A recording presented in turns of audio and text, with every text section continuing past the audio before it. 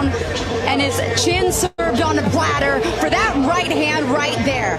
And look at Jake Paul's face. He knew it right away. He said, woo! I know that's Ric Flair, and he came out not to Ric Flair. He came out to Hulk Hogan, but he's up on his feet. Distinguished colleagues, I rise this morning with a heavy heart, not for myself, but for the millions of Nigerians who are already carrying burdens heavier than any new tax can justify. Mr. President, our nation is at a breaking point. Young people are roaming the streets without work. Small businesses are barely breathing. Families are struggling to afford the simplest necessities. And insecurity continues to choke economic life across our communities. At such a time, Mr. President, what is the wisdom in adding another tax? What is the justification for placing a fresh load on citizens who are barely surviving the one they are already carrying? How do you tax people who have no jobs? How do you tax small businesses that cannot even restock? How do you tax a nation whose security situation has crippled productivity? Mr. President, if this new tax policy begins in January as proposed, the poorest Nigerians will feel the pain first. It will push struggling families into deeper hardship.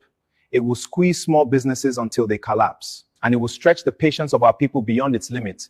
This House cannot sit idly and watch that happen. Therefore, Mr. President, I rise to call for an immediate suspension of this new tax regime until a full, independent, and nationwide impact assessment is carried out involving labor unions, market leaders, youth representatives, experts, and civil society. Nigeria needs jobs, security, and support for small businesses, not policies that deepen suffering. Mr. President, this House must stand with the people. And today, I ask that we do exactly that. Thank you. Making complaint about a regulator who has actually put his children in secondary school, and that secondary school education, which is 6 years, 4 of them cost Nigeria $5 million. I mean, you cannot imagine somebody paying $5 million for educating 5 children. Even my own children, they didn't go to those schools. My children went to Nigerian secondary school. They didn't go outside Nigeria to attend to secondary school. I don't know about your children, Tony, but mine, yes. So, and this is a system that, some of us, because you know what, we're taxpayers. When people are complaining, we also complain, because the issue is that, yes, when I pay tax, I want to see that my money is being put to use, not to be stolen. But today, as we speak, the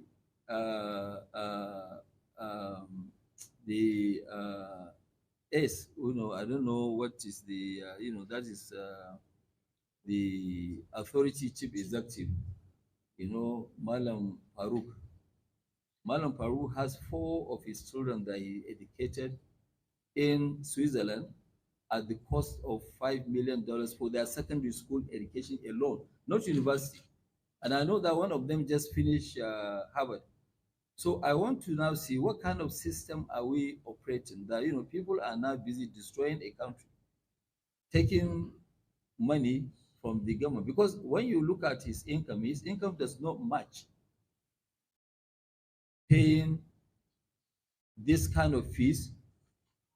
I think even if it's me paying $5 million for 6 years for my 4 children, the taxman has to look at my taxes, how much I paid.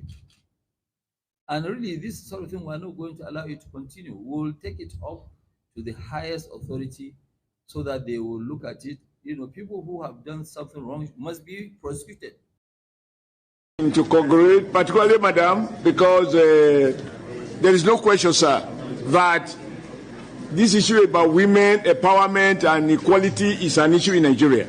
So I commend the President for finding you worthy of being appointed. And Mohammed, looking at your CV, you are all qualified. The issue for me is not qualification. It's your policy choices. And that is where I would like to learn from you. Everywhere in the world, the nation state make deliberate effort to protect local industries, not because we like the owners of those industries, but because we want to create jobs for Nigerian people. Those jobs will not be achieved by weeping for the jobless. It is by supporting businesses particularly manufacturers that are labor intensive, like refineries. Over the years, NNPC, which you were a part of, invited and issued refinery licenses to so many. Fortunately, we have had one big one, and others not so big, and some modular refineries. Unfortunately, access to crude by these small modular refineries has been an issue. And your predecessor that was removed, and I celebrated it last night, he needed to be hanged. In my previous statement, I said, if we don't hang him, he will hang Nigeria. Because anyone who is opposed to jobs being created in Nigeria, who prefer importation, importing poverty here and exporting our prosperity abroad, do not deserve to live. I want to see how his case will be pursued to conclusion. With you, sir, having been in the industry, and I imagine in your heart, you lament that refineries that worked before. I was in Kaduna. Many of my relations were getting jobs and contracts, LPO, to the Kaduna refinery. They are all dead. Now that you are here, and in view of the very shameful performance and policy choices of your predecessor, will you be informed by the spirit of patriotism and the details of jobs for Nigeria, not the details of the owners of refineries, the people who work there, who are our brothers and sisters, our children, who read chemical engineering, mechanical engineering, etc. What step will you take to balance national interests with this?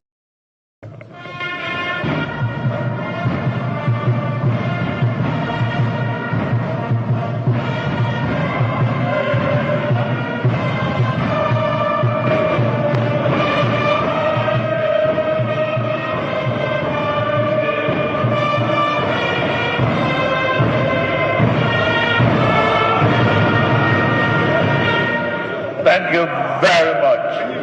Please be seated.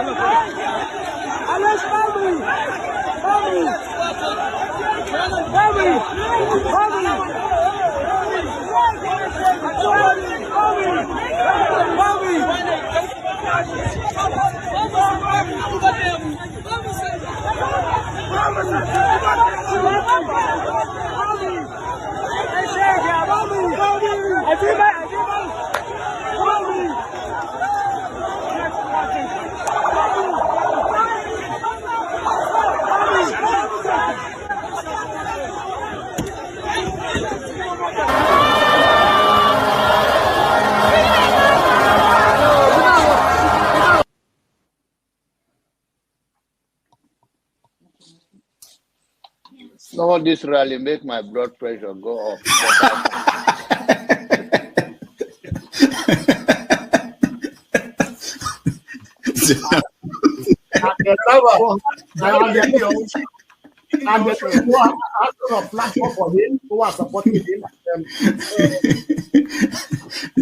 So you should get a filter sometimes, filter your thoughts before you say. I'll continue to take blood pressure medication. Why are you getting high blood pressure, Jonaba? Now, I'm not taking medication for myself. I'm taking it for people like some of you guys that after the January, February something, and then people like Soludo, that is a good spoiler. I thank God for his life. He's working for my. And I am ready to die defending Nigeria in whatever way. When it is God's time for us to go, it is. And you took my time to God. You are ready to defend Nigeria. I gave you my time. No, I'm coming. Alexi, hold on. You already started. What I'm saying, defending Nigerians is this. I gave him my time, and he's using it to defend. No, sorry. I'm sorry. I hope that Nigeria wins. I'm never going to wish any president evil so that I can say I told you so. No, I won't wish them evil. I hope. You see, I'm not praying. There's no point. I can't pray for Nigeria to be fine. I only hope that Nigeria wins and Nigerians win. Because if you choose a dodgy doctor who has a dodgy record, who has, all sort of accusations leveled against him, to say this doctor, we think he's done this, or this doctor, this surgeon, yes, he's a senior surgeon, he's the most whatever surgeon, but there are a lot of accusations leveled against him. If you choose him to operate on you, and you tell me to pray for you that it doesn't kill you surgery, what's the point? I can't pray. You might make it, you might not make it. My prayer won't change anything. So I hope Nigeria and Nigerians win during Tinubu's 4 years. Thank you. Thank you. Uncle, right? I have the right to address Showore the way I like. You don't know what Showore did to me. So learn to control your emotion, right? That is the only thing I'm going to tell you. But if you don't want to control your emotion and you insult me here, I'm going to insult you 100%. Okay. You understand? You cannot insult me on a normal ground. Physically, you can't insult me, right? I will treat you like a child.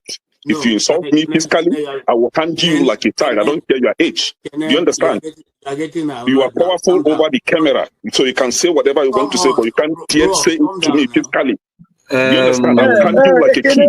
Can we arrest the meeting ground? Can we arrest the meeting ground? So learn to control your emotion. You understand? Okay. Please don't take him out. I also have a right to respond because you mentioned my name. There's no need to take him out. All you have to do is to meet them or something.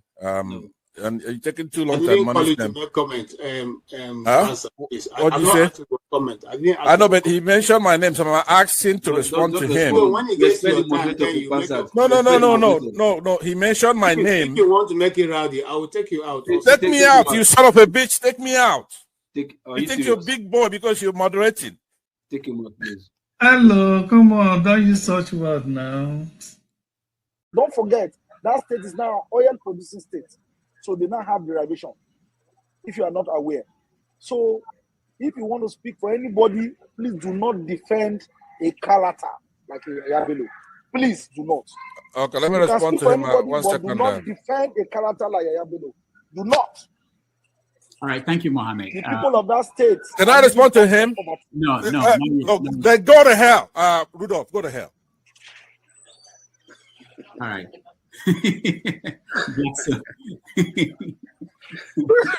Rudolph, I've never seen this part of him before. Tinubu is a criminal, yes, of course, a categorical grade 1 criminal. The only person more criminal than Tinubu in Nigeria is probably Babangida. But he's a criminal, and is he fit for purpose? Absolutely not. Should Tinubu be the president of Nigeria? Categorical no. Is there a better option than him? That is subjective, so show me who he is.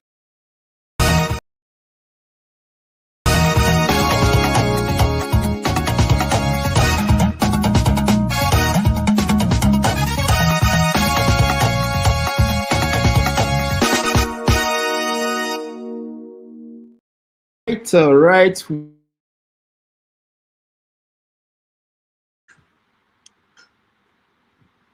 Welcome to the show. Thank you so much for joining us. Today is Saturday, December the 20th, 2025. We are 5 days away from Christmas.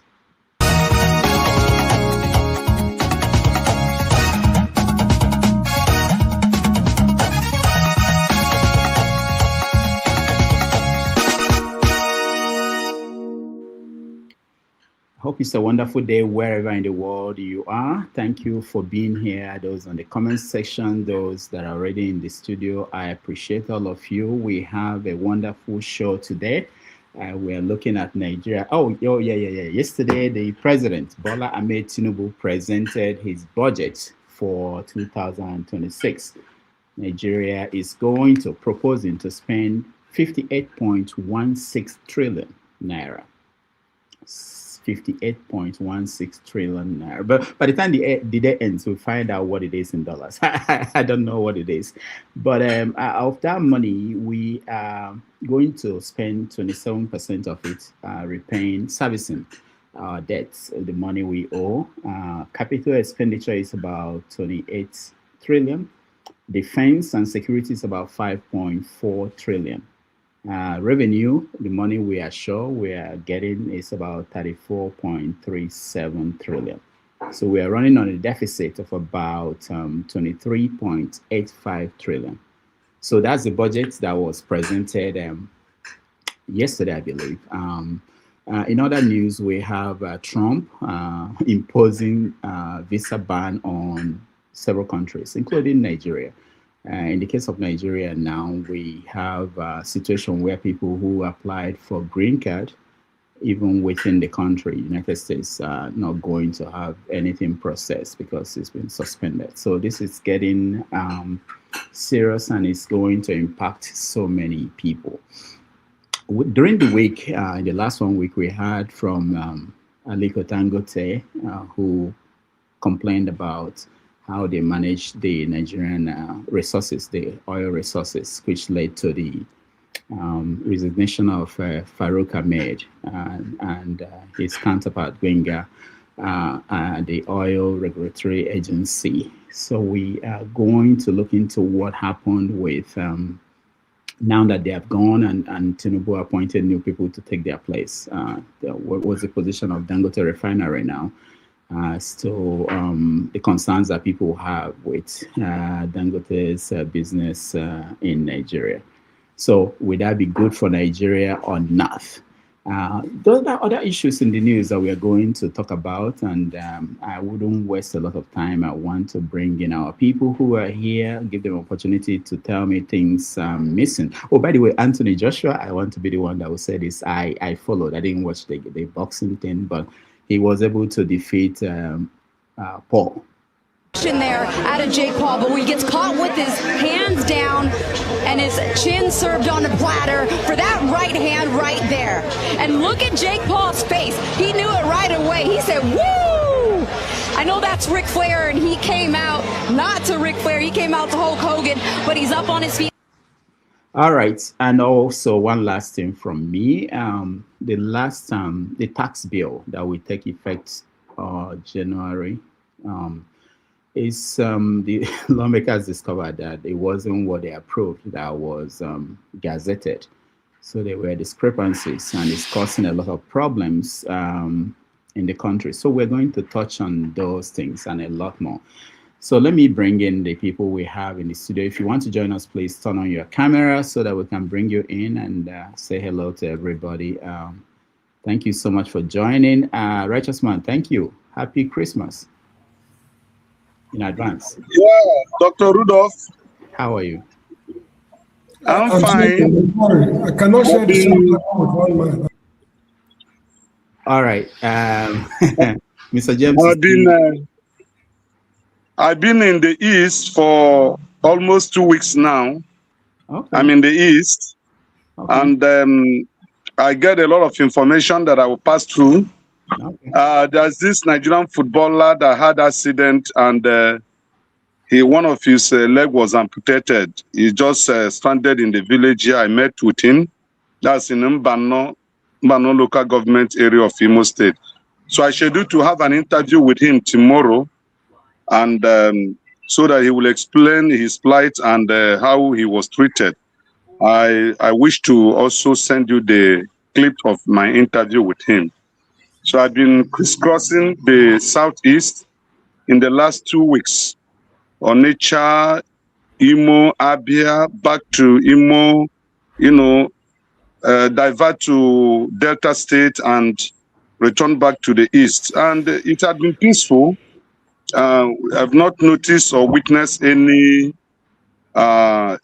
clash or any killing or anything that is absolutely wrong, like the media have been reporting in the last few months, that East is a hell. I want to tell the whole world right now that I've been in the East, crisscrossing cities and villages and towns and states. There have never been any incident of killing or kidnapping. So some of this news are cooked up news in order to make East inaccessible place, for people to run away. There is nothing going wrong in the East. That I can assure you. And we have fresh palm wine here in the East.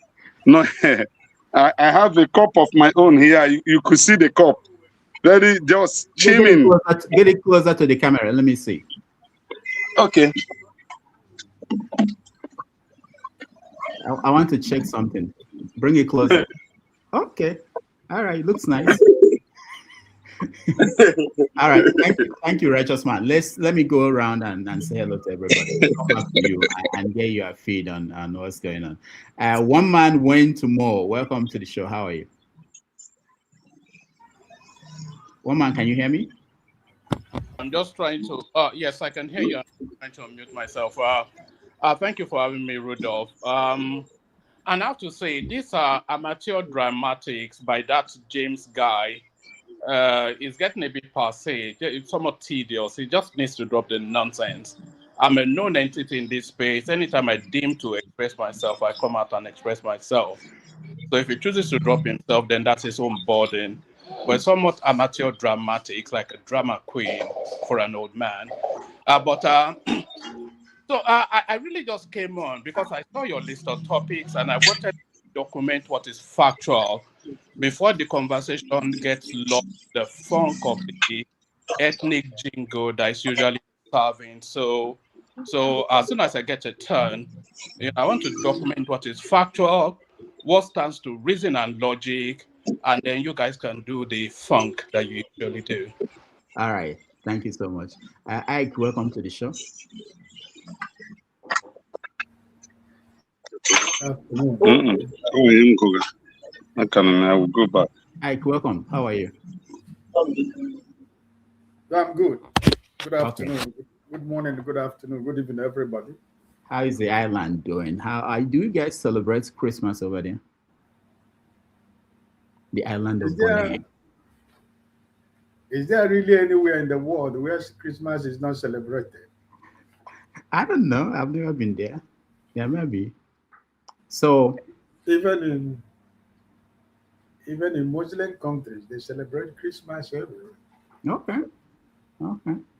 We are in the over here, and like righteous man said, a righteous man, happy Christmas in advance with your palm wine.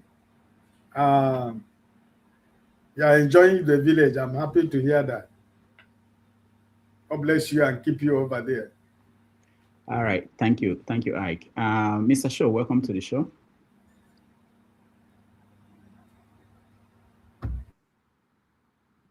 We can hear you, Shaw. Dr. Okunko, I greet you, especially. It's stuck us in trouble. Anyway, welcome. Compliments of the season. Yes. Thank you. Yes, sir. So let's start with you. You always come with news. Yeah, just a few headlines. Probably not worth. They're not standalone topics to discuss, but just a few headlines. So some of the things that happened when Tinubu visited the National Assembly, Akpabio told the president to rethink the withdrawal of police officers from them because some of his colleagues, that's Akpabio's colleagues, have told him that they are not able to go home. They might be picked up, in his own words.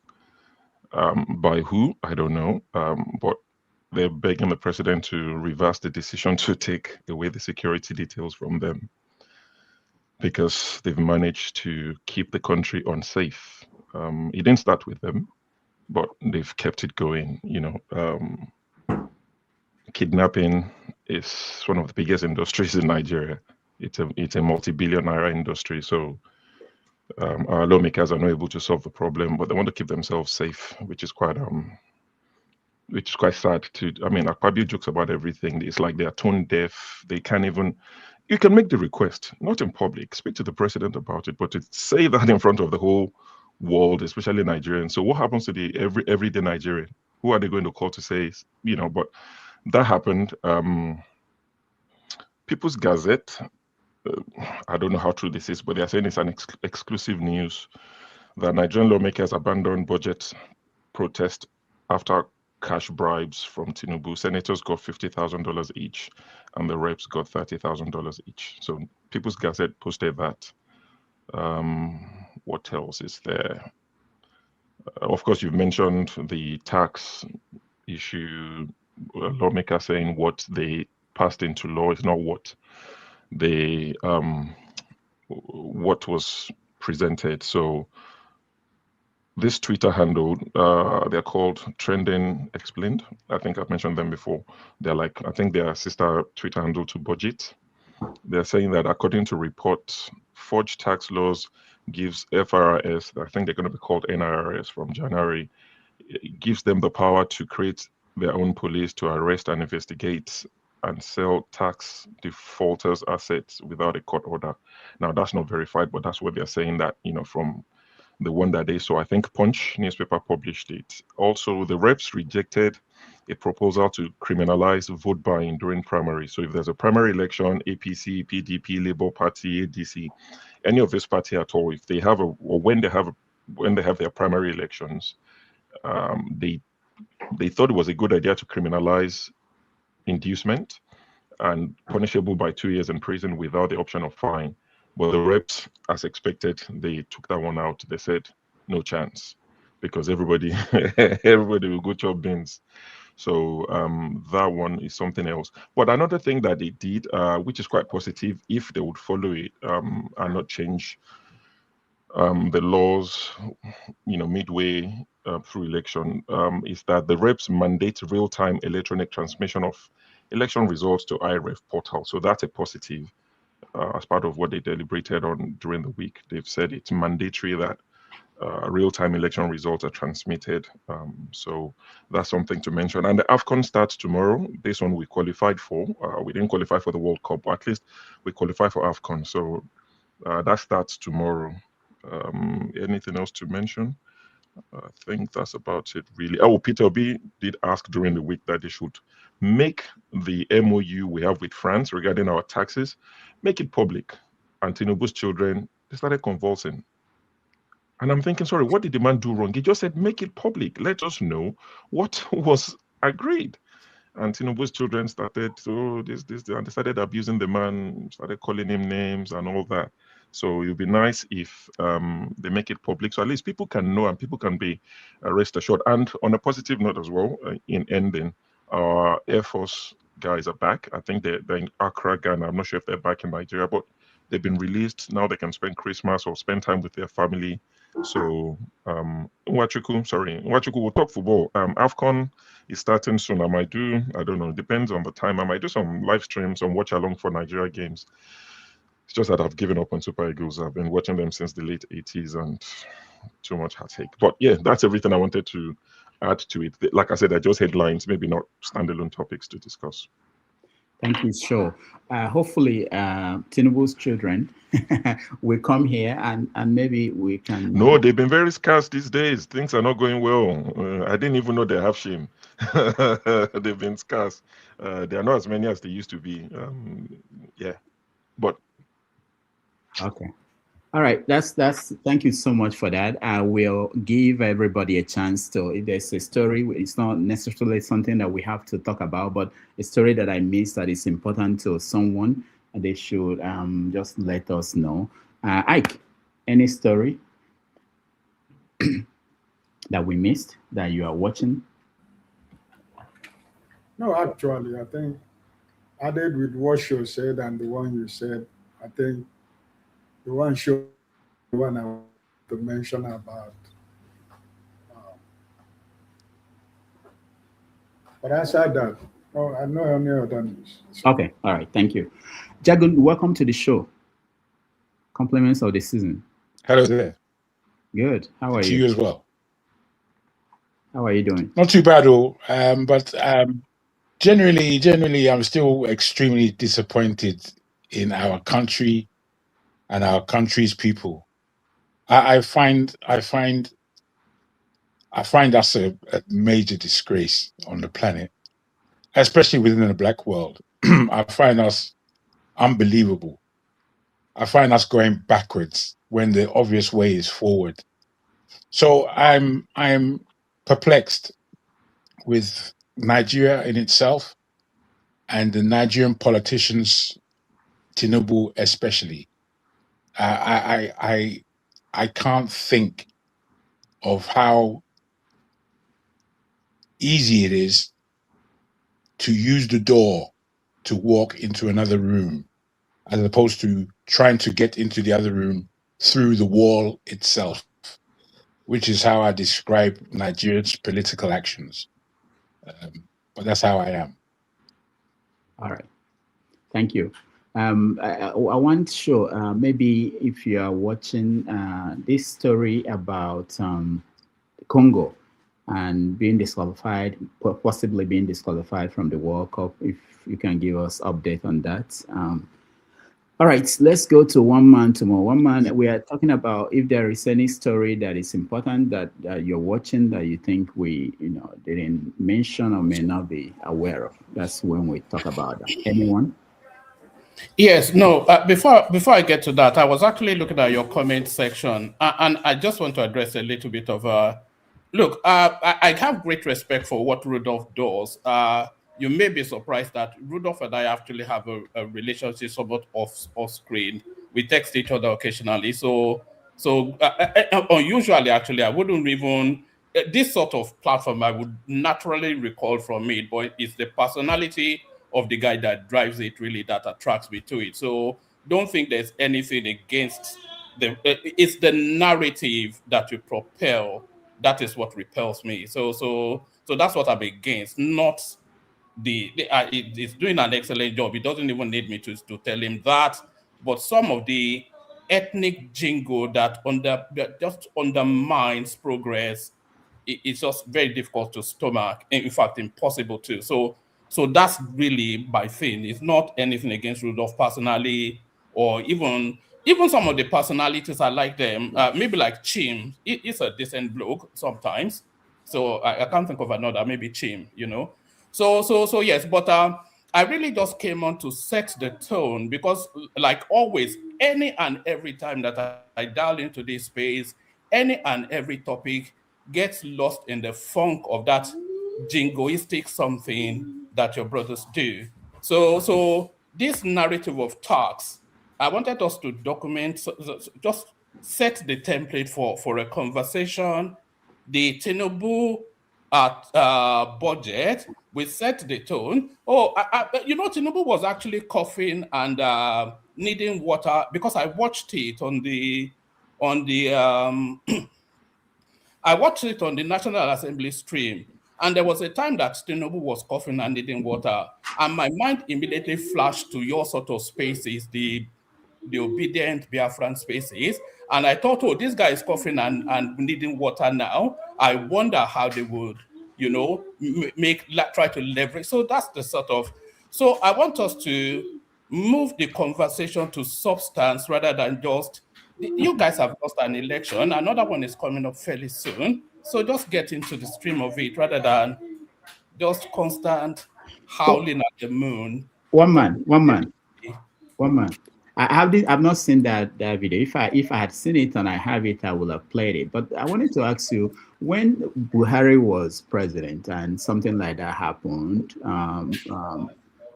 we will play it. Why is that different? No, you will play it. I would play it just for the mirth and the giggles. Just for the giggles. Okay, I just want to make sure that. Yeah. So that's always fun. We have to be relentless against political figures. They're all criminals. As you famously play me now out of context, they're all criminals. But there's an undercurrent to the tonality of you guys. There's a bitterness and a resentment. Anyway, let me not do that. I really came in to speak to the taxation. So there are two guarantees in life. As you are born, then you're guaranteed to die. And in the course of your birth and death, you are guaranteed to pay taxes. Those are the two things in life. So this now taxation coming upstream next month. There's an inevitability to it. So what do you want is the question, not you personally, but the country. What do you want? You complain about deficits, infrastructurally, structurally, socially, and in all of the accoutrements that forms a functioning country. You complain of that deficit, but for the deficit that the country suffers to be addressed, what does it need? It needs money. And then you say, oh, yes, but you have oil. You don't have oil. You don't have anything. Everything you have in resources are encumbered or stolen, so you don't have anything. So you cannot want this country that you want without being willing to pay the price that gives you that country. What is that price? Taxation. So now they're introducing now this tax bill, and it's a Robin Hood tax, by the way. I'm sure you understand that. It's a steal from the rich to give to the poor taxation, because I doubt if anybody has really perused to any real understanding of that tax something. I think you guys would have looked at it only really to pick what you can criticize and do your ethnic dance around. But if you look at that taxation, it's a Robin Hood tax. It's an ascending tax. So at the lower rungs of society, you are tax exempt to a very high extent, and then it stratas lower taxes as your income brackets up. And so that's the structure, and you have to pay your taxes. But now this is the real thing. So now Nigeria often relies on resources in order to feed itself. Nigeria sustains on resources, oil, lithium, whatever it is. So that's what we sustain on. But the people have no real ownership of those resources. You know that the country has these resources, but you don't feel a personal ownership of those resources. So if they are stealing those resources, you don't feel the extent that you should push them as hard as you should. But if they are taking money out of your wallet, if your wages is 1,000 naira, and you go up to your boss and he gives you 900 naira, and you say, where is the remaining 100 naira? And he tells you that Tinubu took 100 naira out of your 1,000 naira wage, and you ask him what for, and you say that Tinubu described it as tax, and you say, what is it being used for? You say, to build your roads. So the next time now that guy is walking through those roads, he wants to see that it is built. Otherwise, he will ask questions, because the money now is being taken. So it's the direct impact of it, but you cannot have development without taxation. So that's the contribution that the people make. I know that when you get to the deep part of your conversation, you wrap it around your usual ding dong that you people do, but that is the reality of life. So, one man, because you just indicated that you won't be here when we talk about it. These are some of the concerns that people are expressing in Nigeria. The government is presenting this as something that will not impact the poor. You just said it now.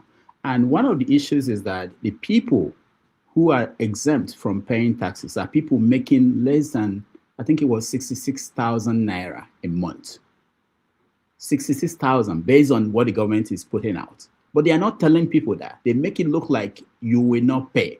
So average Nigerian, minimum wage is 70,000 naira. So if you're making minimum wage, you are going to pay tax. But you see all the government functionals, officials promoting this tax. They say that you won't pay tax. Hold on, that's the misdirection that I already stood you accused of. On what quantum?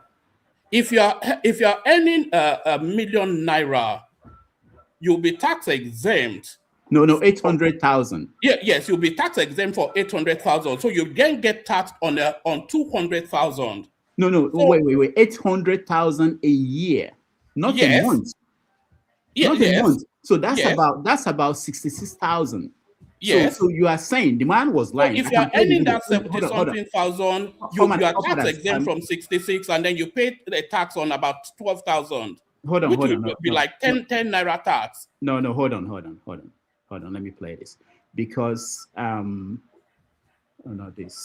This conversation is too important to misinform. It's very important, and I want to hear from people who think that Nigerians who are raising issues are just crazy, and I want. No, don't worry now. You know when you guys do your is it because it's usually 3 cycles of is it because, and then you get into your funk. Newspaper.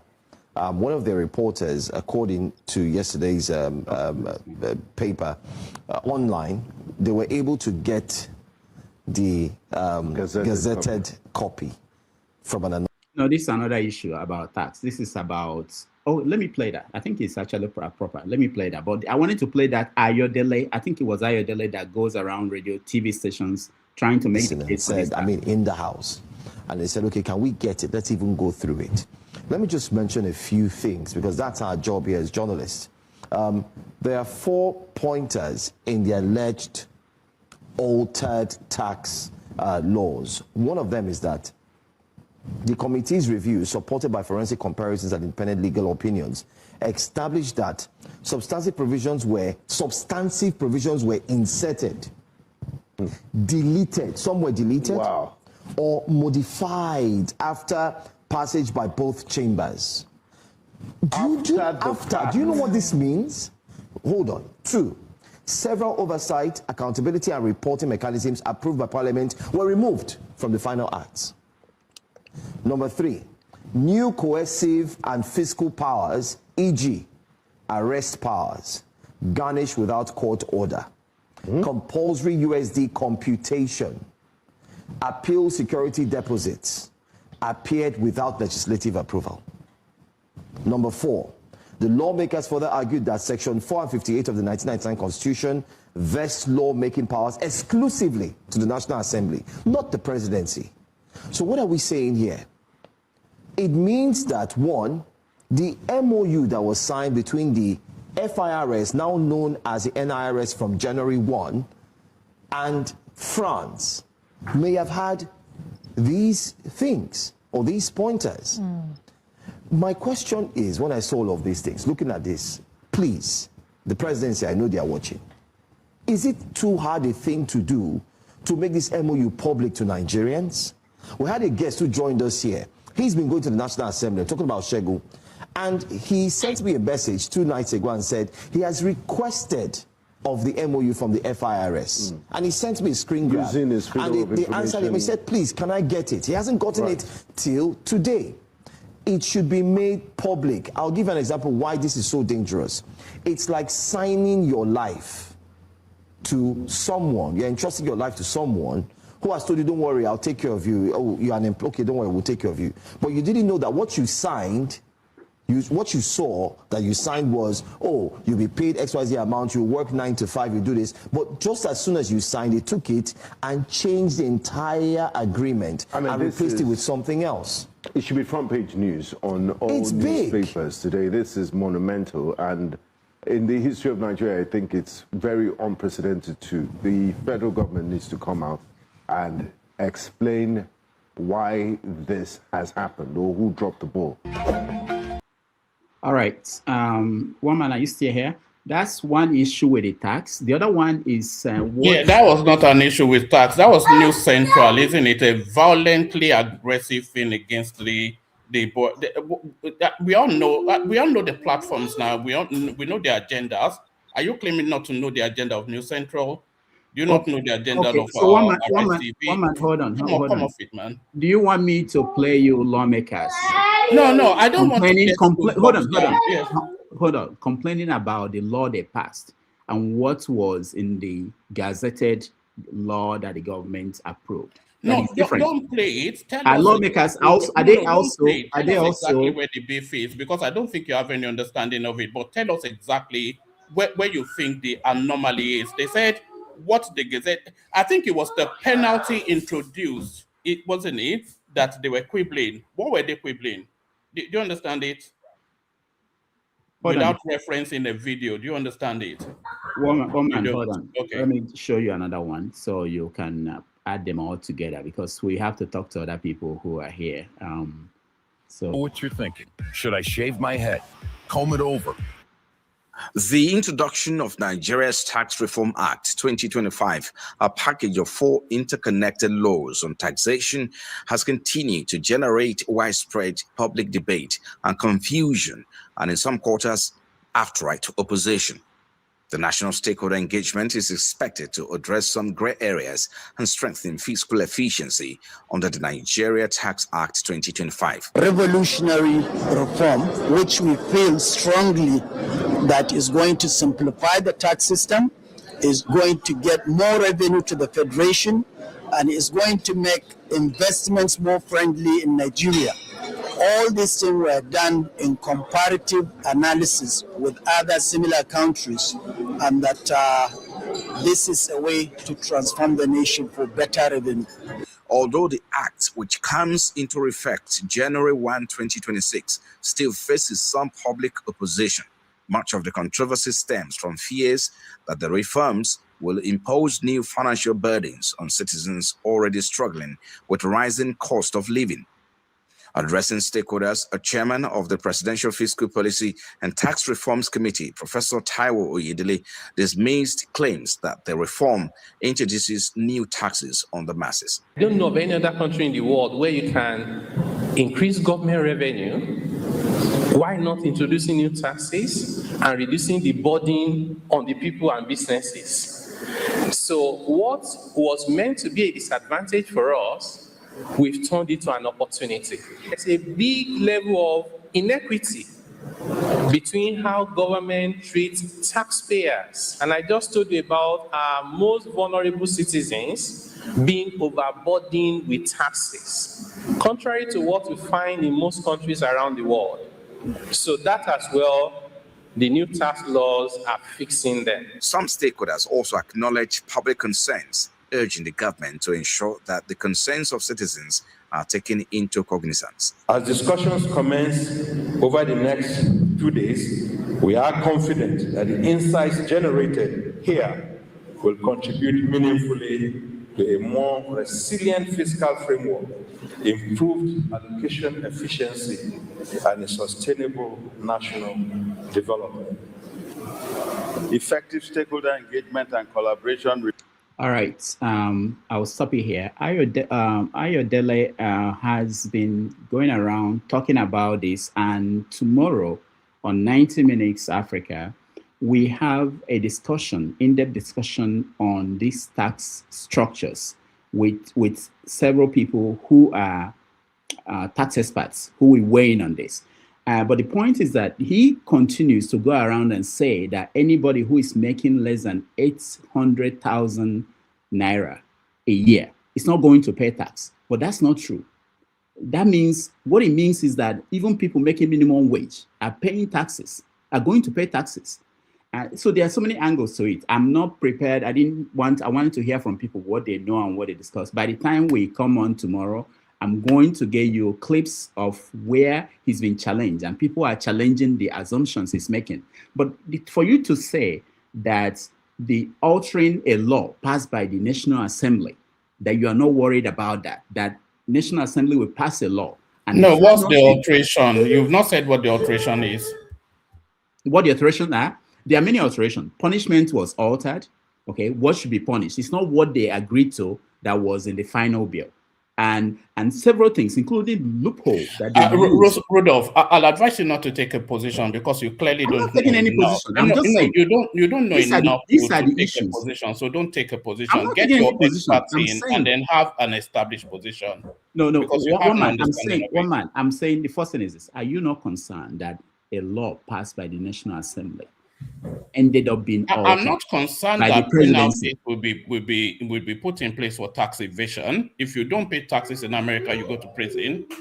So I'm not so concerned. No, it doesn't matter. No, if the law was passed, whether it was embedded in the original legislation or not. So one man, are we going to agree that you're okay with them altering anything that gets to them after they pass the law? They can add anything they wanted to add, and that's okay.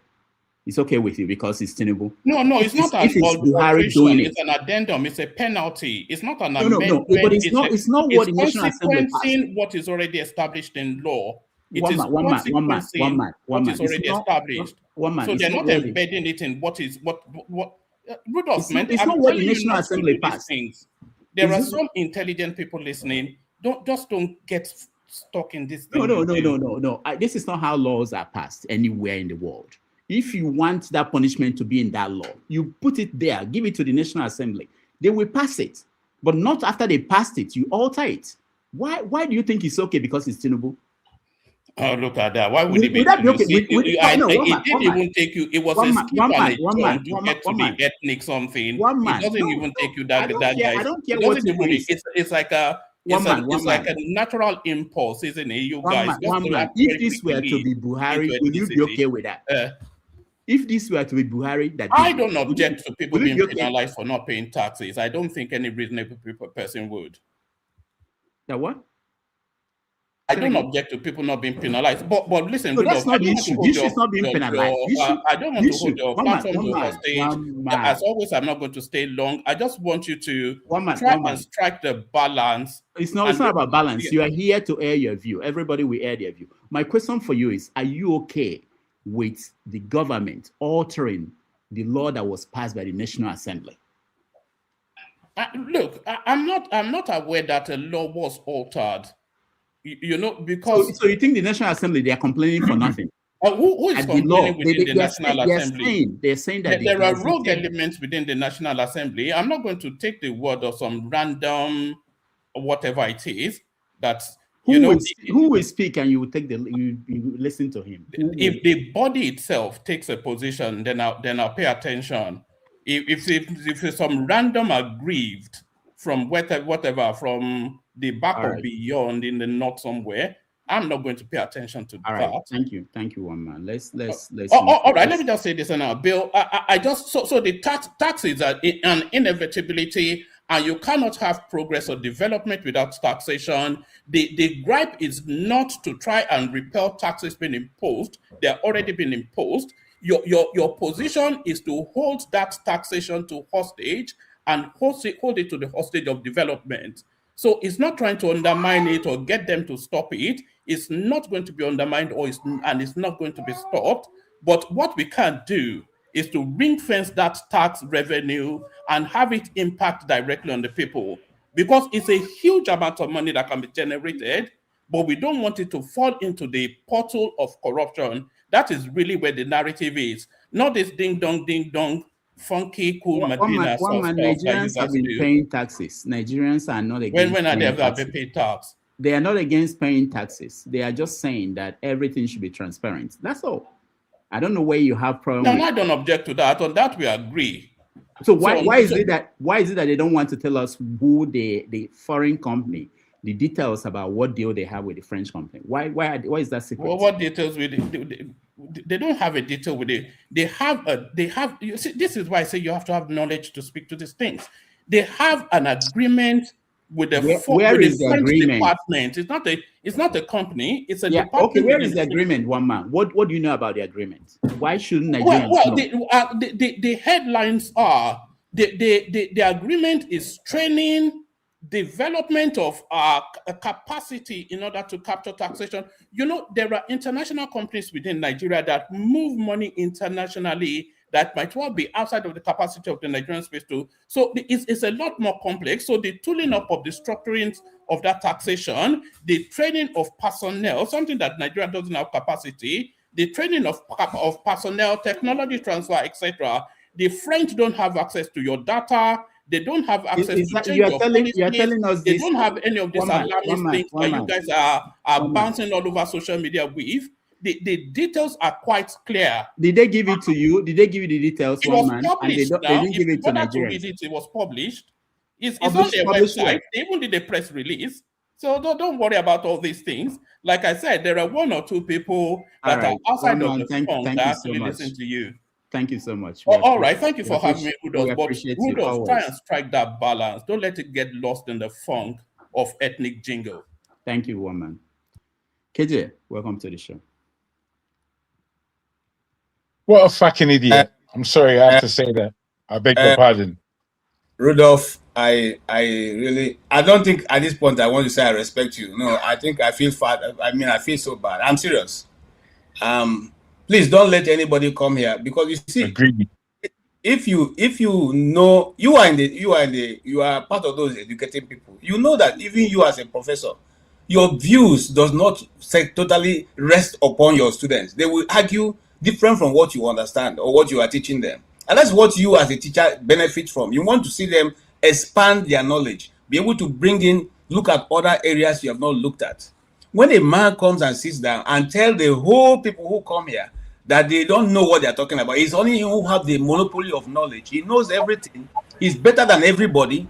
He's the one who knows how to be able to conduct himself. He's the one who is not ethnic. He's not a bigot. He's not, he's not engaged in the jingoism. And you listen to him, you must have a lot of patience. In fact, I used to think I have patience, but now I see that you have more patience than I have. and I praise you for that. I don't know whether to say it is what do you call it? It is a virtue, or I should say that it's just being kind. I can't take it. I'm serious. Because look, people like one man know nothing, and they are part of the people who are benefiting from the system.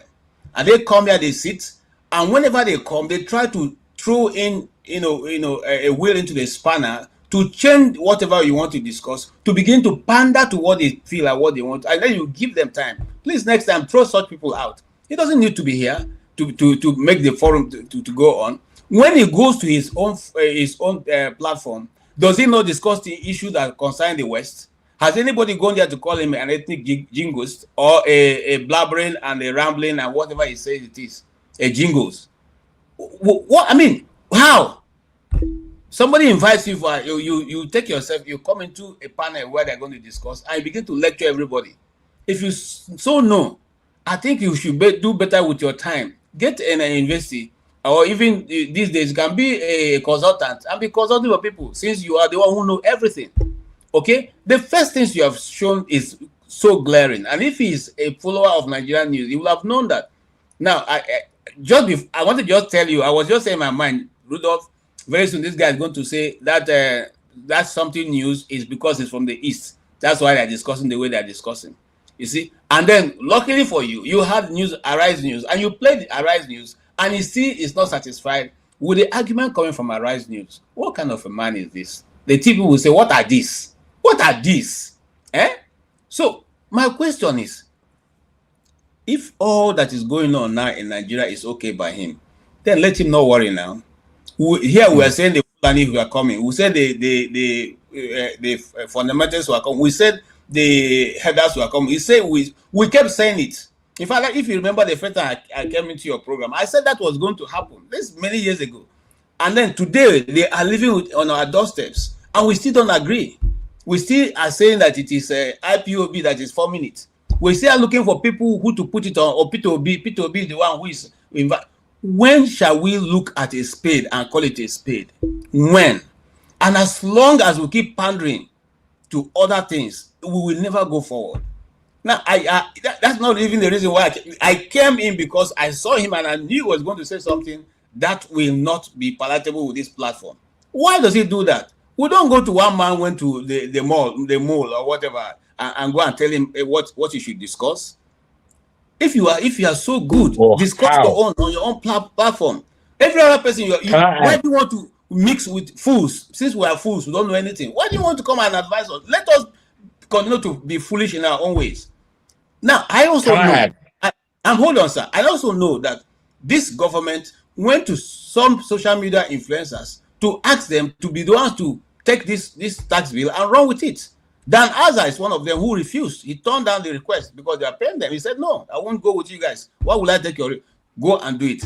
Now, if he was also following Nigerian media, he will have found out that there are many people who have dissected this tax bill, and everybody said what you have said. The people are being deceived to think that once you are being paid 800,000 a month, that a year, you will not pay tax, which is not true. It is not true. By the way, Rudolph, out of that 800,000 naira, they're going to take your, apart from the tax, they're going to also take your social, what they call it now, the savings that they put for you away. Okay? So, apart from taking off the tax, the ones that you are going to take for, I've forgotten what they call it. I'm trying to remember it. Retirement funds. It's going to also come from that same 800,000 that you are getting at the end of the year. So, by and large, at the end of the day, you will not be able to even get that 66,000 naira you're looking at in your hand. And if you get the 66,000 naira in your hand at this time in Nigeria, what is it going to do for you? What is it going to do for a family of 5 earning 66,000 naira? So I don't know how we're going to solve this issue. Left to me, the simple thing is that let everybody go their way, because we are not going to change as a people. Well, look at this is the same man who was criticizing Buhari's government all through. Now you don't want to be criticized. You don't want people to speak. You want to make sure that nobody is saying anything that is contrary to what government is saying. Since when did the government in Nigeria start telling the truth? By the way, are you surprised that it was forged? What was the qualification of the man who is now leading Nigeria? Is his certificate, any of them, verifiable? It's not the same stock in trade that he has always known. And I'm surprised that someone who lives in the UK is saying that forgery is okay. A gazetted government document, a gazetted, I don't know if you understand what I'm saying, a gazetted government document is altered by some individuals. Now, do you want to see why we're talking about the Nigerian constitution that was altered by certain individual, written out by a foreman, led by a professor that had Wadudu, okay? Until today, we are not able to change it. That is their stock in trade. They finish, they take it, and they smuggle in things that was not there originally, and they publish it, and it remains there as a law. So we must find a way. This is something that people will go to prison in other countries for years, but we allow these people to do it, and somebody comes here to defend it. On what basis? On what basis? Rudolph, anyway, I was coming in to just say that the thing that caught my attention is the inter-society publication of how much it costs the Southeast every 25th to January year. It costs between 2024 and 2025 in 2 months, 2023 and 2024. They had collected a total, that is extortion at the checkpoints, 21.8 billion naira from people in the Southeast. And I felt that is, I know they were collecting money, but I didn't know that they make that amount of money. So I think it's something we should also discuss. All right, thank you. We spent an hour, so let's quickly go to the topic of conversation. So let's put the two tax issues together. But the new tax law that will take effect January 1, including the alteration of that tax law, and the idea that the old one, that even the substance of that law has been questioned in terms of what they are promising us, saying that some people will not pay taxes to reduce your tax, and what people are beginning to see, including the fact that you can open an account. When you open an account now, you have to, there's some part of it where if you send money to somebody, so if you're here and you have a Nigerian account and you send money from your bank account to somebody else, you pay a particular tax on that. It's going to be shocking to people if they implement most of the contents of that law. All right, let me go to, just as the conversation continues. Okay, hold on, guys. Let me hear Comrade Murray. Murray, go ahead. Yeah, Doctor, thank you for the attention. I'm not fully in the show yet. I just came in because of what you did this morning. Kudos to you, first of all. And I was a bit worried. You know, I thought you wanted to make one man our special guest for today. I think it was also a good one. I like the way you tackled him to let him know that no one person has a monopoly of knowledge, and we cannot allow them to continue to cajole us and bamboozle us into a false paradise on every day. And again, sometimes I was worried before, and I wanted to tell you, but I can't tell you how to do your job. Just the way you did to one man this morning, continue to do this every day. Because it's have your say program, sometimes you allow people to come here with all manner of rubbish and nonsense. They just spew it out and get away with it. Sometimes they're going to get away with murder. So, Dr. Damages, I thought my heart for you. Continue to do this every day.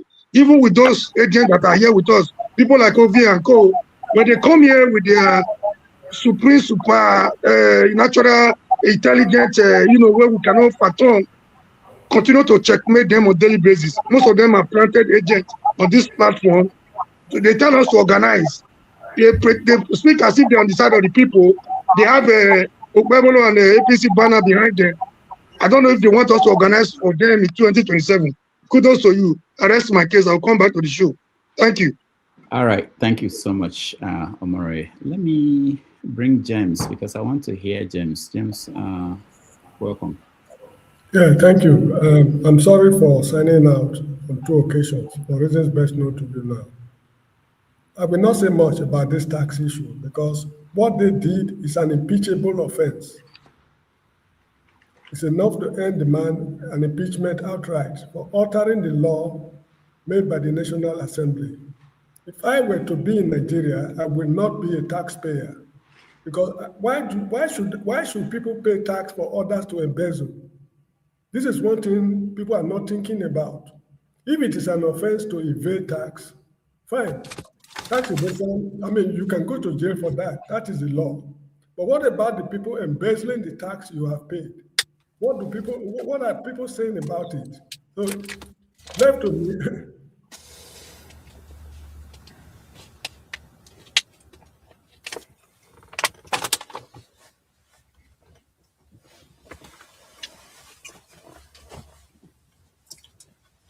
Can you hear me?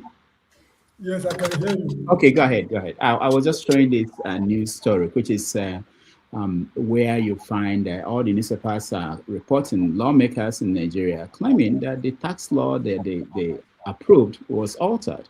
So I'm not sure. You see, look, it's a pity Mr. What's his name? Amori has signed out. I want to say something in a Edo language, which I cannot translate into English. He would have been able to translate it for me if he were around.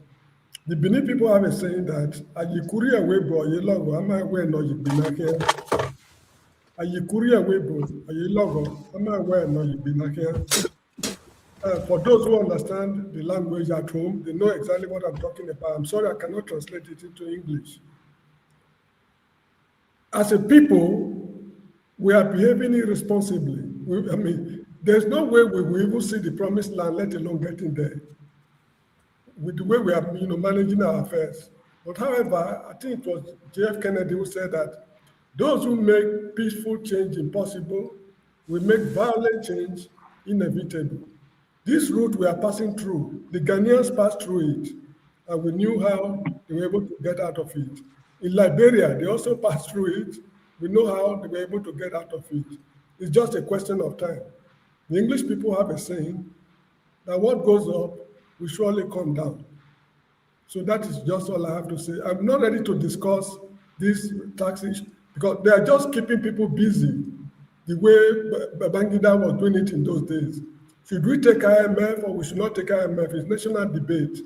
When the people are talking and howling and shouting at each other, they are busy doing what they want to do. This is the same tactics these guys are using right now.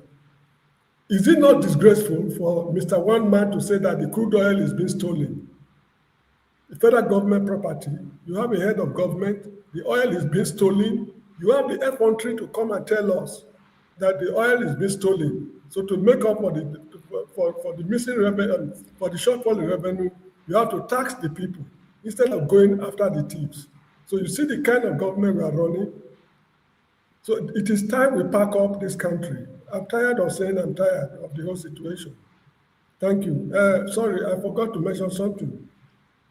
Is it Tanko Mohammed, the most incompetent Chief Justice we've ever had, died in Saudi Arabia?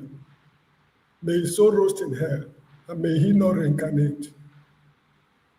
All right. Thank you, Mr. James. I see OC, I can see Paul. Welcome everybody. Ovie, your name was mentioned and you came in. Thank you for being here. Before I come to you, let me just show the place where Tinubu was telling Nigerians that as of August last year, we made we achieved or accomplished the revenue target. Standing before you, I can brag. The revenue, we have met our target of revenue for the whole year. We met it in August. One debt to society later. In 2025, the estimate was 40 trillion naira.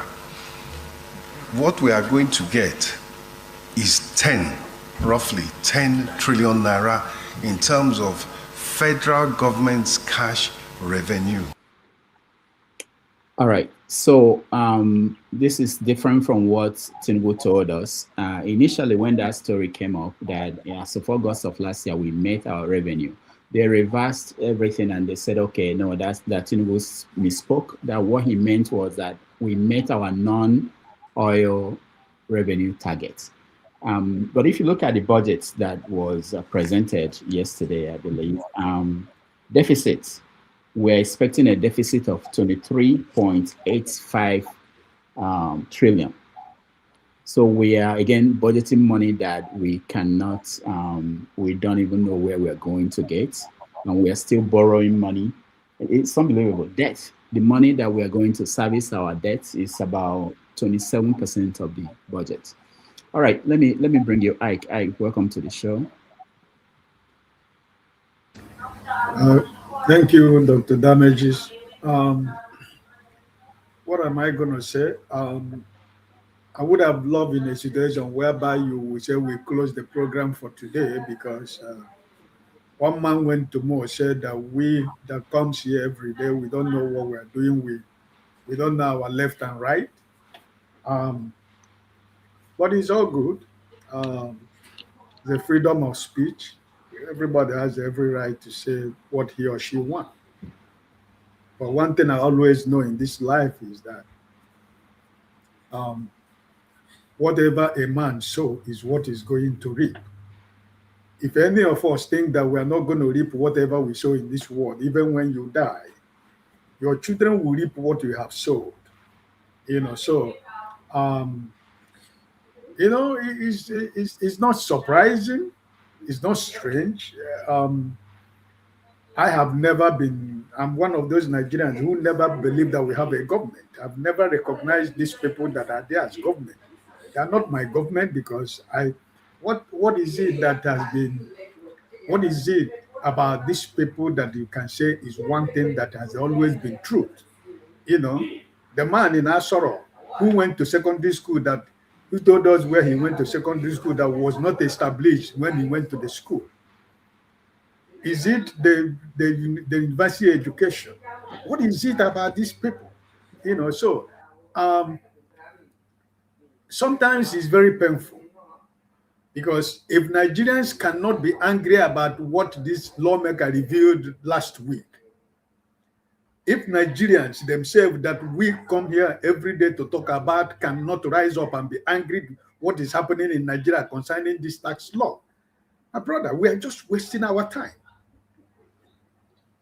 Because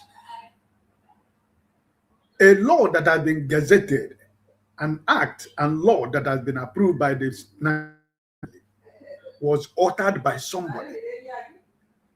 And somebody is here coming here to tell you that Dr. Damages, you don't even need to talk about it because you don't know about it. You brought about the issue of the agreement they have with France. Let us know. He said, no, you don't need to talk about it because you don't know. And he's living in Britain, he's living in London. Where if the president want to go to the bathroom, the press will tell you that Trump was going to the bathroom yesterday. But in the case of Nigeria, you don't need to ask about what Tinubu is doing, because it's Tinubu. By the way, which people are going to start the impeachment, or which people are going to react, which people are going to stand up? Is it the people we are thinking on your mandate they would perish? Or on your mandate they shall go to the grave? Is that the people that are going to do the thing? You just brought show was reading allegedly that he has already given them money, $50,000 to the members of the Senate and $30,000 to the House of Rep, allegedly. That's a small money that has been given, So, my brother, all of us are here, and we send money to Nigeria every day. I sent money last week for Christmas to Nigeria, and I was asking my senior brother this morning, have they already started taking the tax already from I thought they said it's from next year, because I asked how much I sent for the whole family, but I could see how much they take away from the money that I sent. So this is what is this, so if Nigerians themselves decide that it is whatever these people cook up and wake up and tell us every day is good for them, or good for them, because this particular tax of a thing, somebody was telling us, why don't you play for TVC station of Emiloko station? Maybe that's the one you believe. You played the other one, he said no. You played the right, he said no. He played which one is remaining again? But for me, that man went to whatever, his friend Kulata. I've not seen him. Where is he? Your friend for Dr. Damages, where is your friend Kulata? Where has he been? You know? So some of them are trying, because everything they spend, some of them did not. What this man is doing now is that he has collected some money. So now he's going to every platform. For how long have I seen him come to your platform? You know, so it is what it is. But I think at the end of the day, the box starts with Nigerians. If they feel that this lies and deceit and falsification and corruption and criminality that is going on is good for them, it's all good for them, right? Are they seeing me in Nigeria tomorrow? No. But if they say that it is good for them, well, all good for them, you know. We are here waiting, we are here watching, right? God bless you. All right, thank you, Ike. Dr. C, welcome to the show. Dr. Damages, please let me have my say in order of those who came in. I came in fourth. So I wouldn't want anyone jumping over me on this. No, Jagun, I'm not following the order. I'm doing something else. What I'm doing is there are people who have not said anything. They just came in, so I'm giving them opportunity. I'll get to you. It's only 3 people ahead of you. Okay? Thank you. All right. Let's go ahead. Oh, thank you. I was going to say that I'll be very happy to yield for him, you know. But I just want to, I called you earlier this morning. I just want to thank you and congratulate you on your newly released poetry collection. In case those of you who don't know, Dr. Rudolph, I think it was Paikide that calls you the Renaissance man. I think that accurately captured it because you're like, you have your hands in all the cookie jars. So please go and check it out. It's called A Kiss That Never Was, you know. It's one of those magnum opus. So congratulations. Yeah, so regarding the topic of discussion, I think it's above my pay grade. I don't know much about economics and finances and all those things. And I've never really had the opportunity to, you know, read through the issue at hand. That from what I can understand, there are some new tax laws that are supposed to take effect by January 1st of 2026. And as diaspora, and I heard about the taxes on remittances. Yeah, so it's just you know, it gets to some point that you become so numb about all the news coming out of Nigeria because nothing really makes sense. You know, we're talking about a country where people are, majority of the people are eating from the gutter, you know, people are debt poor. But instead of talking about maybe some palliative programs to alleviate poverty, we're trying to impoverish people, in fact, pauperize the majority of the population, leaving only the elite to be able to exist. So I can never understand that. And then the egregious part about doctoring, you know, a document that was supposed to be an act of Congress and somebody sits down somewhere in the opacity of Aso Rock and decided to doctor the document. It's just something that is unimaginable. But then we are talking about Nigeria where anything goes.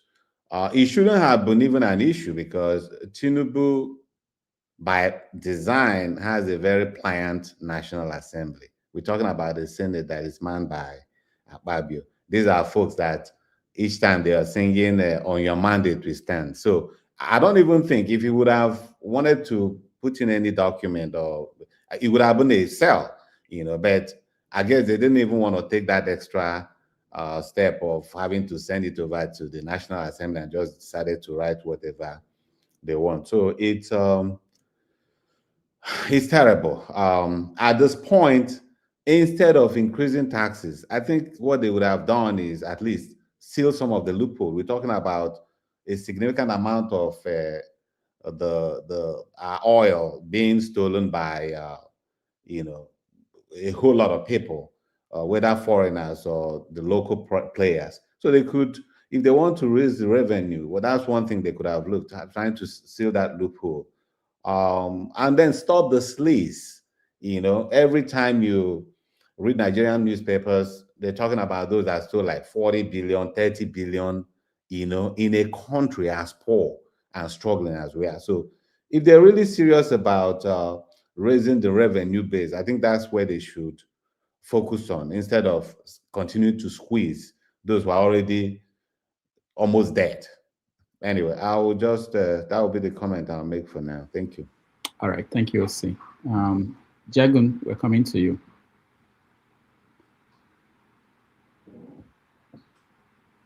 Unmute yourself, Jagun.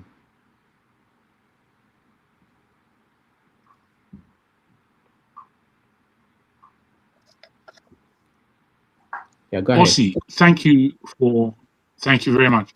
Thank you for your kindness earlier. I wanted to speak because my battery is quite funny these days, and it messes up my the communication. I'm hoping everyone can hear me. I was a bit disappointed, I must say, again, with the way. I can't blame you because everyone has their own personality, but how to handle somebody like one man it's a skill, and I believe that you have that skill, but I don't believe you used it very well. This is your platform, and somebody came who has his own platform to tell you the tone that you should take for your platform, that people are ding-dong in here, he's speaking to people, telling them, you people, and then he's talking about ethnicity and ethnic division, and he's saying you people. Is that principled? Is that a principled thing for somebody who conducts his own show? I swore, not because I want to swear, but out of angst. He's someone, if I saw him in the street, I would have to give him 4 to 5 slaps before even saying hello. To be honest, he's not a full human being. He's not. He behaves like a rat. He sounds even worse. I don't want to use my time to abuse this guy. However, he separated you by saying he respects you and he speaks to you from time to time. And then he abused everything about you in concern with this show. Wonderful. He thinks he's clever. And I don't think you should allow... You give a lot to people who aren't regulars on the show. You give a lot to us, no doubt. But the Nigerian thing again, which is to welcome the foreigner. Meanwhile, your people are suffering. I'm not one of those. I'm not one of those. I will kill the foreigner before I kill someone who is living in my house. So that's how I conduct myself. Let me just say this. A lot of Nigerian circumstances, this new tax bill that's going on, anything political, I don't care about it because it's rubbish. I know it is rubbish.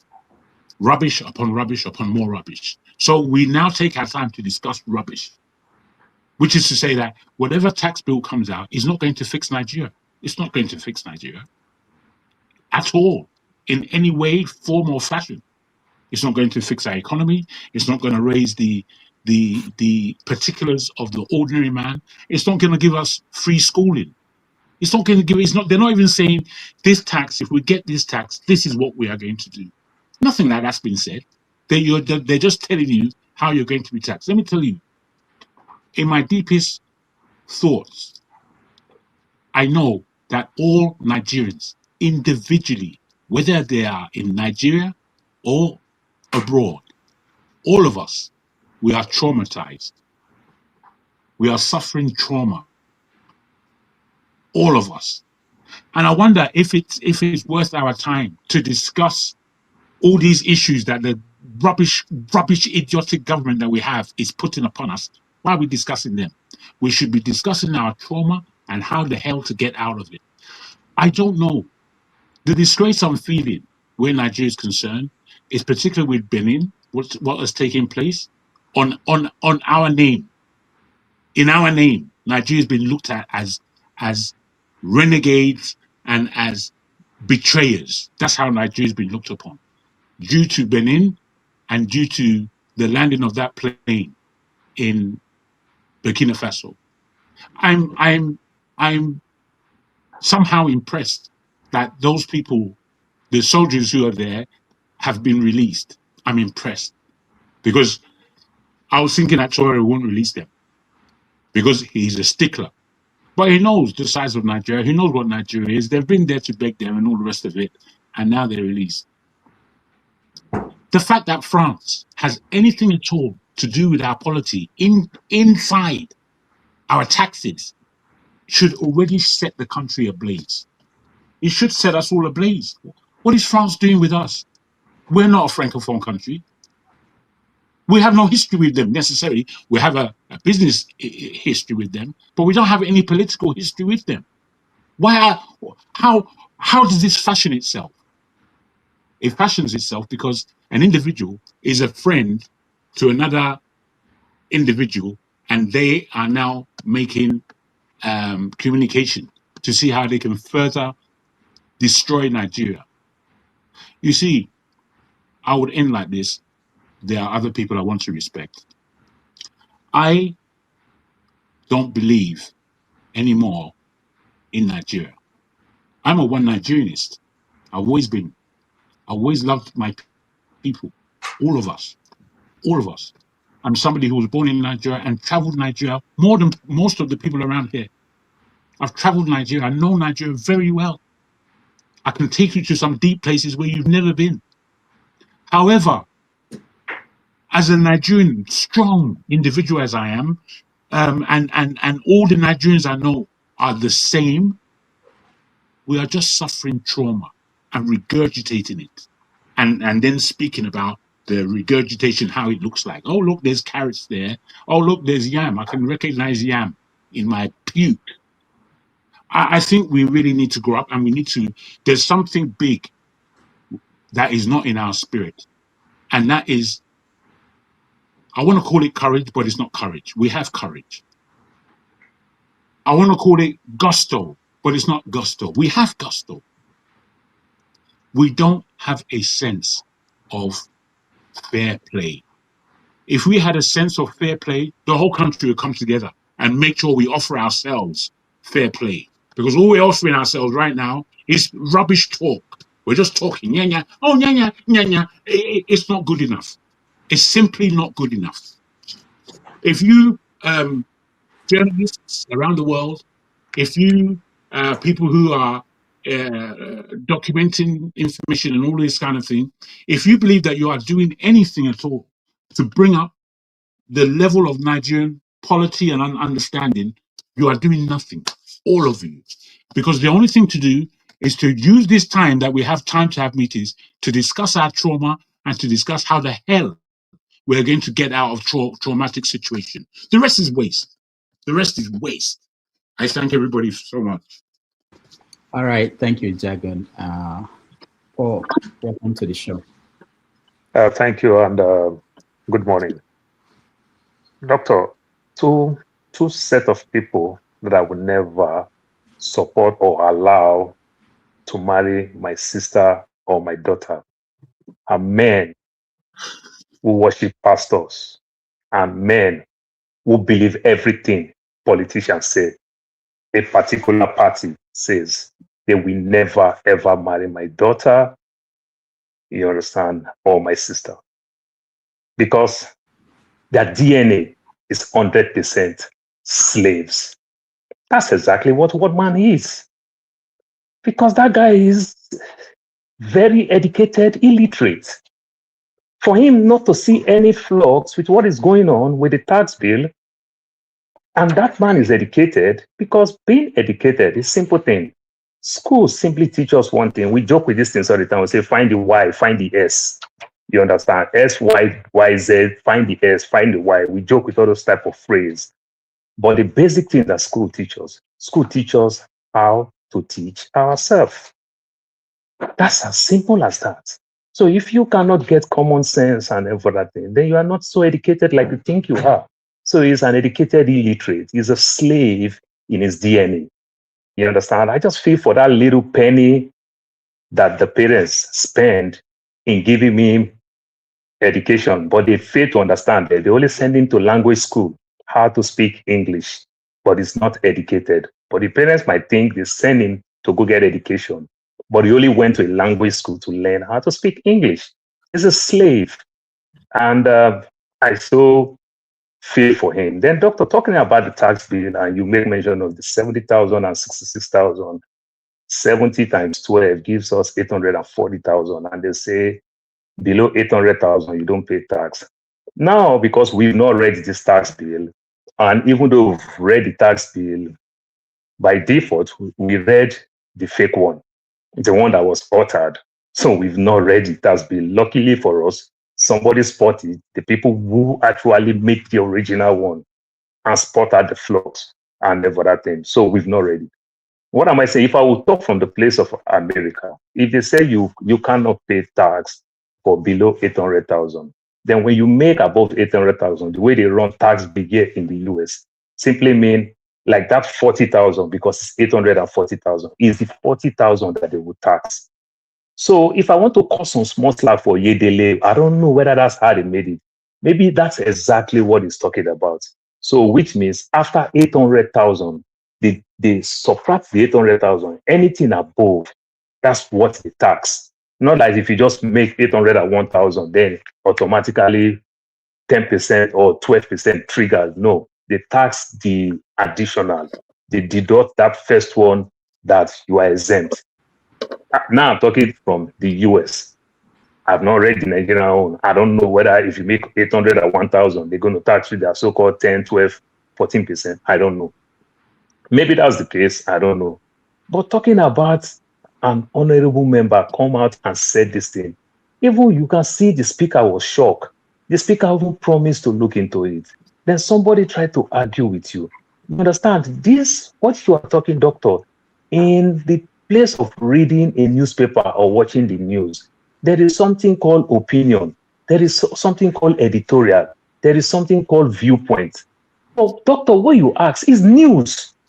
That is what we saw. That is what they call news. This is news. So it's not like you're saying, oh, it's a partisan. This is news. This man report this issue in the Alo chamber. This is news. So this is a breaking news. And this person tell you don't know what you're doing and everything. That is the height of stupidity. That is the height of slave. That's why no matter how amount of money that man can make, I will not allow that man to marry the house girl that take care of my kids. You understand? Because I want my even housemaid to grow, to live a better life. You understand? We don't do politics that way. If we do politics that way, or being tribal that way, we are not helping ourselves as a people. We are not. And everything, when people talk all these things like this, it gets me worried. I don't know what to tell him more than that, and I don't know how our government goes so low to do this thing. Doctor, they understand that the National Assembly is being bought, both houses is being bought. We all understand. But when you look at the tax bill, the Northern for the first time stand their ground. You understand? So probably those things that they went behind and add today, if they put all those things, maybe that bill won't go through. So they just felt, okay, just give it a soft landing. Then we're going to sneak these things inside. You understand? And they did, but luckily for us, somebody spotted it. Yeah, and the better it is for us. Doctor, you saw what happened in Indiana when 19 members of the House go the other side, when Trump said, go draw map and make the state one party state, Republican state. 19 members support Democrats. Democrat has only 2. The Republican have 31. 19 joined Democrat and said, no, we cannot make this state a one party state. That is love of a state. That is love of a nation. Talking about, Osi makes mention of, or is it the other person make mention of something that catch my mind.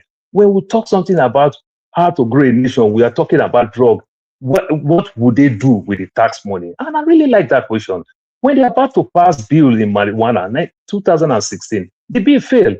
When they pushed it this second time, they said it clearly. We're going to invest this money on education and mental health. Because I live in border state. I bordered Mexico.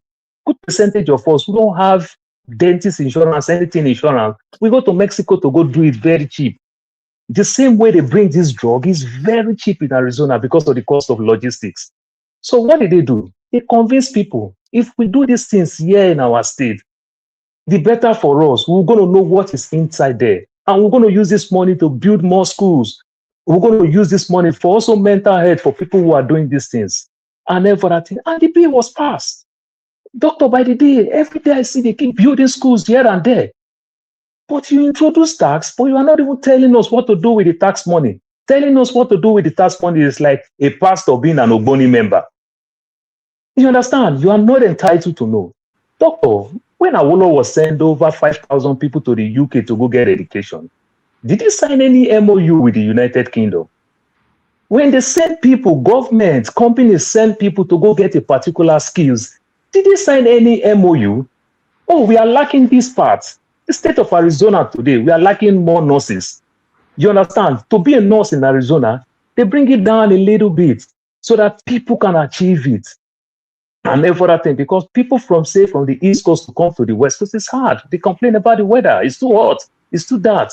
You understand? To make the people here who live here to also pass this exam, they make it down. They bring it down. You understand? You find a way to attract people into the system because we are lacking it. That's how government work. But in this case now, you don't see anything. They won't tell you anything. Doctor, we see how people do in terms of, say, audits and everything. They bring PricewaterhouseCoopers, they bring KPMG and everything. You want to bring this type of thing, we don't even know what you're signing, you don't know. If it was to train people to understand tax, paid people, send them to UK, send them to other places to go learn about these things. Then draw the type of tax, how you want to go with your tax plan. When you draw it and everything, in this even age of AI, that algorithm, you can develop an algorithm for that. You can develop a pattern for that. What is all this nonsense? You understand? Doctor, it just pained me. But by the day, I am not so good-looking man, and I was not so educated during my time. So the way they keep making that Nigeria, with my little money, I'll keep enjoying all those people that punished me in my time when I was going to school. They are making the country more poor. You understand? And it's making people like us, like Ovie, that they will call Dada, Amroba those days now. Ovie go and enjoy all the fine girls inside bank because they'll be more poorer with all this tax thing. I'm telling you, Ovie can literally date a pastor wife now because he's living in America. I'm telling you, that's my take. All right, thank you, Paul. I wanted to say that, Paul, you may be surprised when your daughter gets to the age of marriage. You won't have a say on who she will marry, but I leave you to. You won't marry my daughter. Doctor, if it happen, me and myself, I will acquire high blood pressure. I mean, go buy the medicine we're going to give me high blood pressure. Not in my face. So you can say what you want now. When the time comes, they'll just tell you this is it. Do you want to bless it, or do you want us to go to Las Vegas and do the ceremony? At that point, you have to sign off and say, okay, you guys enjoy your life. All right, Ovie, welcome to the show. Thank you, Dr. Damaji. So we're on the tax. Yes. You're muted. Okay. Yeah, we're talking about tax. Yeah, the tax law, the new tax law that will take effect, and the alteration to the law passed by the National Assembly. So yeah, Dr. Damaji, if I say you want for president any day, I will take the side of Trump. I will come out and say you are born in Kenya. Because if I say you are from Kenya, they will say, "Oh, this guy going all this money, they take the better of him." But if I say you are born in Kenya, maybe that will create some kind of controversy, because you have their demeanor, the way you approach things, like that of rural Kenyans. They're very calm, collected, regardless of anything. Because I was together with them as an athlete then. We did the same house with the Kenyans when 2007, when the protest and the riot of the election between Mwai Kibaki and Raila Odinga broke out. Like you can hardly tell anything like that they happen. All of us they watch them on TV with this same Kenyan athlete. They are very just as if people are being displaced, thousands are being killed, compared to us, right? I said that to say when the appearance of one man, right, creates something that I was curious. I was looking for a result or answer, something to say, okay, what is going to happen in January? Now, I bring that Kenya on come out because fast forward to 2025, right? Then majorly their crisis then was tribal, the Kelenji and the Kukuyis and the rest of them.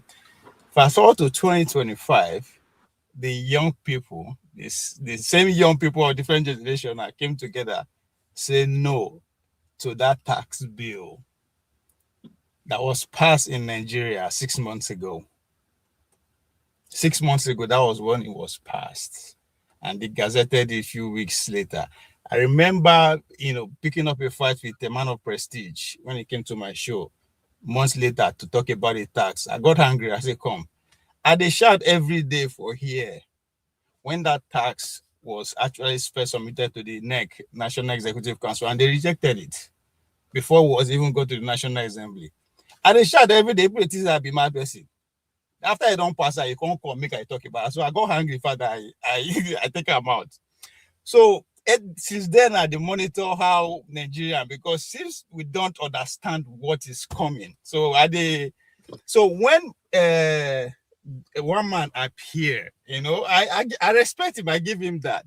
Just like you, that have patience to absorb anything, he has that ability to just come from nowhere, insert himself in a serious conversation. Group of men come to discuss for over 1 week. We say one go discuss here. He came from nowhere and insert himself, and he was able to we were able to carry him along the conversation. So these are two things I know that, because I asked myself, now the same tax where they passed, now we won't talk today. So already you see the division. In other words, JED is not going to be protected. JED is not going to be resistant. The worst that will happen, minor changing, editorial changing. Things will still go on. For America, where me and you, they took a damage. Because again, one man say one thing that I agree with from the beginning, say one thing that is certain after the death and bed and tax.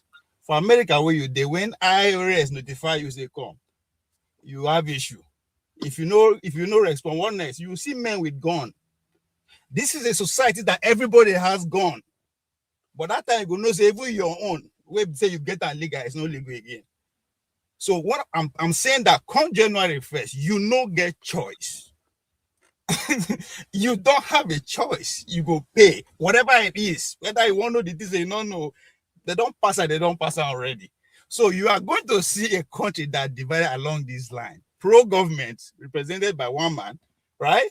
And you on the other side, who is ready to absorb everybody. So that's what is going to happen. There is never going to be a consensus to stand against what everybody believes that is not right, right? So that's what I noticed when with what just transpired. And Omori, I beg, please, I beg you, my brother, why you don't put aside for my Gary? Trump is after my ass. Maybe my next conversation now go to do for source of a village. I don't know. The only people hope again are to go back on the shout Akpako rescue. Man, when they walk up for gutter, but I ain't going to give me job. I never reached that stage yet. They never give me appointment. So I am not a plant or a spy. And if I am, I go tell you, you know we do anything. So, so please let me get it first. Yeah. So because as I did I did on transit. Give me that.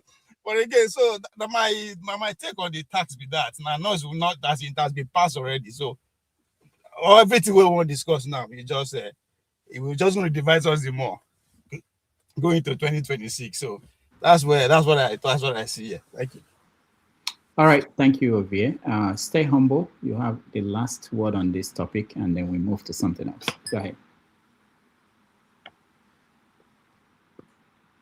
Stay humble. Can you hear me? He's muted. All right. Sorry. Can you hear me? Yes, go ahead. Okay, sorry about just trying to sort the technical issues. Good evening, everyone. It's been a while, really. Saturdays I've missed most of the shows. I've tried to catch up with Oga KJ on Sundays. Um, Good evening, Dr. Damages. I can see someone here. Is it Osi? Is it Dr. Osmond? Mm-hmm. Yeah, Don't that's worry, Nigeria. just Huh? Yeah, that's anybody will not see, just say Okpaholo. Anybody will not see. Yeah, President no. Okpaholo. I think I've read some of his articles and I followed him for some time now. Yeah, my greetings. so you Okay, so you didn't greet Paul because you've not seen Paul's articles.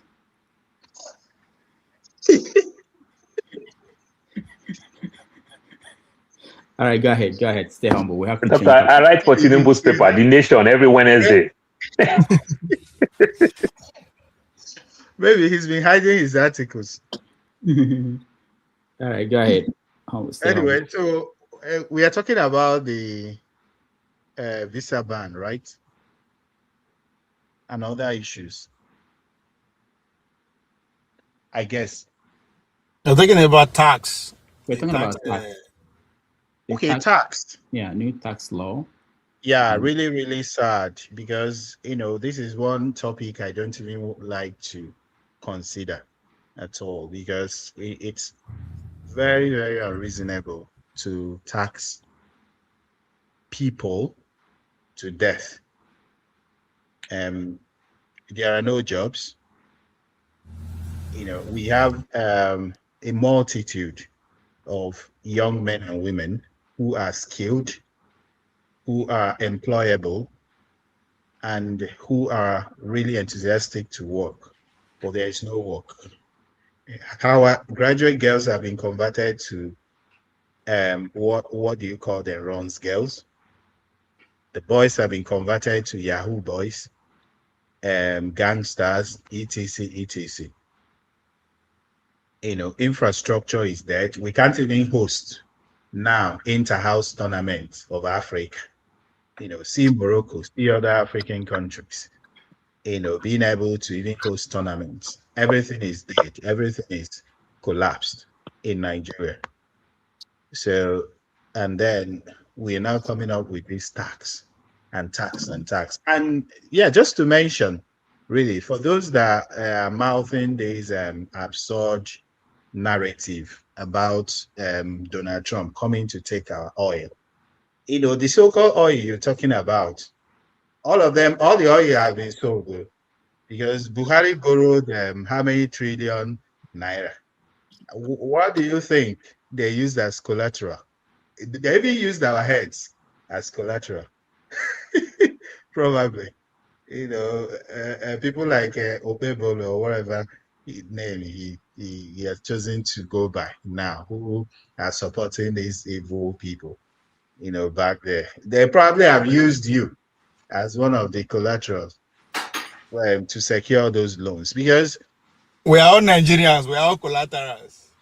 there is nothing, again, to make income from. So they just make the budget and then go to borrow as much as they could with whatever they could offer as collateral or whatever. So those people who are bent on seeing that you continue, the Nigerian people continue to suffer. They are the ones that imposed the taxes indirectly through their stooge, the so-called Bola Tinubu.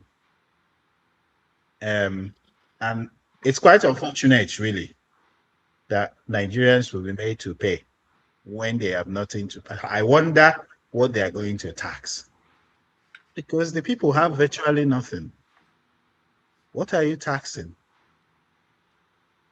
You see, so it's really, really unfortunate because the average man on the street, the keke rider, for example, in Lagos, you stop there, some street urchins will just swoop on you and collect everything you've made.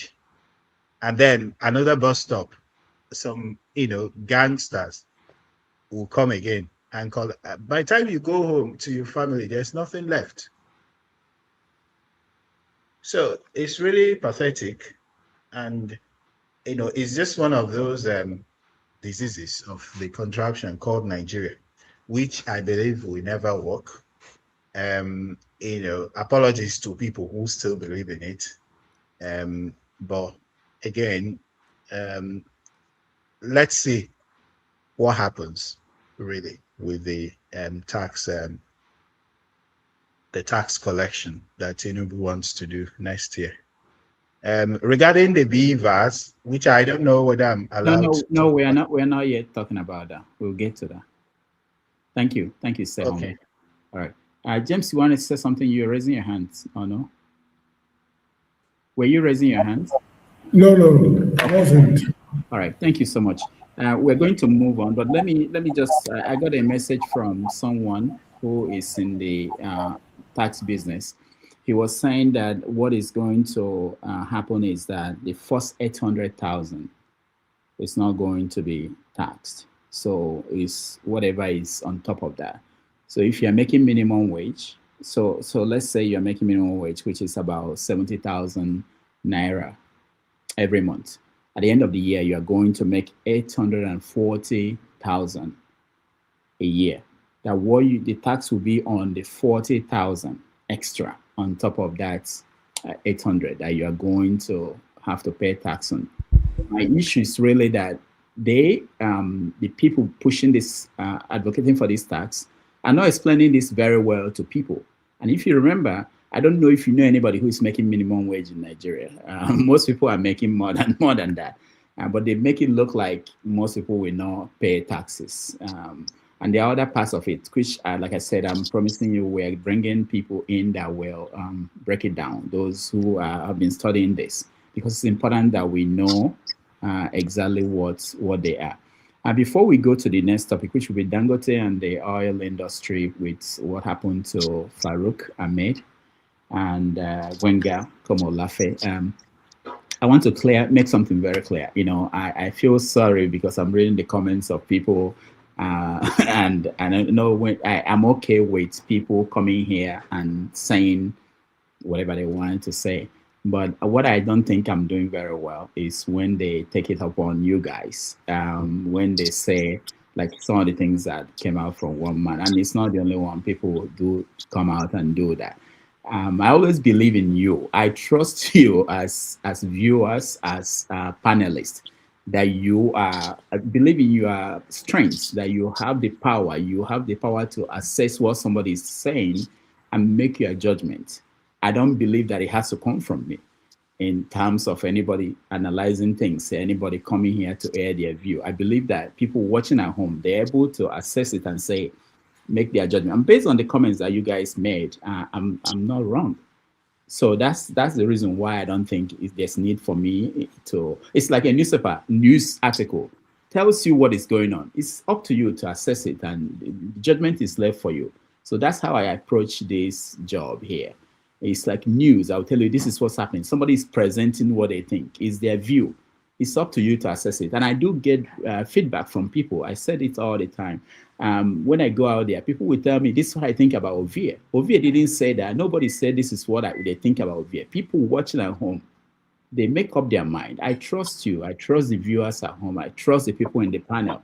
There's nobody here that can intimidate you. I don't believe there's anybody that will come here and intimidate all of us. So that's the reason why. It's not that I don't have my opinion. It's not that I cannot put up a fight, but I don't think I need to put up a fight for anybody here. You all are part of this platform. This is why it works. You believe in what you believe in. You can challenge anybody, and we make it work. And I think I want it to work that way, rather than having it be that we need to defend the honor of the platform. I don't think so. Again, thank you all for being here anytime and being part of this. And I respect people like James who will say, I don't want to be part of that conversation with this guy. I respect that. And that's okay too. All right, let's move on. Dangote and the oil industry.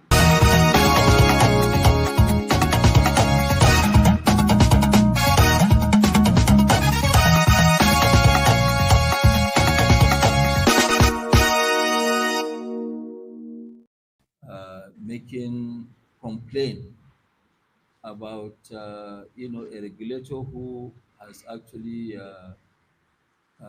put his children in secondary school, and that secondary school education, which is 6 years, 4 of them cost Nigeria $5 million. I mean, you cannot imagine somebody paying $5 million for educating 5 children. Even my own children, they didn't go to those schools. My children went to Nigerian secondary school. They didn't go outside Nigeria to attend to secondary school. I don't know about your children, Tony, but mine, yes. So, and this is a system that, some of us, because you know what, we're taxpayers. When people are complaining, we also complain, because the issue is that, yes, when I pay tax, I want to see that my money is being put to use, not to be stolen. But today, as we speak, the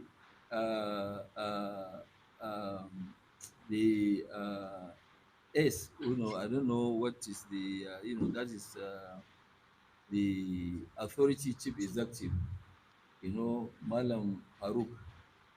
Malam Farouk has 4 of his children that he educated in Switzerland at the cost of $5 million for their secondary school education alone, not university. And I know that one of them just finished Harvard.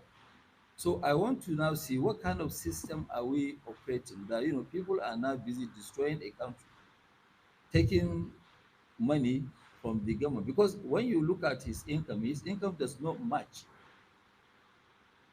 paying this kind of fees.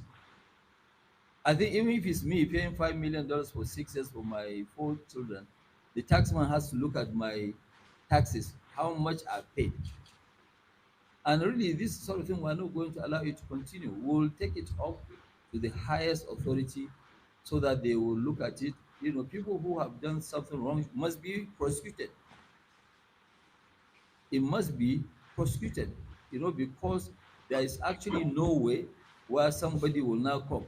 I mean, today, from where he comes from, Sokoto, people are struggling to pay 100,000 naira for school fees of secondary school. And a lot of children are at home, not going to school because of 100,000 naira.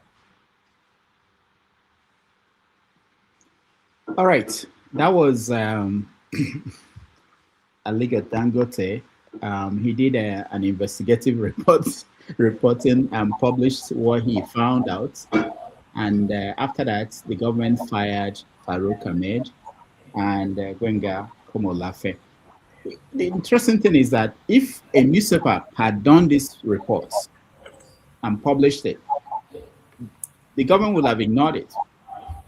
And there are many, many reports that we can go back and talk about where papers exposed corruption and nothing was done. But because it's Dangote, it was done. Anyway, let's discuss it. What you guys think about this, and do you think it's a new day for the oil industry? Mr. James. It's not a new day. Left to me, all the man said, Dangote, is unadulterated nonsense, destitute of common sense. He should tell us how he made his money. I was listening to one YouTube broadcast. I'm watching a YouTube video. I can't remember the man's name. He said that this guy did certain things in Port Harcourt some years ago. That was when he came to limelight. All the businesses this man has been running in the country is a monopolist. Cement, sugar, what have you. And this is the only business he's running that is having stiff competition. Is running them down. Anyway, according to, is it that bearded guy? Is it Farotimi? Dele Farotimi. Good. He said, do not die in their war. They know what is going on behind the scene. If this matter is to be investigated, which I'm opposed to, nothing will come out of it. And once the investigation has been concluded, in future, you cannot investigate a matter more than once. So what we should do is we should leave it to lie fallow. In future, when we have a responsible government, they should call the whole of them to order. what is really going on in the petroleum industry, this man should tell us. The role he is playing behind the scene, the people, members of his group, he should let us know. I remember it was during Yaradua's time, he wanted to buy Port Harcourt refinery. Was it Yaradua or Basanjo? I can't remember. He wanted to buy Port Harcourt refinery. The people of Rivers told him categorically, if you try it, we will set the refinery on fire. And that settles everything. So they refunded this money. This very man you are saying. So it's not as sweet as he's presenting it. You see, I remember a case, I think during the days of Akufo or Champong in Ghana. You know, Ghana is a major exporter of cocoa. There was a shipload of cocoa, Black Star Line, loaded to the brim. The ship sailed to the world market or whatever it is to sell the cocoa. They said the ship got lost. The cocoa got lost, but the captain, all the sailors and everybody, they returned home safely, but everything got lost. They sold the ship and everything. There was inquiry into the matter, it was not properly settled. But when Jerry Rawlings took over the government, he taught them a lesson, future generations we hate to remember.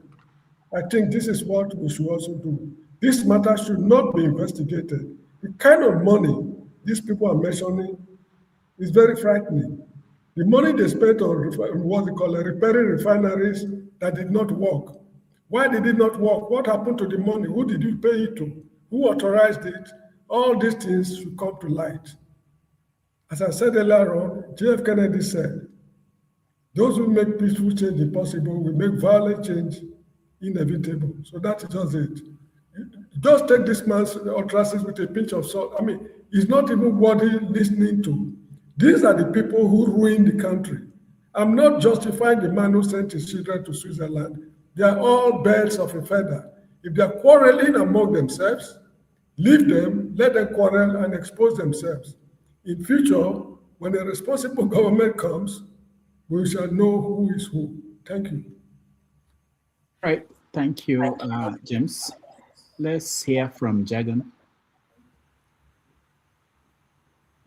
Thank you. Hello there, can you hear me? Yes, go ahead. Very good, thank you. I really understand our big brother James's point in that we are in Nigeria, apart from what I say as to we are all traumatized, we are all susceptible to hardcore corruption, and we are all have all been very corrupted with the things that have gone on in the past. And knowing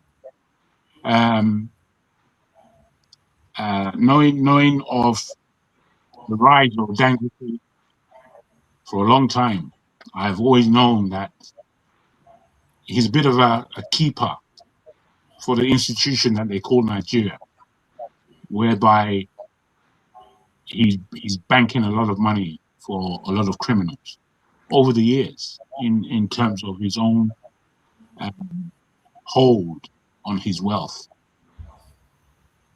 Having said that, when I see his actions over the last 5 years or so, and I don't know, I'm puzzled when Nigeria's concerned a lot of the time, but I have to somehow commend him. Because it's difficult to commend any Nigerian, really. It's difficult to commend any Nigerian. I have to commend him for what he's trying to do. If he was the president right now of Nigeria, I think Nigeria would fare better than our last, I don't know, 10 governments or whatever. It was since 1999, from all the governments from that time till this. If he was in charge over this period, I think Nigeria would be a different place because he has a different mindset. To me, his mindset doesn't seem selfish, apart from the fact that he is what you'd call a monopolist. You know, he's doing things. He's doing things that are going to affect Nigerians and Nigeria positively. He's doing things. I don't know what to say. He is doing things. I understand politics, but that's not my world. I study politics, but it's not my world. When reading politics in this country, it seemed like a lot of toing and throwing that led to the ability to lie. That's what my reading of politics was. There are a lot of social political scientists on the platform that may disagree with me totally. And that's fair enough. It's not my game.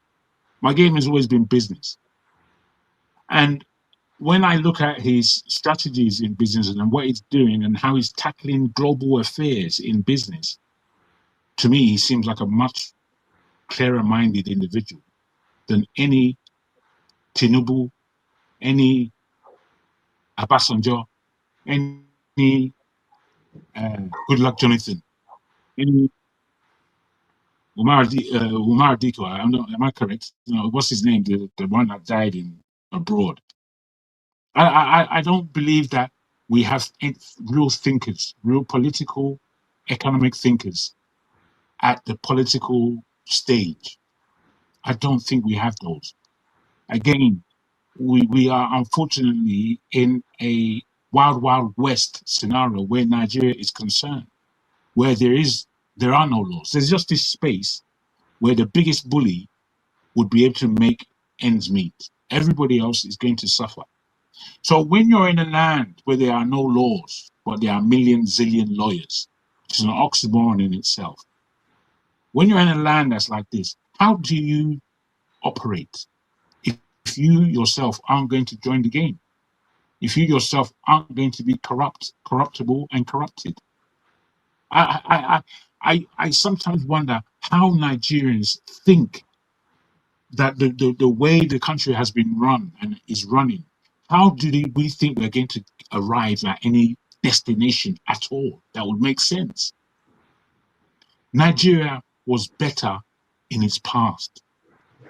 As the days increase, it just gets worse. It just gets worse. If you talk about Nigeria at the time I was born, it was a lot better than it is today. If you talk about Nigeria 40 years ago, it's a lot better than it is today.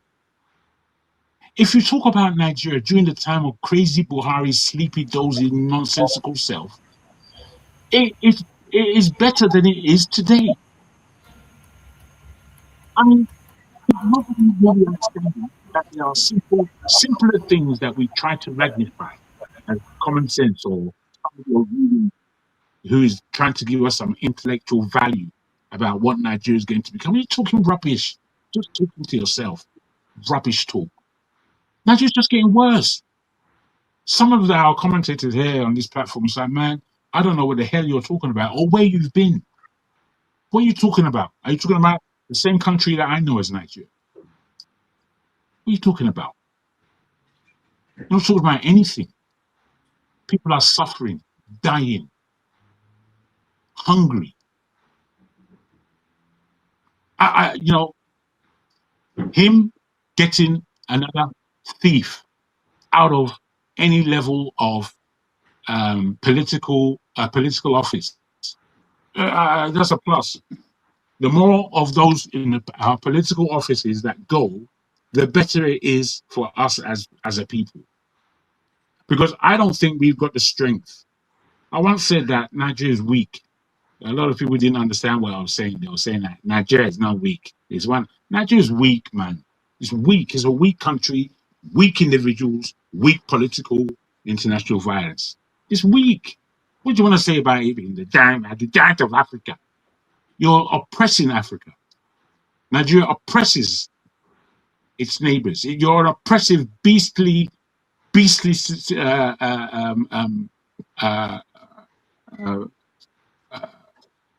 institution. Because there are no institutions in Nigeria apart from the institutions of devilish means. But we don't say these things. They're too practical. They're too plain. We want to complicate simple matters. I don't understand Nigerians. I have to come to the point. I have to admit it. All I can say is that we are traumatized. That's my new word. Thank you. All right. Thank you so much. I'll come to a flagship, but Thank you, Rudolph. Good morning and compliments of the season to everybody. Can you hear me? Yes. Rudolph, I will take you back a little bit to your first topic, but before I do that, I want to thank you for at least making a comment about the little episode that ensued at the beginning of the show. And while I still try, but I don't think I have come to that, what's the right word? I've not come to that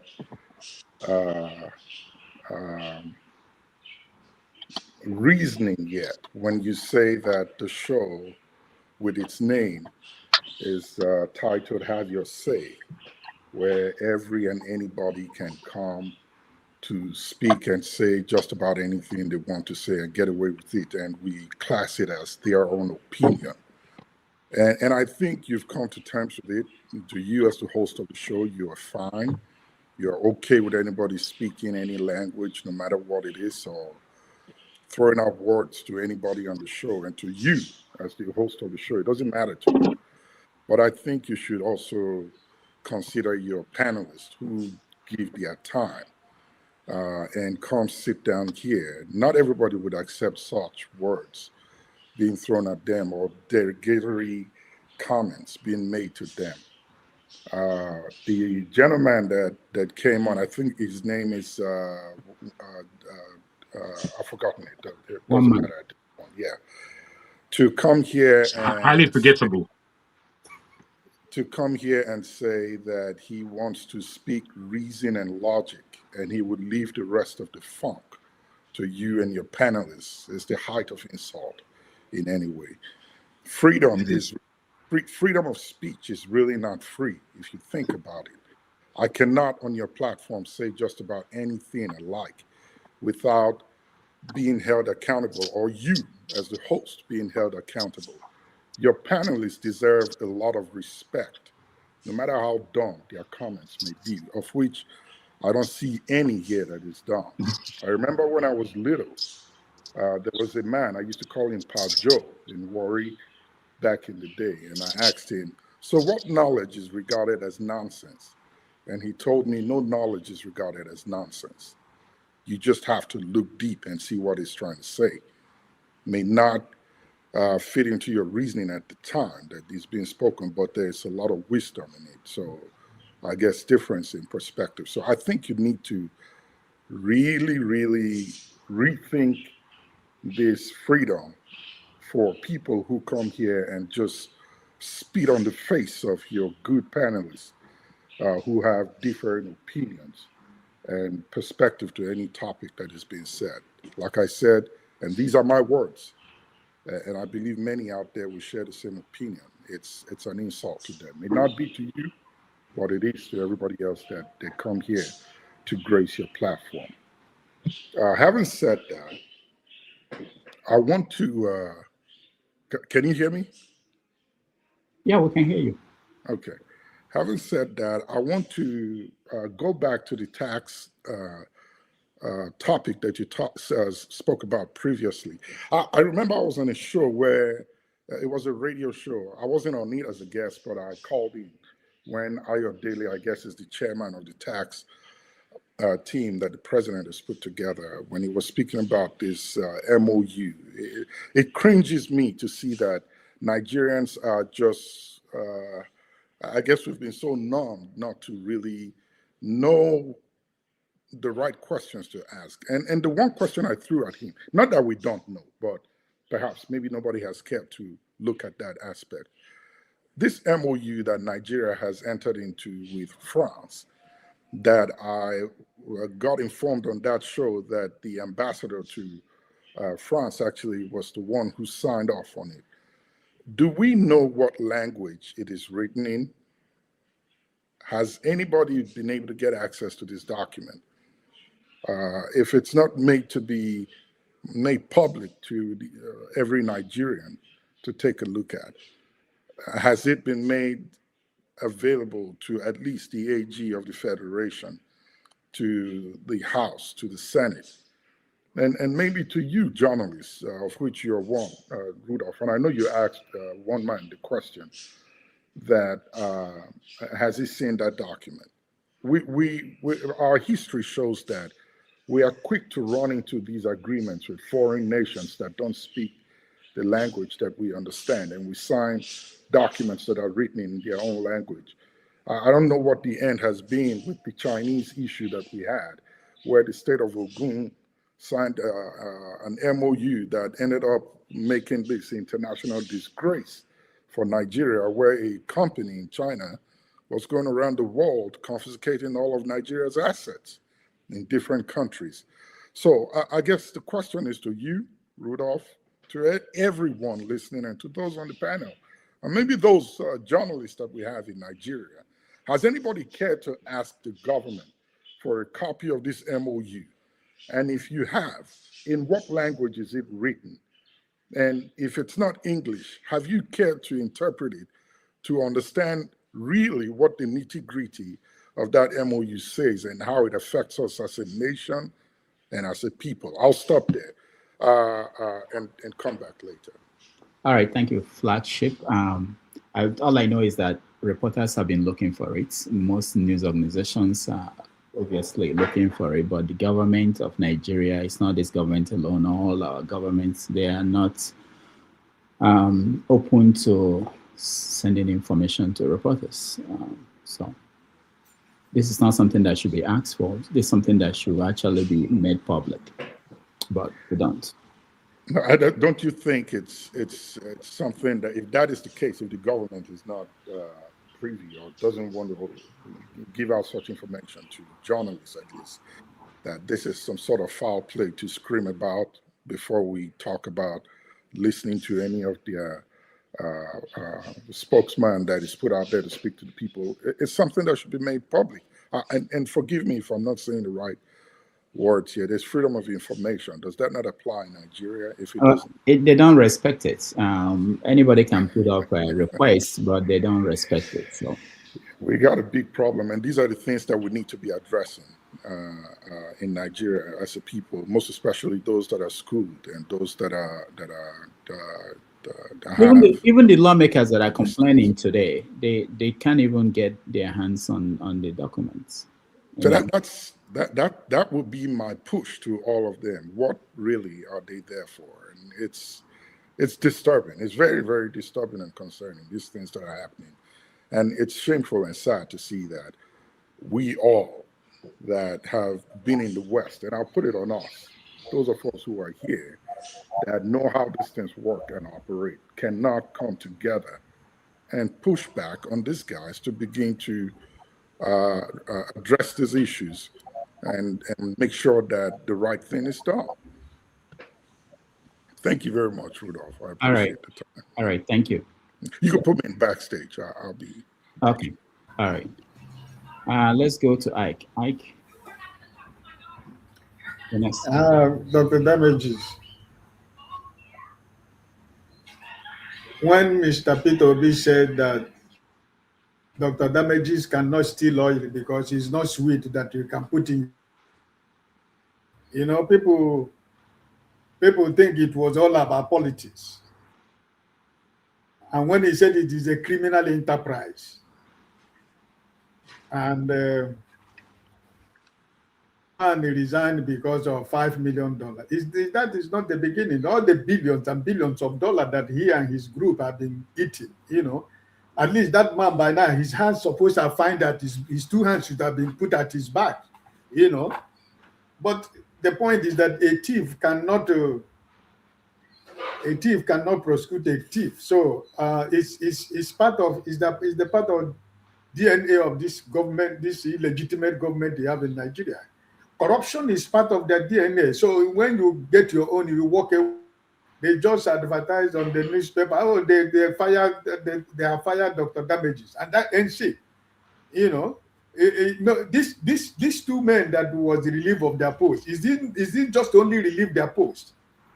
It's just about that by now these two men supposed to have, You know, because this is what we're talking about. It goes back.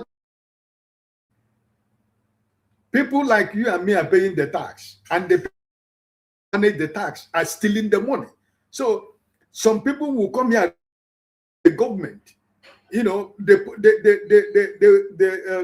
man that is releasing 7, which is 840, as you said, is trying to pay tax, and the people that are managing that tax are the people that are stealing. And all the money, all the taxes that are being collected, Nigeria has no good road. We don't have electricity. Nigeria has no pump, no pipe bomb water. Yeah, a governor of a state will go and commission borehole, and it will be carried on national television. How borehole in Nigeria anymore? So there is no security in Nigeria. We don't have free education in Nigeria. So all this money that are being collected in taxes, what are they using it for? And somebody will come here and that the government is working. Even the man in Asarog, you showed in that they have already got every money they need. So why Nigeria should not worry, you know? And you played the one of the finance minister. I don't know if you watched the finance minister last week when he was in the committee. You know, everything he said that time you played, everything, he couldn't defend any of them when Senator Ume. This is the problem. Nigerians are not speaking. And you see some people paid on the internet, they will go to every platform and begin to defend this government. So you know, the issue of Nigerian oil is something that is, the man in Asarok is involved. You know, it is a criminal institution that have been institutionalized in Nigeria, that once you are part of the government, you get your own share.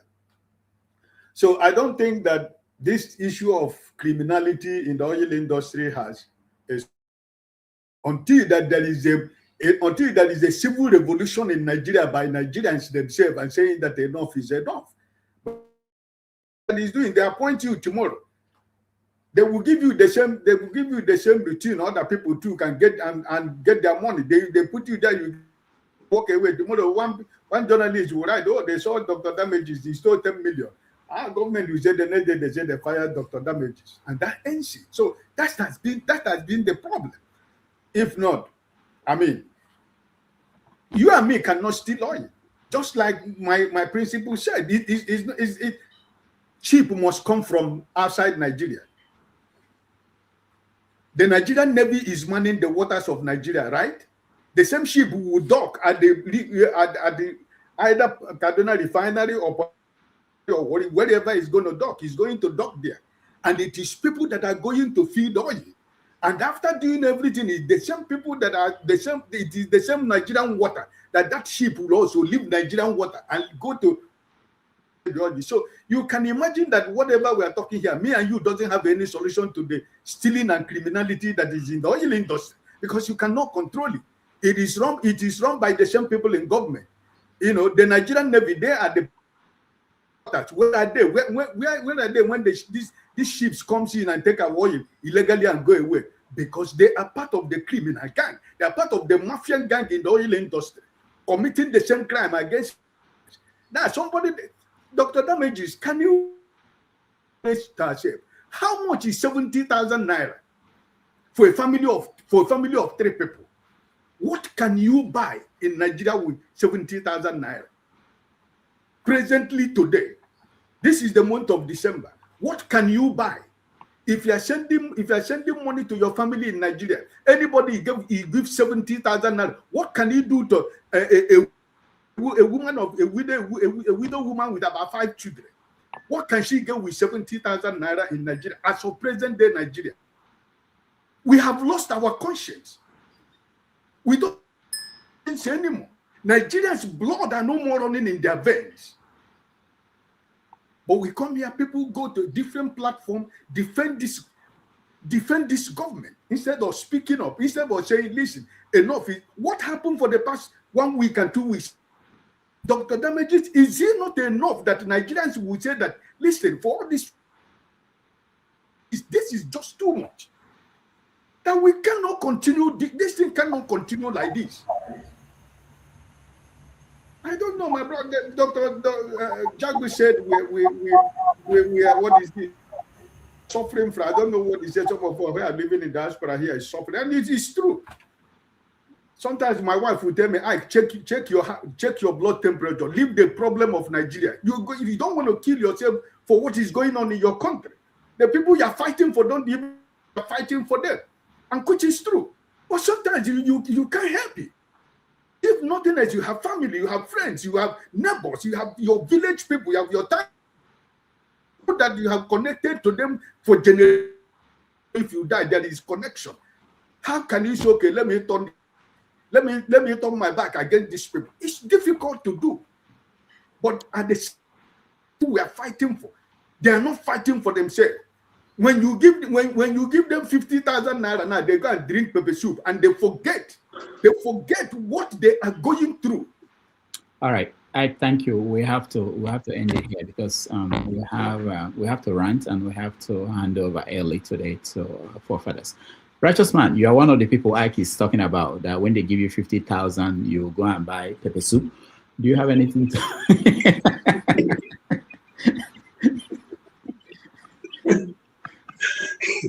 Dr. Damages, why are you indicting my namesake? Why are you indicting him? He never mentioned me. When he gives you 50,000, you buy pepper soup. Defend yourself. And you're not fighting. He said you're not fighting. He is fighting for you, and you are there. He said you went to the East. Tell us about the East, what you saw, actually. That would be good. Let's hear from you.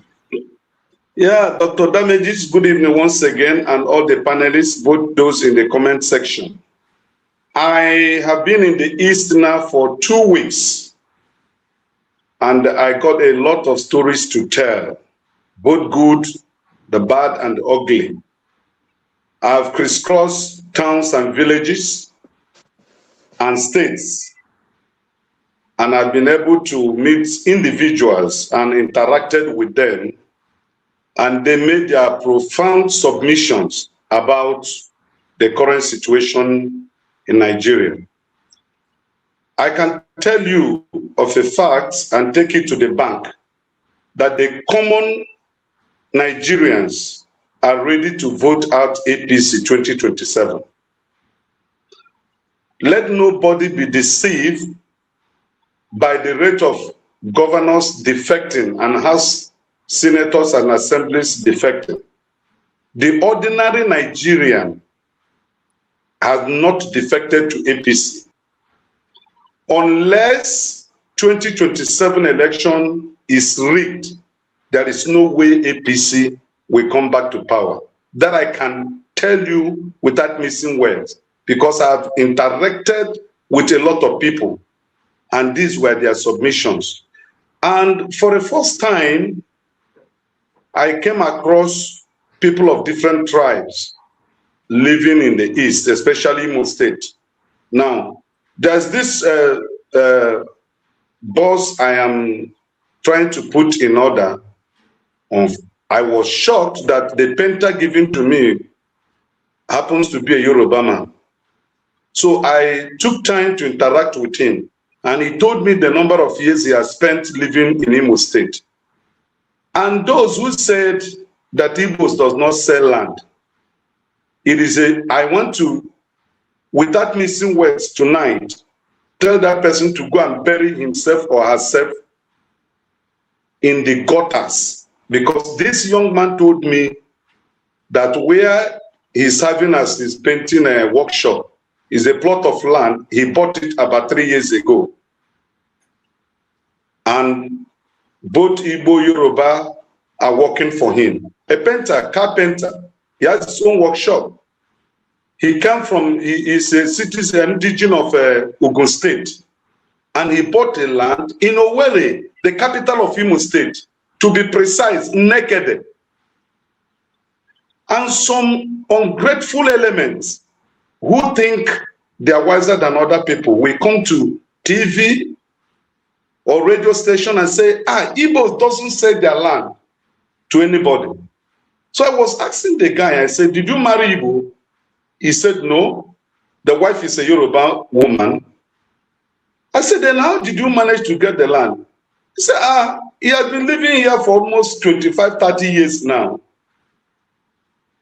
So when he got the money to buy the land, he went to the family and they sold the land to him. I said, how much did your money let trouble you? He said, no.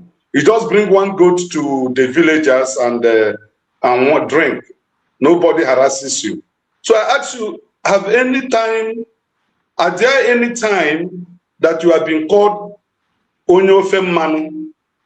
He said, no, that those things only happen in Lagos. That here, it is difficult for you to know who is Igbo or Yoruba or Calabar or Benue. I was shocked to my marrows. I said, so this kind of love can exist. And when people comes on board, maybe the social media or a regular media, they will portray the Southeast as a no-go zone, as people that do not welcome strangers. Then the second man I met came from Benue. He said his village in Benue was sacked by the Fulani terrorists. So he has been living in the East now for the past 5 years with his family. The third person I met happened to be a Niger Republic woman. She said she was born in Imo State. She grew up in Imo State. And all her businesses, is with it. I asked her, I said, do you go to Niger? He said, for what? That she's comfortable where. She said the only when she lost her grandmother, she was able to travel. That's many years ago. That she's comfortable. She speaks Igbo very fluent. Then the last person I met was a Calabar guy. Because I try to interact with people to know what is actually going on in the minds of Nigerians, common Nigerians. The guy said he has stayed in Owerri, the capital city, for 15 years. He has his own business. He has a restaurant, that is running and employ other people, including Igbos too, working for him. So I came to a realization that the mainstream media and the social ranters exploit every single opportunity to paint the Southeast with a black color.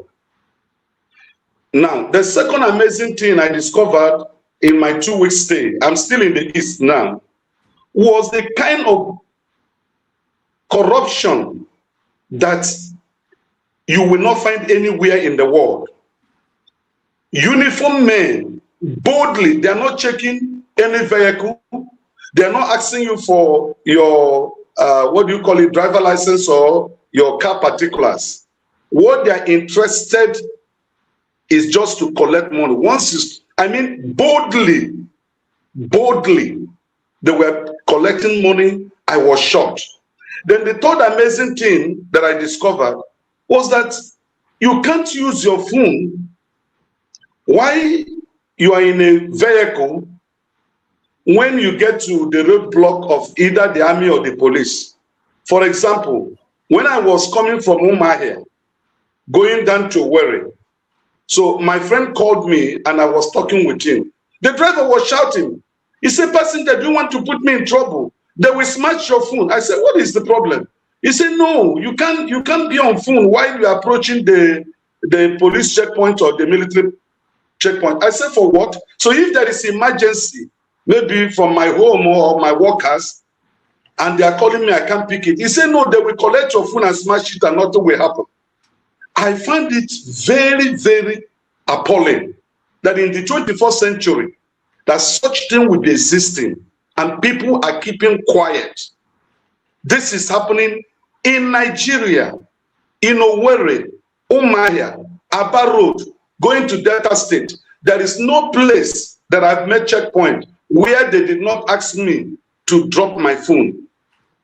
I don't know. Then the last one is the gross poverty.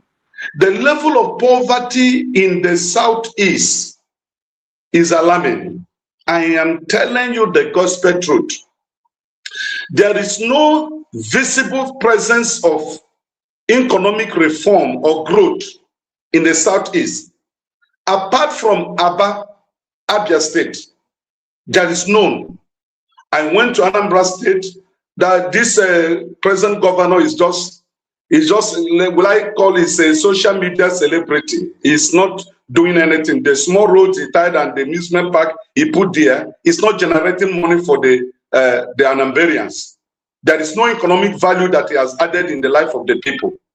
But only about you can see a light of slight economic growth. Not that it's massive, but there is improvement, because I usually travel to Aba anytime I'm in the East. So I saw a lot of improvement economically and structural wise. But Imo State, the only thing Hope Uzodinma has done well is the federal road linking Mbise to Umahia. He has done it excellently well with street lights. Then Port Harcourt and Owerri Port Harcourt Road is in progress, is doing it fine, beautiful. But I wonder the kind of engineer that gave him the idea of building that Assumpta Bridge. Is in fact, I don't know.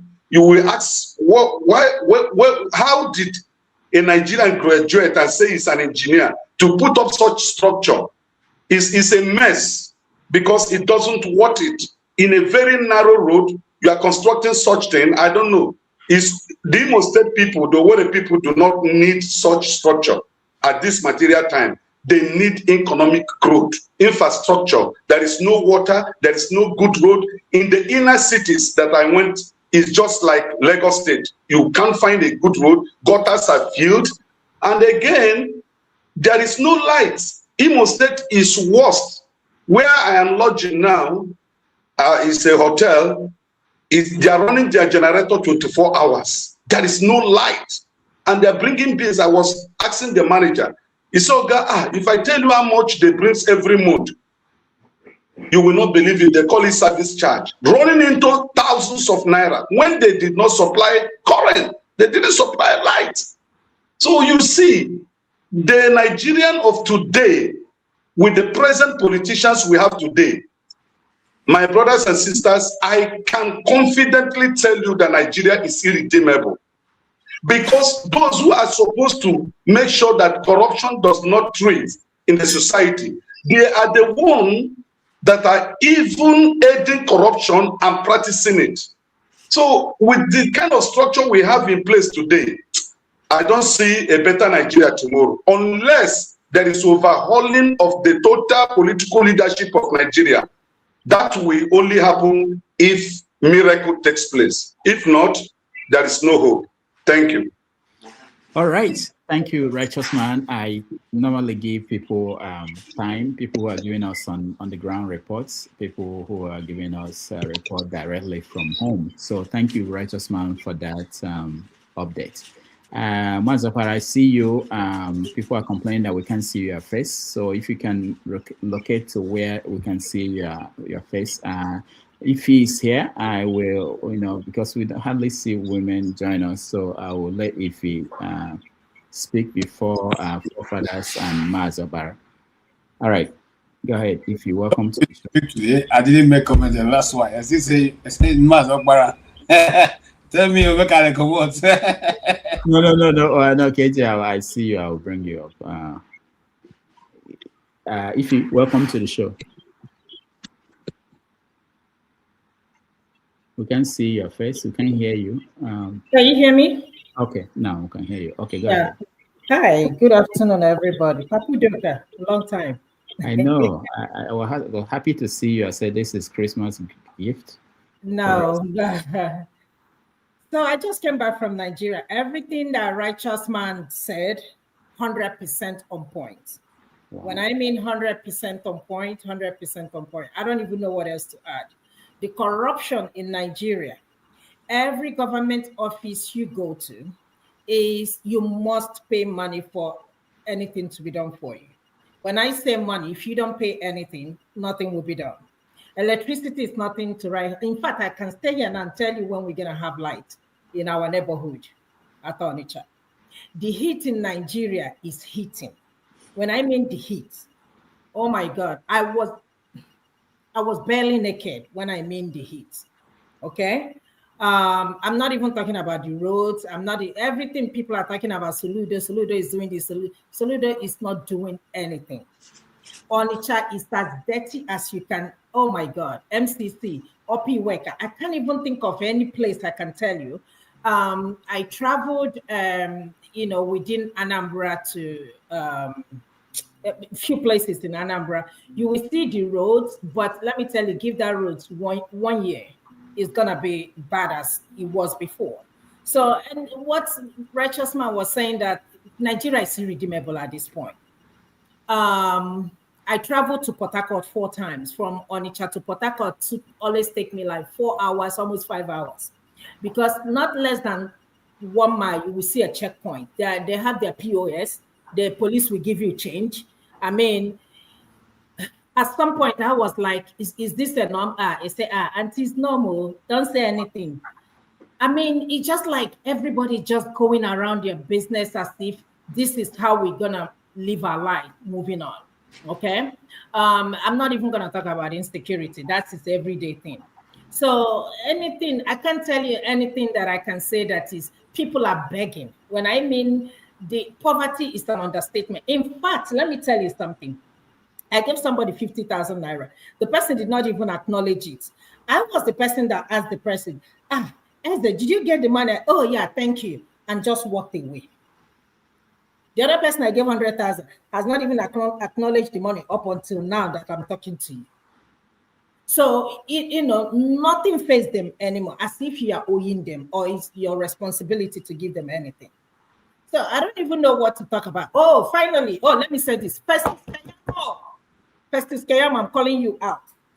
The corruption at the airport. I know airport has been, the officials there. But this one really blew my mind. The agriculture people? They stopped me and was like, do you have fish? I said, yes. He said, you have to pay 6,000 naira. I said, why? I said, you have to pay 6,000 naira or you will not, go back with your stuff. I said, okay, tell me where to pay. Tell me the government account I have to pay. There is no government account. There is no receipt. I was there, argued with them. I told them that I'm not going to pay it.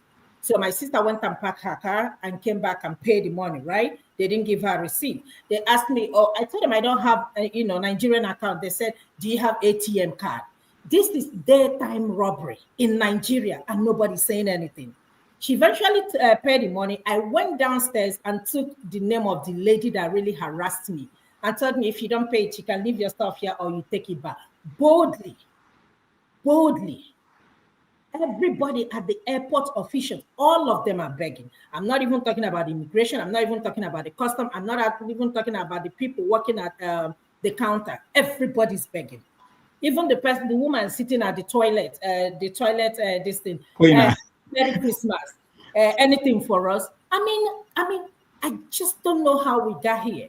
When I went home in January, when I came back in January, it wasn't as bad as it is right now. I didn't pay the 6,000 naira. Nobody harassed me. They asked me, I said I don't have. But this one is that if you don't pay, it's like you're not gonna go nowhere. So how did we get to this point? And this is where I'm gonna give Tinubu a pass. This is not Tinubu's problem. Tinubu is no longer the problem of Nigeria. We are the problem. Let me give you another example. What happened? I went to do my Nigerian account. Domiciliary account was dormant, and they told me that my NIN was not linked to any Nigerian phone number. Long story short, that I have to, get a Nigerian number, link it to NIN. I was going between Asaba and Onitsha with my brother. Finally, they figured out it wasn't MTN, it was NIN. We went there. The first thing the guy said, we figured out the problem, 15,000 naira. I said, 15,000 naira for what? My brother said, shut up, don't say anything, let me handle it. The guy said 10,000 naira. I just stepped out. Then I was boiling. After everything, they directed us to another department. It's just like every table you are going to, you are dropping money. I had to literally ask the guy, are you telling me that everybody here is going to drop 5,000 naira or 10,000 naira? I started, I raised my voice and started talking. How did we get here? You cannot get anything done. If you don't have money, especially when they see that you don't live in Nigeria. How they know? I don't know. But you must pay money for anything to get done for you. This is not even a laughing matter. From the airport up until where I live at Onitsha, There is no peace. I'm not even talking about checkpoint. Checkpoints is just like a daily thing. So what are we enjoying? Why do I want to take my money? Because of this tax issue. Because I was like, I don't want anybody to take my money all in the name of tax. Why I'm not getting anything. As I'm talking to you, for 1 month I was in Nigeria, I did not get that money. As I'm talking to you up until now, I was not able to get that money. So what is the essence of this country called Nigeria? When Trump called us shithole country, you people jumped on him. Are we not shithole country? Are we not? In 2025, 25th century or 20th century, we are still talking about electricity. We are still talking about road. We're not even forget about healthcare. Forget about even security. Can somebody even tell me one thing we can even say? Every time we come here and talk about the same thing over and over and over again, and nothing has changed. Instead of changing, it's getting worse over and over and over again. People cannot even afford to eat 3 times now. That's how bad it has gotten. People cannot even afford. I'm still paying, sending money because of the people I promise I will send you money when I get home. I will send you money when I'm still paying them. It's never enough. What? Just tell me what the government is doing. Nothing. And as if nobody cares. The citizens are just going about their business as if, okay, this is our life. If you stop, this is how we live. They are immune to suffering. And they will continue to be like that. And like Righteous Man said, Nigeria is irredeemable. Nigeria is irredeemable. Look at our even international airports. Dr. Zoe was praising Festus Keyamo because of AC. I said, praising him for what? I just left. I came back 1 week tomorrow. Nothing. I can't tell you nothing. Even the cats, what is it called? The trolley. When I was going, I paid 1,500. Now I'm coming back, it's 2,000. So within 1 month, they've added 500 naira to take trolley that's supposed to be free. And before you know what is happening, it's going to get to 5,000. And this 6,000 naira they have started is going to continue. It's not going to stop until somebody says something. And that's why I'm saying it. If we don't start stopping all this nonsense, collecting money from citizens, you can't give me no receipt. And this is daytime robbery and stealing from the citizens. Festus Keyamo, do something. You are the aviation minister. You might not be aware of what is happening. So, Ife and Righteous Man, let me ask you questions. Just a few questions. One is, did you fly, Ife? Did you fly within Nigeria? How much was it? No, I did not fly. Okay. I took GUO from I flew from Lagos to Port Harcourt. Okay. Then from Port Harcourt to Onitsha, I rode, by the bus. But when I was coming from Onitsha to Lagos, I took GUO. I only flew one time, and that was, is it JetBlue or Jet something? I paid about almost 200,000. But now I heard it's 500,000, 700,000, 800,000. Yeah. There's another thing I wanted to know if it's still happening. There was this story about when you pass military barracks, they make you come down from the vehicle. Is that still happening? Righteous Man, anywhere? Did you pass anywhere? Did you pass anywhere? On my way going to Port Harcourt, we were stopped by NDLEA and they searched our boxes. So that one, the first time I'm hearing it, who is this boss? Who is this? Who has this boss? Who has this boss? And they make you to open the box. So, that was shocking. I said, what's this all about? They said it's the new thing. They are looking for drugs.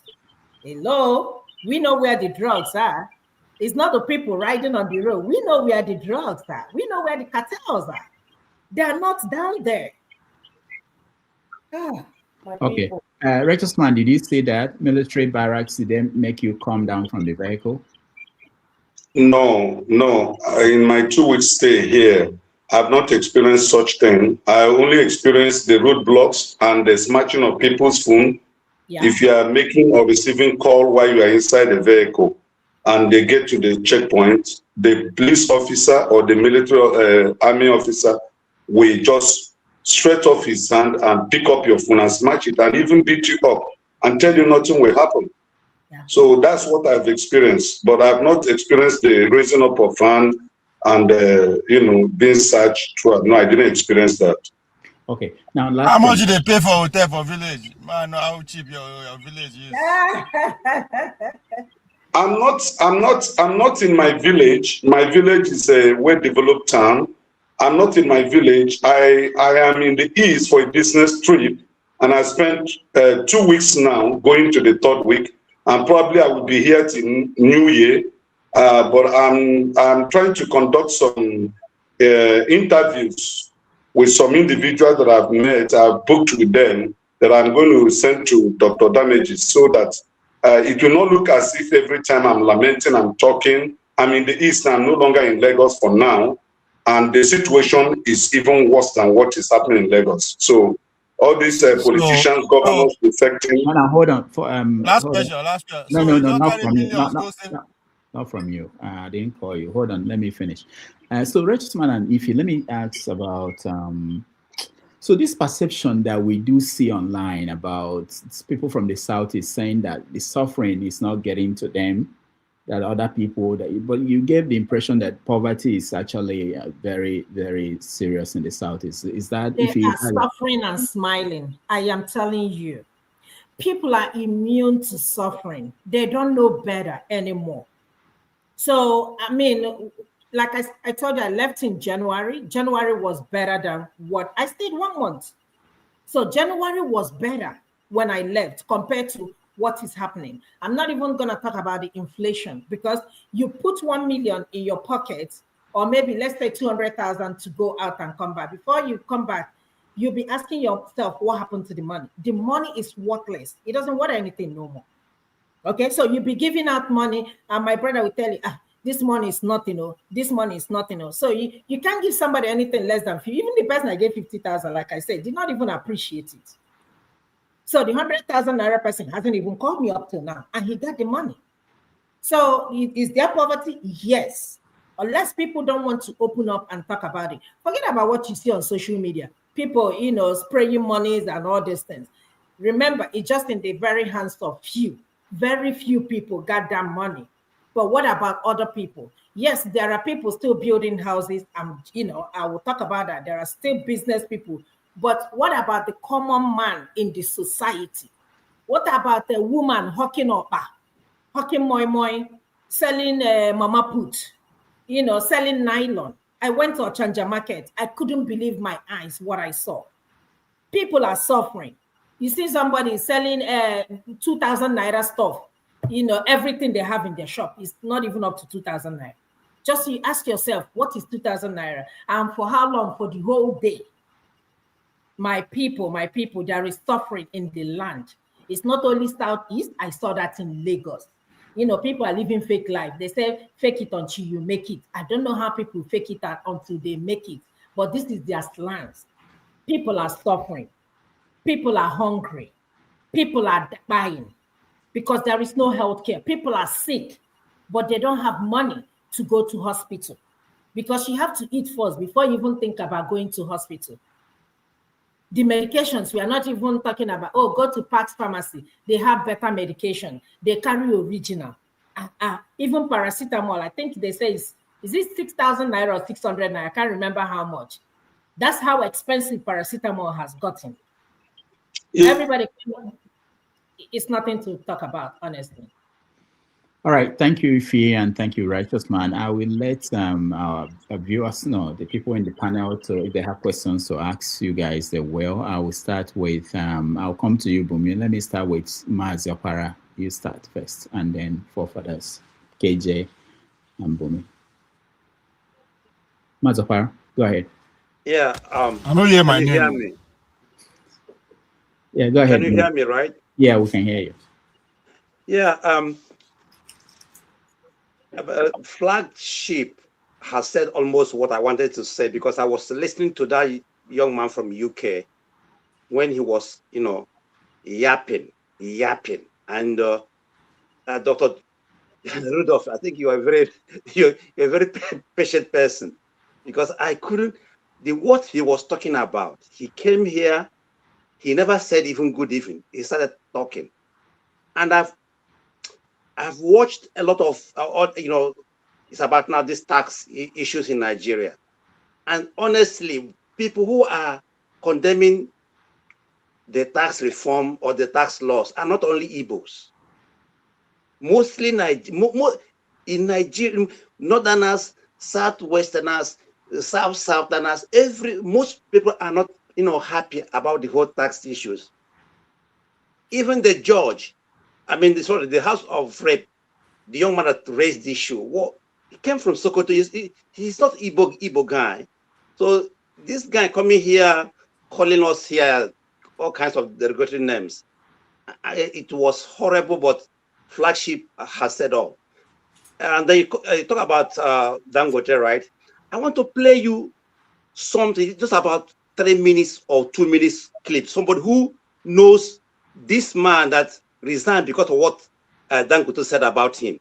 Just listen, and then I will log off. Thank you. Children's education, right? Okay, first, let us now separate these issues, and I will state the little I know about all the parties and the matter in contention. But let me address the issue of Farouk's personal life first. I'm a bit familiar with Farouk, Dr. Farouk, Engineer Farouk Amhed, and so I will say the little I know about Farouk Amhed and his family. First, Farouk has 4 children indeed, and by 2012, all of his children were off secondary school levels of education. Yes. Farouk actually started his life and career in NMPC. So for about a decade, Farouk was working in the NMPC office of London. And he actually rose to the head of that office. It was while he was in UK working for NMPC that the students, they were going then, attended primary schools in the UK. Now, 4 of his children are listed as having attended secondary schools in Switzerland by the petitioner. Yes. Now, I do not have the details of all of his children and how and where they went to school, but I know of one, certainly, his first son. Upon the completion of Farouk's first son's primary education in the UK, Farouk insisted that being the first son, he has to come back to Nigeria to acculturize, learn the language, and learn the way of his roots. So the young man was brought back to Nigeria. And he started the secondary school in capital, in the Zaria Academy. And from there, he moved to Capital Science in Kuje here. So from Kuje, he finished his secondary school. I know this much for a fact. I also know that Farouk students actually attended Harvard. So when this young man, the owner of Nigeria, comes here, start talking, what people don't understand. Because, Nigerians, they see that man as the Messiah. Whatever that man says is the ultimate, is sacrosanct, is what Germans call the Wahrheit, is the absolute truth. That's what Nigerians see this man as. Because this man has monopolized everything. So this is the man, and this Dr. Majid Dahiru is a well-known, person in Nigeria. He doesn't talk anyhow. This is what he said about the children of that man. I don't know this man. I don't fight for him. Most of them are corrupt. But this man coming on the air, he was the police, he was the judge, he was everything. Because he has the monopoly of everything in Nigeria. It's very unfortunate. I wanted you to, this man, you can even invite this man. This man is a very interesting man. Dr. Dahiru, Majid Dahiru. Try to contact him, and this man is a very wonderful, he's from Okene, or I think Kogi State. Talk to this guy. All right. Because this man, what this man does is, when you challenge him, he will smear you because he has everything. He has everything. He has the government. He has everything in his pocket. He will smear you and he will blackmail you, and that person will go. It's very unfortunate. Thank you. All right. Thank you so much, Shimazi Apara. I'll come to you, KJ. Let me come to you so I don't be in trouble. KJ, go ahead. I'll come to you, Bumi, and for further. I almost wanted to retire because I was being sleepy. You didn't allow me to intervene in the first one. You don't want me to intervene again. Okay. I want to start from the issue of the guy in question. the oil thing. It's very difficult sometimes when we talk about oil in Nigeria for us to understand exactly what's going on. Many years ago, I spoke to one of the militants. I don't want to call his name. And one of the questions he asked me was that, how do you think we in the Niger Delta were stealing the oil? How much do we have? So just coming, when listening to this now, I went back, remember that, that interview, and I went back to check. To rent an oil tanker and a vessel lifting this thing, which they call a VLCC, it costs $130,000 a day. And put that in context. How long it will take you to sell from when you rent, where you're going to, dock, how long it take you to load, how long it take you to sell back to where you're going to sell. And what that militant asked me was that, do you think we can even afford the equipment to use to steal the oil, because you need a special pressure equipment to be able to, to get to bridge the supply line before you can do this. So it's a well-organized crime that is going on in Nigeria, and it's not going to stop, for a long time, because everybody gets to take away something. If I'm a naval officer who look the other way and they pay me just only for one day, I get $130,000. Check it now, bros. I don't land with that now. I go flex now, like the former administrator of River State. Okay, no, I haven't said that. I want to also tell Okpara, look, I've lived long enough in Nigeria to know that things don't happen the way it happened. Okay. They move. I know the heroes, by the way, he's a journalist. They move, and how fast it was lets you know that these things have been done before. It's like me and Rudolph now. We finish talking behind. I say, Rudolph, how do you see for I think we should drive in from the platform. Rudolph said, okay, you know what? So how do we do that? I say, well, I guess on see that his glasses he's wearing, I will find something to do about it. And then when I come to have a meeting, I tell Rudolph, this man, this is glasses. He has been causing a lot of problem. He said, okay, so what do we do now? Let's just take him out. And then as soon as that happens, the next day we're appointing Paul, to take over Rudolph, to take over Forefather's place. Don't you think it's a bit too strange in an environment where you have to set to find out who is loyal to you to put in that position? The day the man, it took you less than 25 minutes, including protocol, for him to go from your Aso Rock entrance point to your office to finish with him. 25 minutes. So in that 25 minutes, remember, the protocol that you're going to go through, you're going to go to like 3 protocols before you get to the president. The first one at the gate, the second gate, and then the third gate, which they will now walk you in a very long, I'm sure Rudolph knows what I'm talking about, a very long walk, very long, what do you call it now? Passageway. Okay, you walk through before you get to the place where you now wait for the officers now in the office of the chief of staff to clear you before you can now reach Ifa to go and meet the president. So 25 minutes is not enough. So somebody has already prepared what they want to tell the man. They just wanted to invite him and say, oh boy, go back and resign, Jerry. And then they said he resigned. No, he was sacked. They had already prepared this thing. So Dangote only was the vessel which they wanted to use to get him out. But remember also, the man also fought Dangote when he thought he had the opportunity. So it's a question of Buhari was backing him, he fought Dangote. Now Buhari is no longer there. He's now standing on his own. And of course, he has lost out in the battle. And that's what has happened. Whether they are both fighting for themselves or not, it leaves a lot in our mouth. But the question you ask yourself is, even if he was being pushed out by the system, is it right to take that amount of money and pay for your children's school fees? There's no way you could have been able to afford that kind of amount of money. So you see where the whole money Nigeria is making is going.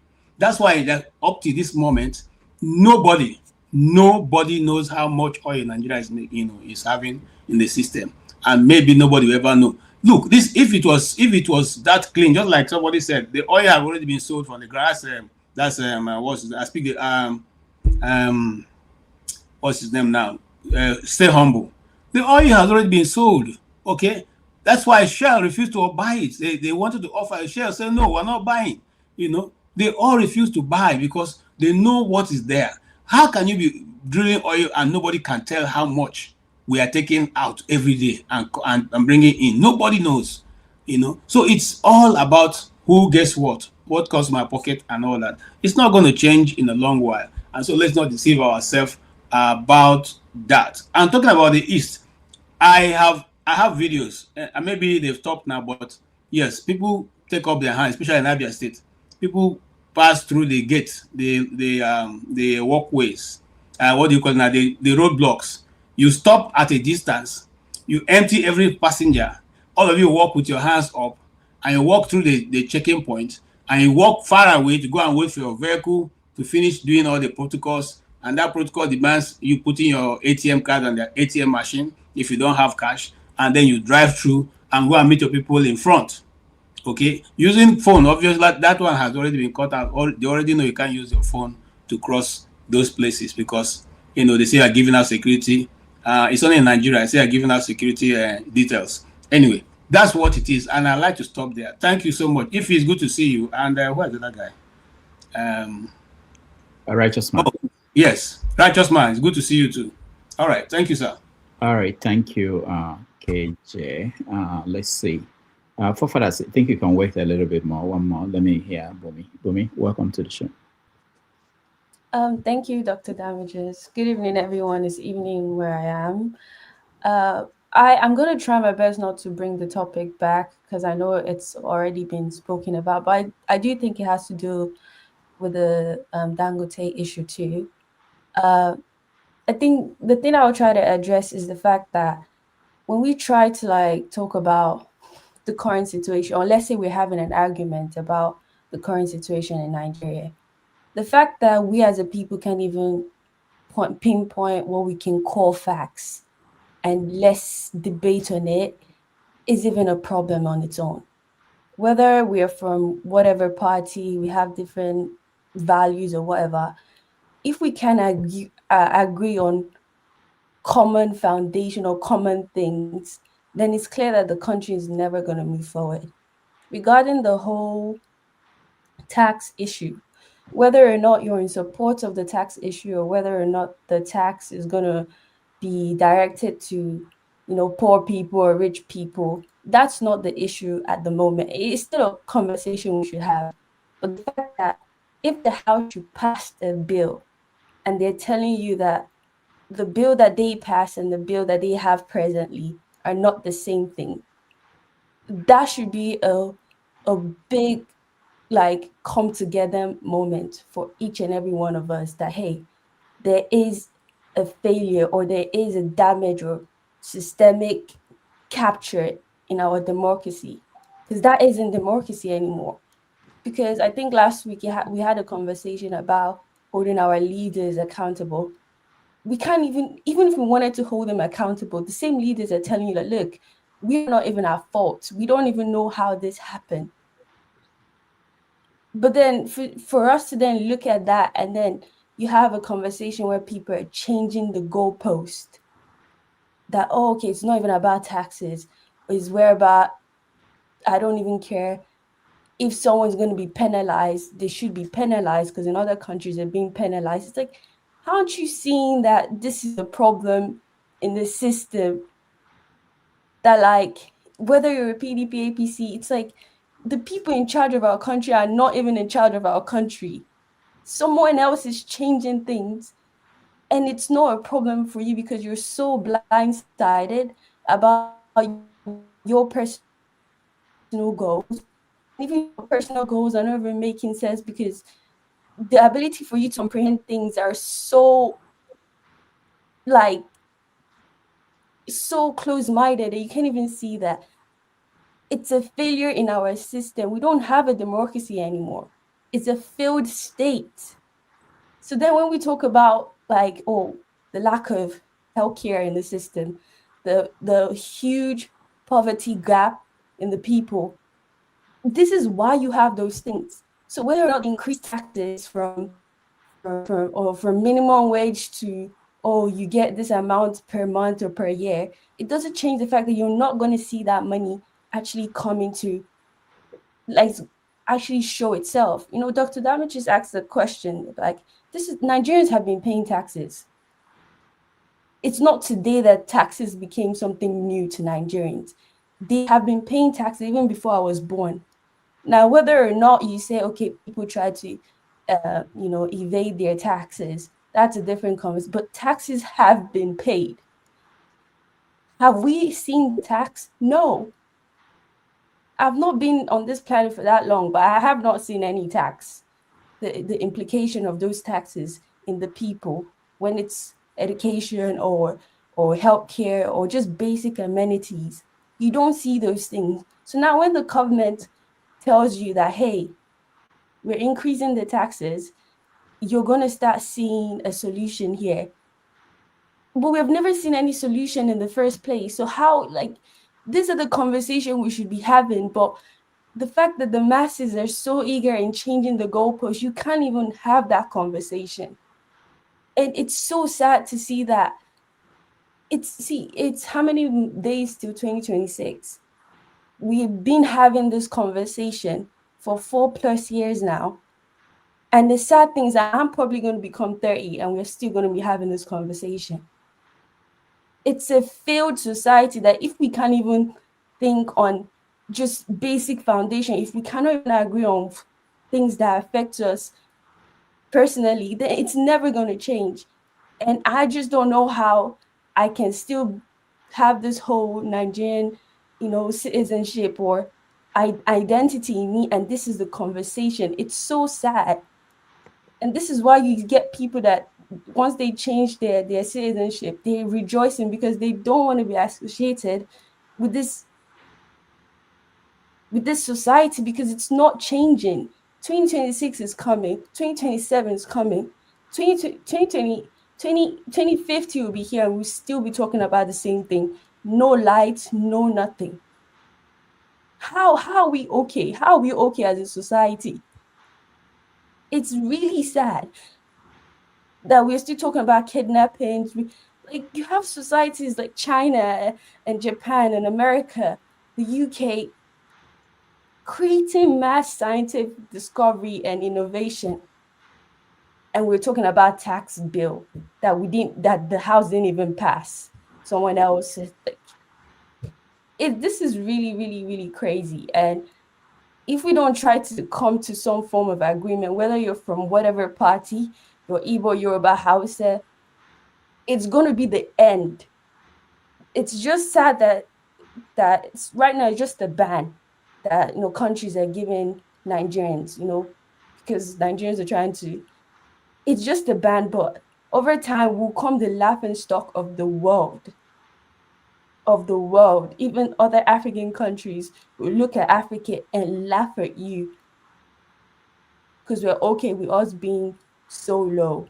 I don't know how we're going to keep it, but it's sad hearing this narrative that keeps on being pushed on. All right. Thank you, Bumi. I wanted us to go to rant, but I know I want to hear from forefathers, and I think Ovie wants to say something, and I see Paul. Thank you. Forefathers. Greetings, Dr. Damages. Thank you for having me. Greetings to the panelists. I can see KJ smiling there. Greetings to the chat and the viewers. I really do, sometimes I get a little bit stumped about what to discuss about Nigeria, because I know what the problem is to an extent, and it's just implementation, that's the issue. And maybe we are just kind of victims, of the turn of history and fate, that we are where we are today. We are no different from any other group of people, but their history is just different. And when I think like this, I don't even start blaming. I just stop blaming anybody. What is the point? It's just happened. It's a stroke of fate. It's not. We are not the ones responsible for how history unfolds. And because you can't have a nation where The leaders that are ruling you now were once collaborators to your enemies. And you expect anything else? You can't. Should you blame them for it? Were they the ones that lost the colonization wars? Where does the blame start? Do you want to blame your ancestors that lost the colonization wars to the Igbo people? Why did they not know? Maybe because there was a separation between us and the Igbo people, and when they showed up, they were shocked. They didn't know what to do, how to handle them. It's just a stroke of luck that we are where we are right now. You can say that maybe our generation, the one that took over, should have somehow magically weaned themselves off the people that oppressed them and show them what it is to even govern. Those people show them what it is to govern and give them power. They are not the traditional rulers. They just handed power over to them, and they are the ones running us till today. And we are surprised many of them are dying in foreign hospitals, running to foreign capitals continuously. The president recently bragged that he assured the Americans and the European Union that he was going to create state police. And when he does that, Nigerians are so happy. Oh yeah, he's going to do it. You don't ask yourself, what is their intention? What is their intention? Do you think these people, when they say this thing, they truly want it? They want you to progress with it? Okay, well, if you think so, good luck with that one. And then he goes on to give some of our details to the French to kind of use that, have access to our tax records, including those of multinationals, which means including Chinese firms, all of them, the French have access to it. At a time when we know these Western nations are stealing Russian wealth because they are not in good terms with Russia. They can take their wealth because they control the systems. We are already compromised badly enough to the point where many, Vostok probably knows more about our families than we do. Now, they want to give a colonizing power has been known to undermine African countries to the extreme. Some of the poorest countries in Africa are Francophone nations. The Francophone nations are throwing them out, and now he's handing our tax records to them. And some people keep saying, oh, it doesn't matter, it doesn't matter. Do you know there's a difference between Microsoft Word and Google? Microsoft Word, you can use the save your file and keep it there. Google, you search, is straight to the American government. That is what they are doing. They are basically handing the Nigerian information in real time to foreigners. And some people don't see any problem with that. Some people say, oh, they already have our information. No, the information they have is maybe Zenith Bank. Not every Nigerian owns an account with Zenith Bank. Not every foreigner owns an account with Zenith Bank or MTN. They are scattered separate information. Now, the government itself in the center is handing the information over to France. France that has been known to undermine African nations financially. Many African nations have to pay a lot of money into their reserves. But Tinubu, of all people, wants to hand something over to them. What is he getting for it? Nothing. They are not getting anything for it. Maybe they approved a few jets that he bought. And all the jets that they buy, they are trainer jets.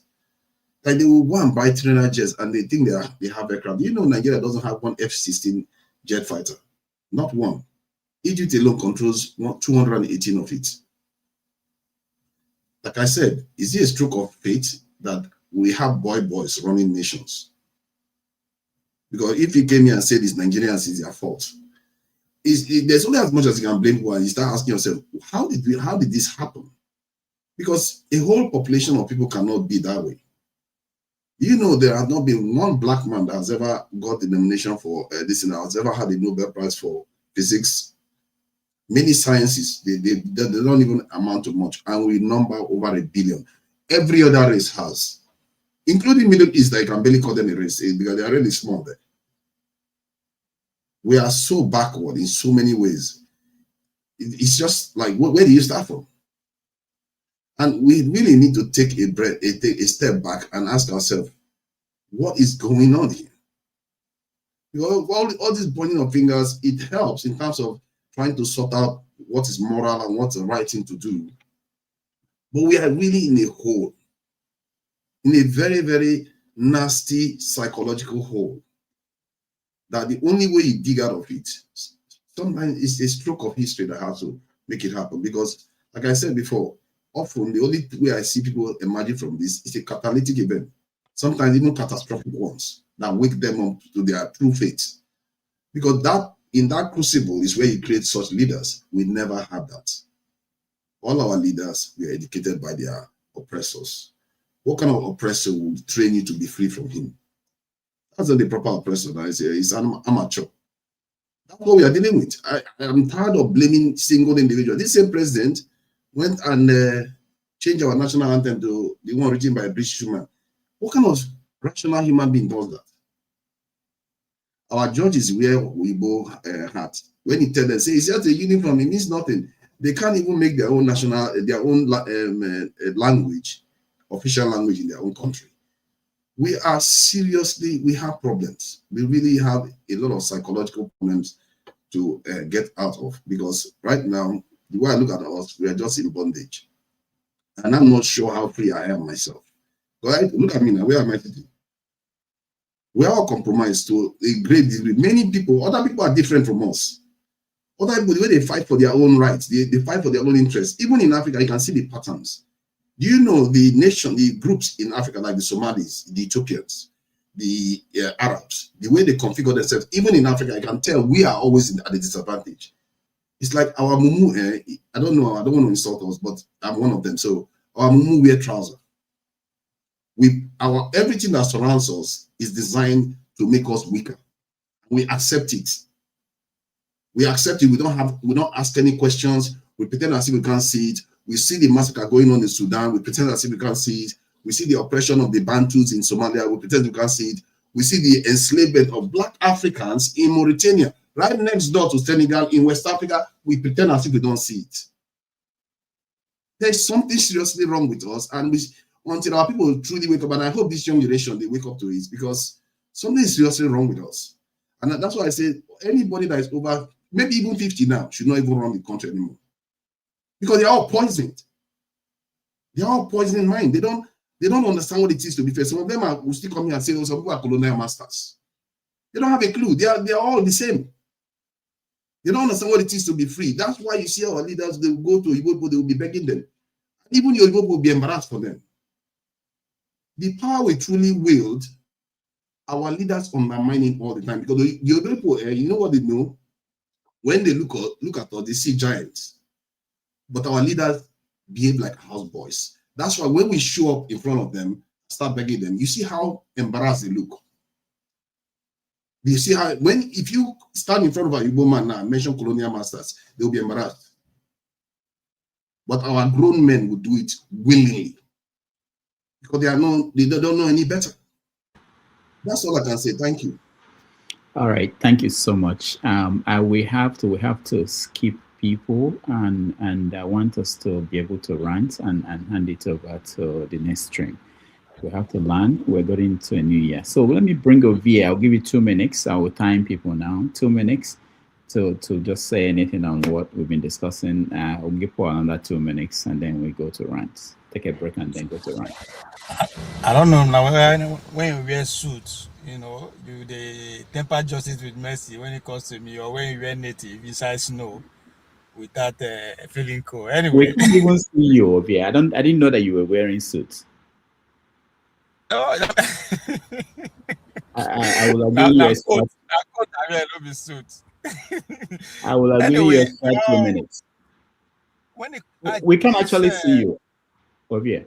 I don't know what's... Are they outside? So the sun, they're behind me. That's why. All right, go ahead. This Dangote and oil issue is still an open investigation for me, because there's power dynamics here.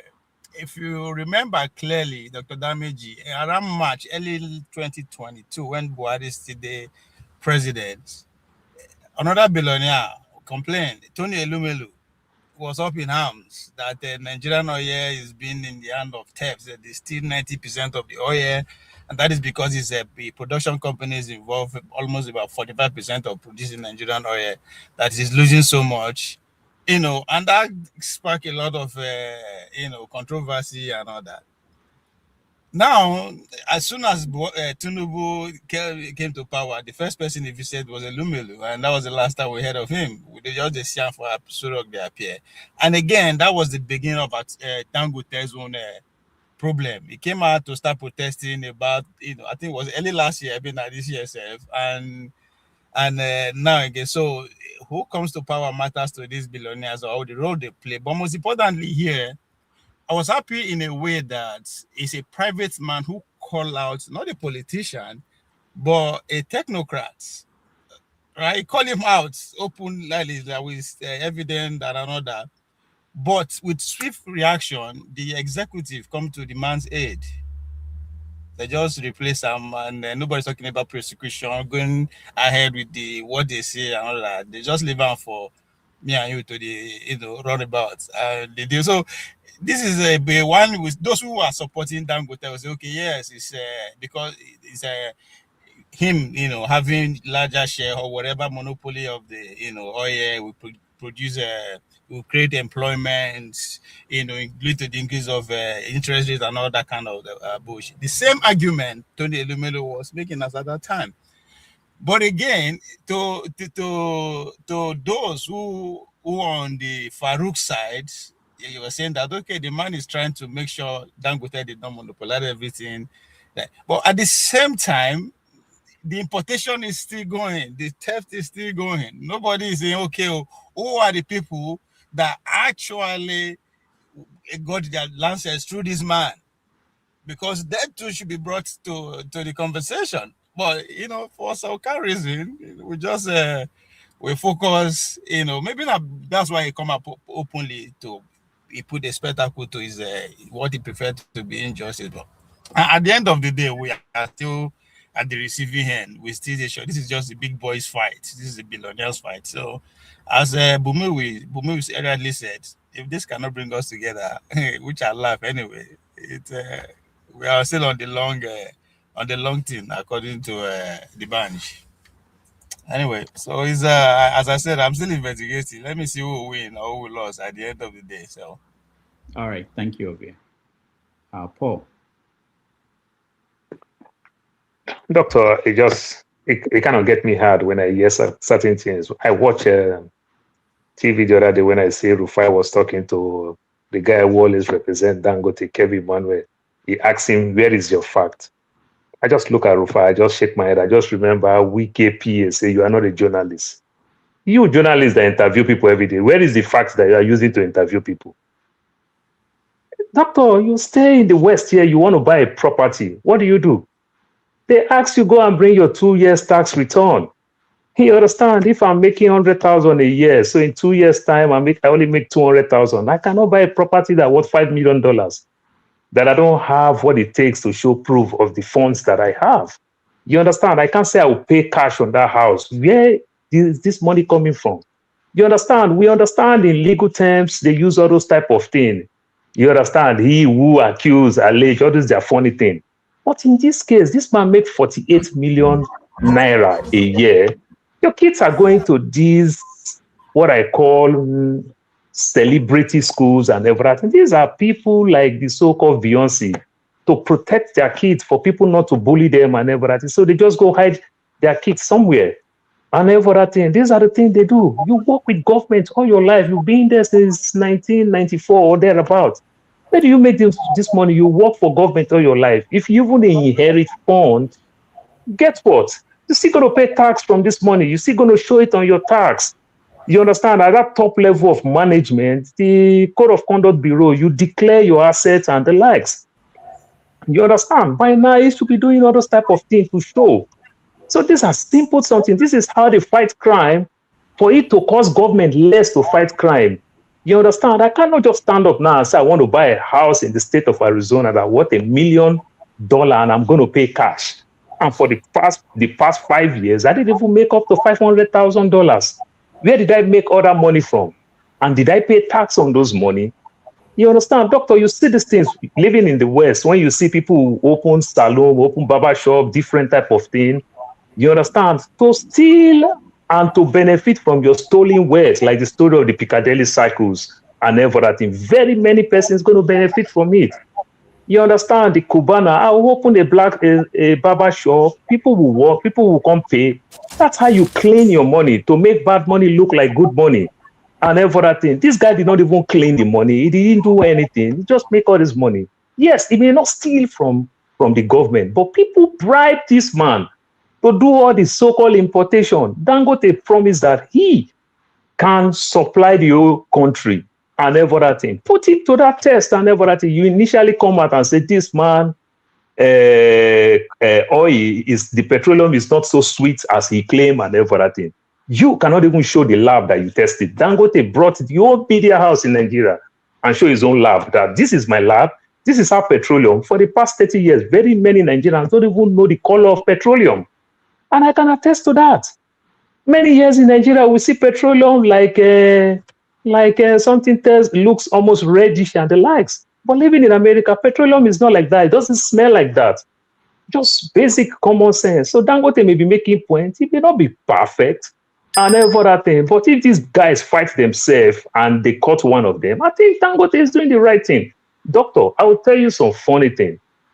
Donald Trump made $15 million from ABC. Donald Trump makes $16 million from CBS for them to alter the interview that he grants. Donald Trump is suing BBC $1 billion for them to alter his video. They altered our tax document that is being gazetted. Doctor, Nigeria is not getting better any soon. Somebody like one man, over time, I'm going to buy him as my slaves. You understand? Let him come talk for me because I don't even speak the best of English. I just need to put him for payroll, maybe marry another wife for him in Nigeria. Then he's going to be speaking for me. That's how they are raising the country. You understand? Doctor, look at Trump. ABC, $15 million. CBS, $16 million. He's suing BBC now $1 billion just because of the altered his interview. The thing that he talked just because of the altar. Now we're talking tax documents. This thing passed through National Assembly. They gazetted this thing and somebody changed it and head is not rolling. And Dangote successfully catch a thief.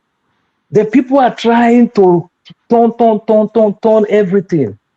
It's the height of stupidity. This is how you fight money laundering. A man at that top level of management, kids cannot get scholarship. In a school where this is not a regular school where you go look for scholarship. This is a place where big men used to write off tax. You understand? This man don't own a business. Big men can do all those things and use it to write off taxes. This man worked with government all his life. Nigeria cannot grow by doing this thing. We cannot be covering all this nonsense. When we run a nation like this, I was born, raised in Lagos all my life. Going to Delta, they said, oh, I was not part of the struggle. My mother and my father is from that community. Then born, raised in Lagos, school in Lagos again. They say, I'm not part of them. You cannot run a country like this. You understand? I'll be pressing button, looking for connection, fighting for what's supposed to be my rights. You understand? My kids that were born in New Jersey, that live in New Jersey for 15 years and moved to Arizona, I cannot get any benefit in New Jersey, provided they are still minor, their father paid tax in Arizona. They come to Arizona and get their benefits. This is a simple, basic thing that things work. But I don't understand how we do things in Nigeria. It's just simple as ABC. By now, this man's supposed to come and show us the funds that he inherits and the taxes that he has been paying for those funds. Where did he keep these funds? What type of investment they put this fund that is making returns every other year? Is it that he just left money? Doctor, many years ago, my wife put some money in a Oceanic Bank and everything, save all those money. You understand? Over $15,000. That money, as I'm telling you, the money is not up to $1,800 because the money that she was putting back then when dollar was around 300 and something naira that she was putting, dollar now has gone over 1,004 something. The monies keep coming down. So you can't just say you keep money in a bank and you leave it there. Inflation is going to run the money out. And if you are investing the money, which means there should be your tax document to show that every year these are the profits that I make from the money that I inherit. The tax paper will be there. But we are not seeing all this thing flying for people to defend it. These people that are defending this Trump, these are the luckiest people that are still getting the opportunity to drink the real ogogoro in Nigeria. That is no longer there.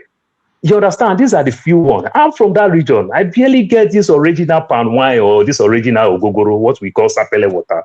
I don't know where they are getting it. These people are high. Come on. Thank you. Thank you, Paul. Eccentric cast, I see you. Just before you end up this conversation for us, let me say, Paul, the reference you made with Trump and the settlements. Remember, it's a different thing. Settlements that Trump is getting from media organization, it's not because they did something wrong. The reason is that they calculate that fighting this in court will actually cost them more money when you have to have lawyers that will do this. So the best thing is just give him some money and just get it off. It's not that. But doctor, I'm so sorry. But first of all, even though like BBC, they even come out to one side a little bit apologize because the video was a little bit altered.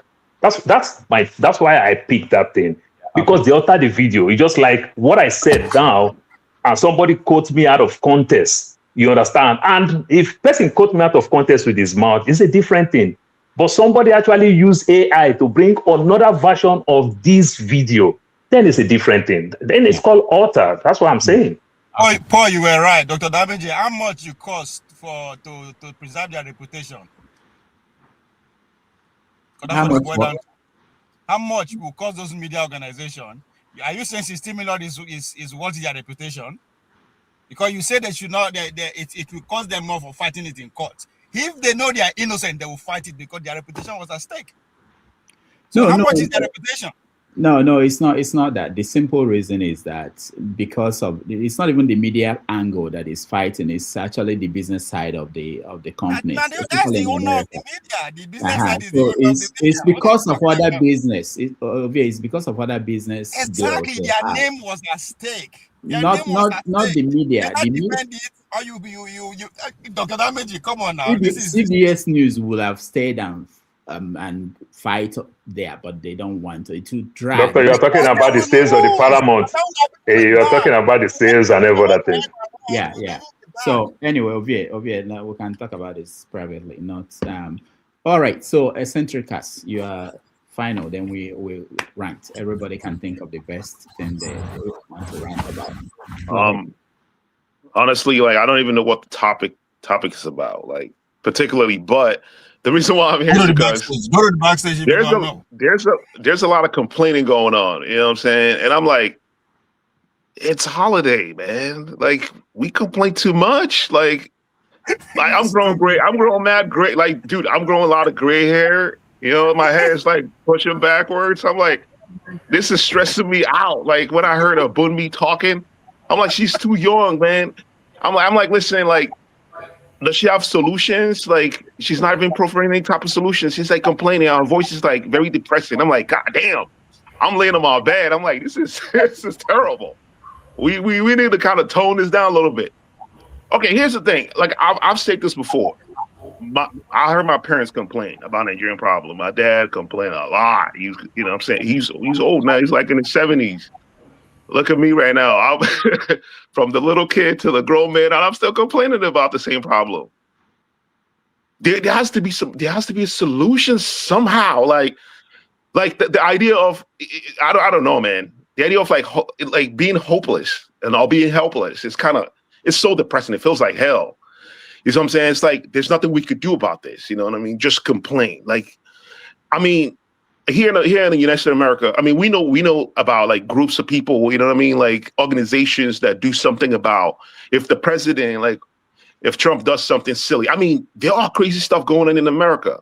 Let's be real. America's not perfect. I mean, we always, anytime we want to talk about Nigeria, we always like use America, the good instances of America to compare to Nigeria to show that Nigeria is terrible. But America is terrible. Like, come on, man. Like our president is killing people on the boat with our tax money, and he's about to invade a foreign country. You know, in the back, like a foreign country, Venezuela, with a lot of poor people there. That's a problem for us. Not just that. I mean, that prices of things are going up. You know, there's problem. Of course, there's some form of solution. You can say, well, people can vote out the president and change the system, but we know that's not true. You know what I'm saying? I mean, this is the problem with the system of government that we practice and the system of economy, capitalism, right? This is what comes with capitalism. And I think it's part of human nature. Honestly, this is my conclusion with this. It's part of human nature. We like to manipulate. Anytime we're on the top, we like to manipulate those on the bottom. The ruling class, it's like a gang. You know, the political class is like a gang. It's the same people running the government. They all go to the same party. They sleep with the same girls. Let's be honest here. If you grew up in Nigeria, you know these guys are messing with the same people. They all in the same club, and they you know in the political scene they pretend like they oppose each other, but they all friends, right? What can we do? You know what I mean? What can we do? Like what organizations can people form? How can people help? Like how can we make changes in Nigeria? Even though we're individuals, like what little things can we do to bring about change? You know, and also. Of course, there's a lot of negativity. There's a lot of negativity. There's a lot of negative stuff going in Nigeria, but I'm pretty sure there's positive. You know, there's a little bit of positive. Can we not a little bit highlight the positive for our own, you know, for our own health's sake? You know what I mean? Like it does. Like okay, due to my job, my position, and my work, I like to solve problems. You know, I do things like internal audits. You know, use internal audits to find problems and then fix it. Right? You know. I like to solve problems. I'm a problem solver. You know, I feel like I believe that we can solve problems. You know, it's in us. We solve problems in our homes. If you have a leaking roof, you know how to fix that. If you have any problem, if your car breaks down on the freeway, you could fix that. You know, you could come up with a solution right away. Like your brain, boom, goes to problem solving. Our body does the same thing. When we get cold, your body start going shivering to create heat to solve it. Right on the spot. We can solve problems, man. You know, like instead of complaining about the problem, let's talk about the solution. Of course, it's good to be conscious of the issues and call it out, but also it's also good to, you know, proffer solutions, right? Like proffer solution is it's important, especially for the young people amongst us, like Bunmi. You know, Bunmi, she's a young lady. You know what I'm saying? I don't want her to fall into this, you know, I mean, I'm hearing the feedback. I don't want her to fall into this, you know, into this cycle of complaining, like our parents did, and like we are doing. You know, I don't know how old she is, but she's young enough to be my daughter. You know, my son is 28, going to 29. I don't want him to be complaining about things that I complain about. You know what I'm saying? And let's be honest here. We in the diaspora, we actually doing something positive. The money that we send back to Nigeria actually helps the economy. So we are doing something. You know what I mean? Even though, you know, I'm sounding like we are not. We actually doing something. You know, the money that we send back is helping the economy running over there. That's something positive. You know what I mean? Let's highlight the positive and let's keep doing the positive. Let's keep proffering change. Of course, identify the issues and then proffer solutions. Help organizations out there, the unions, you know, support the unions, support organizations like trying to push for change, and those that have access with the government, you know, make good suggestions, you know, that could help them, you know, run the government well. Let's be honest here. I know we complain because we're outside looking in. It's like when I'm watching basketball, I'm complaining, hey, that guy, he should have thrown that pass. If you put me in there, I wouldn't even run from one court to the next. You know, I wouldn't even run from one point to the next. But, you know, here's the thing. Let's be honest here. These politicians, most of them, they don't know what the hell they're doing. Not because they are incompetent. It's just that it's very hard to solve some of the problems. It's super complex for them to solve the problems. Of course, some of them have ulterior motive. You know, they're human elements. You know, you go in there, this is an opportunity for you to, you know, set your family up for it forever. You know what I mean? It's human nature, right? But, you know, I believe that, you know, you've been talking for a while now. We're waiting for you to give us a solution. No solution.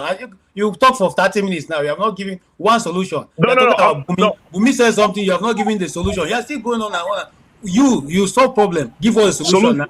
Give us a solution on what Bumi have talked about. Give us a solution. He said he need where to send money. Hold on. What's the solution where you are when they forge government when you forge a government paper, a government, not even a gazette, simple government office paper. When you forge it, what Dude, it happens to you? happens, man. It happens in America, dude. It happens in Give us America. the. Oh, if Trump, We are if not Trump, saying that America is free it happens in the United of States, crime. bro. We It are happens saying, here. oh, okay, eccentrica. What Let is the him have solution? his say now. Just give us solution. Allow him have his say.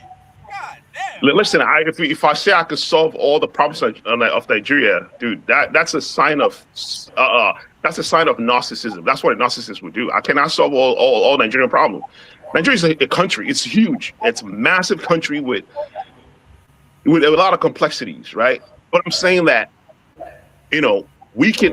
there's something positive going on in the country. Also, there are roles that we could play to make changes in our smaller communities, in our small areas. I mean, like I said, we sending money out over there to our people. It's a form of solution. We are helping the economy. Stay up. We are helping the economy actually function with the money that we send. But there are things that we could do. There are little things that we could also do. Like he talking about solution. There are things that we could do. That's not a lot. You know what I'm saying? Like I've floated up here. We can do feeding programs for schools, for school kids. It doesn't have to be an NGO. I got to push back. Someone say, hey, we don't want to form an NGO. But I'm like, nah, you don't need to form an NGO. What are you talking about? I fed 20 school kids. I fed 20 school kids. I give them breakfast for 1 month. I only spent $70. That's gas money right there for like 1 week, for 2 weeks. That's gas money for 2 weeks. I don't commute that far. We can do something. We can make changes. I want to hear that. I want to hear positivity, things that we do positively to make changes. Send over the money. You are solving Nigerian problem. Send over the money. You will be solving Nigerian problem. All right. Say that again. I didn't get that. All right, go ahead. Talking about Ovie. I say send Ovie the money. You'll be solving Nigerian problem. Ovie is in Nigeria too. Anyway, good days to everyone. All right. Thank you so much. And I like this. We always get back to what can people do? How do we solve the problem? I have a video I will play that will give you an idea of what some people did that I was really amazed. That will be our break video before the rant. But before then, let me just point out that tomorrow on 90 Minutes, we are going to start with a friend of this show. We come back to talk about Christmas in Tinubu's Nigeria. What does the new year hold for the masses? So we have Prince Adewale Adebayo joining us tomorrow on 90 Minutes Africa. He will give us insight into his assessment. From those who are watching the political scene, you see that his criticism of Tinubu has become a little bit tougher now, harder now than before. We want to know what is happening, and he has some insight on what the next year will look like, both politically and with the new tax structure.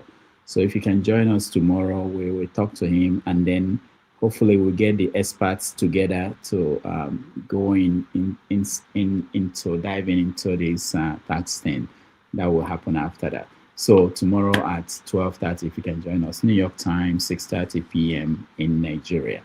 Now we go on break and prepare for our rants, but as you do that, based on what Eccentrica just spoke about and the clamor for solution, there is a group of people that did something in Nigeria that I was really impressed with. I will play that as our break video and we'll come back. It's called Slum to School. Let's watch.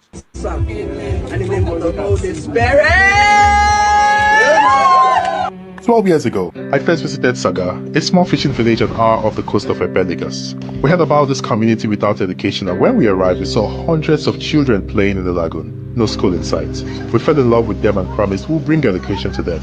A few years later, we started teaching the children in small huts with local teachers, and for 7 years they learned there. But we knew they deserved more.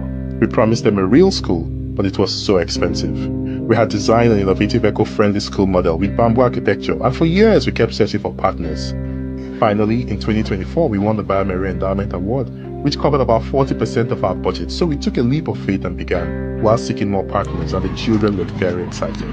We had to import thousands of construction materials across the river, and also sand-fill the entire perimeter to create a safe play area for the children, and that stretched every bit of us. The community had never had fresh drinking water, and so we had to construct a solar-powered borehole. And a few months later, we had a call from United Airlines to provide school supplies. HP provided computers. The Norwegian Embassy and Universal Music Group supported our early childhood program. We wanted the school to be child-friendly, so we created art motifs inspired by the Ubuntu philosophy with 54 shapes and colors. Paints were donated by treats and play swings by Preserve Our Roots, and hundreds of volunteers donated to our fundraiser. And finally, the impossible became reality as hundreds of partners and volunteers traveled down to commission the school. In the name of the Son, and in the name of the Holy Spirit. This September, 250 children from 7 riverine communities, some as young as 3, others as old as 14, arrived for their very first day of school. For many, it was the first time they had stepped into a classroom, and watching the joy on their faces and the hope in their eyes brought many of us to tears. But beyond the celebration, the Slum to School Green Academy is truly innovative. It runs on 90 solar panels that provide uninterrupted power day and night. Rainwater is harvested and purified for drinking. Waste is converted to biogas for cooking. 4 furnished apartments house teachers from the city, so they can now live and teach within the community. A digital lab with HP computers equip the students with technology as they explore the immersive world of virtual reality. Outdoor classrooms, community gardens, biodiversity areas teach the children about nature, while several sporting activities and mental health spaces help the children learn, play, and heal.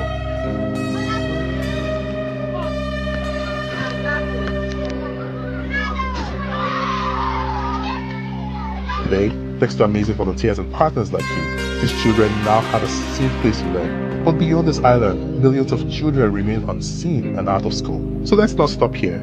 Together, let's build more Slum to School Green Academies and shape an Africa where every child is given the chance to rise.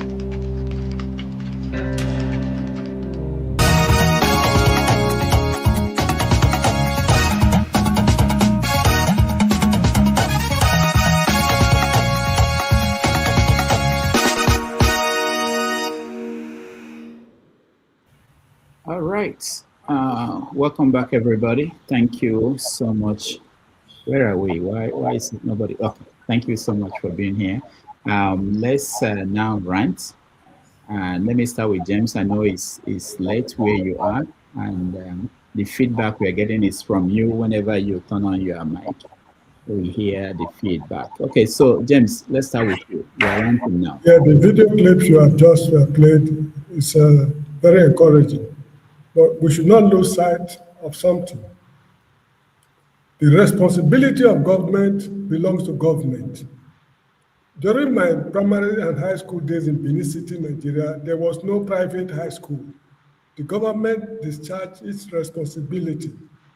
Now, this kind of effort, though it's very encouraging, we should not give the government the chance to abandon its responsibility while they are on a looting spree of the national wealth. The crude oil sales in Nigeria alone is enough to solve a lot of problems. Now they are taxing even the dead in Nigeria today.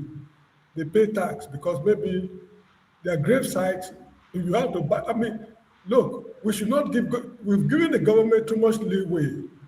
What we need in Nigeria now is revolution. Anyway, talk is very cheap, so let me just leave that and talk about discuss what I have in mind. The United States government surprised me by placing visa restrictions on Nigeria now.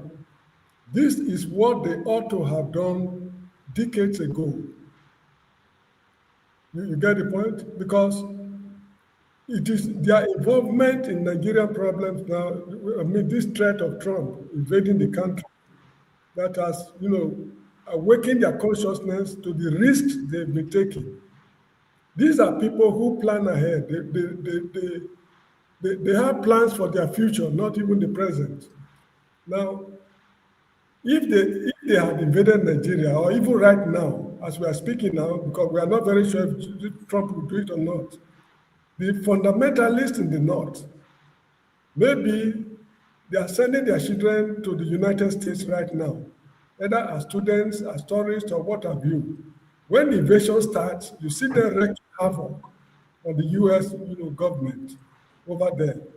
Now, we are surrounded by countries that are very volatile, like Niger, Burkina Faso, Mali, Chad, the physiologic, the people look alike, just like a Benin man and a Yoruba man. You can't tell from their facial appearance.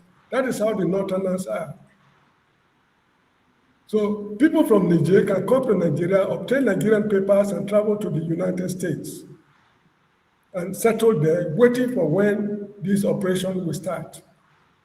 I was listening to YouTube, broadcast. During the Nigerian Civil War, people came from Chad and what have you, and enlisted the Nigerian military and fought the war, Nigerian Civil War, and they became generals in Nigerian military. This shows that we do not even know who is who among us in Nigeria. I remember during Shagari's days, the majority leader of the minority leader of Borno House of Assembly, Shugaba, was deported to Chad. Sorry, I think it is Chad. I think it's Chad. They reminded him of his ancestry. Muhammadu Buhari's father is from Niger Republic. So, the whole region is very, very volatile. And with the way we are managing our affairs, the US government is taking a terrible risk by even allowing us to travel forward and backward to the United States up to now. Now is the time for them to protect their societies. If not, what happened in September 11 or September 11 will be a child's play. Because these people, they are fighting a war that is Hydra-headed. And for them to take this risk up to now before placing a visa ban on us, in my opinion, it's a very great risk they've taken. And they just have to be careful. That is just how I see it. So I welcome the ban. This will also make us to live as responsible members of the human race. We don't just slaughter people and expect everything to go, to go unaddressed. And lastly, anyway, that is how I see it. We just have to be very careful. Sorry, if this is the price we Nigerians will pay to liberate the middle belt of Nigeria from the northern grip, I think the price is very, very small indeed. You get the point? If I'm not to go to the United States, in order for the people of the middle belt to be freed, so be it. That is how I see it. So people should call the northerners to order. The Igbos, they have problems in their area. They confine their problems to their own area. The Niger Delta had problems in their area. They confine their problems to their area. What is the problem of the northerners in Nigeria? They should let us know. And we are not open to negotiation. We can't negotiate this issue with them because when Lawrence Anini, Ishola Oyenisi and others were terrorizing the southern part of the country, we did not negotiate with them. We executed them by firing squad. Okotoko 6 or 7, I can't remember. They were executed. We did not negotiate with them. These are security matters. So the northerners must be called to order or else they should be asked to leave the country. We've suffered. We are tired of saying we are tired. They should leave us alone. Thank you. All right. Thank you, Mr. James. We're ranting. You can pick on any topic that you want and rant about that. Go ahead, Ike.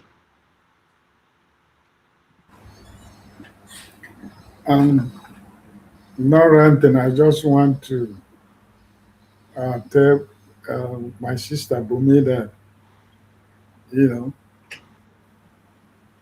we have to, even though sometimes we are frustrated, we are angry, we are upset with what's going on. But I just want you to keep the hope alive. All of us who are here, we might not have the solution to what is going on in our country, but I believe that, the younger ones after us, I believe most of them are eager to see Nigeria move forward. It's very hard because of the complex of the country where we come from, and because of, so many sentiments people are attached to the way they see Nigeria. So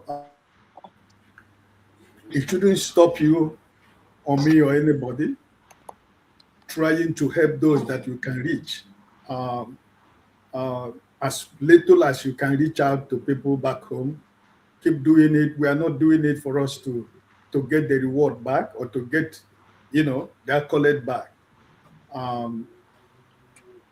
It's good to be able to, even at the end of the day, when I'm angry and upset, I'm frustrated with what is going on in Nigeria. At the end of the day, when you see stories, true life stories of what is going on in Nigeria, your heart will be broken and you are forced to do it.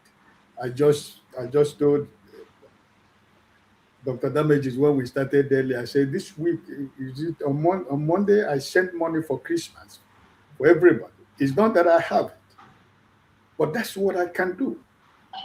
It would not be better for me to travel to Nigeria, for example. I hire policemen to guide me in Nigeria. That's what I do. I calculate those money. There are a lot of women that their husband has passed away for so many years in my village. I calculate those money and I share it to those families. It gives me more joy than when I go to Nigeria to show that I'm living in diaspora. I just came back.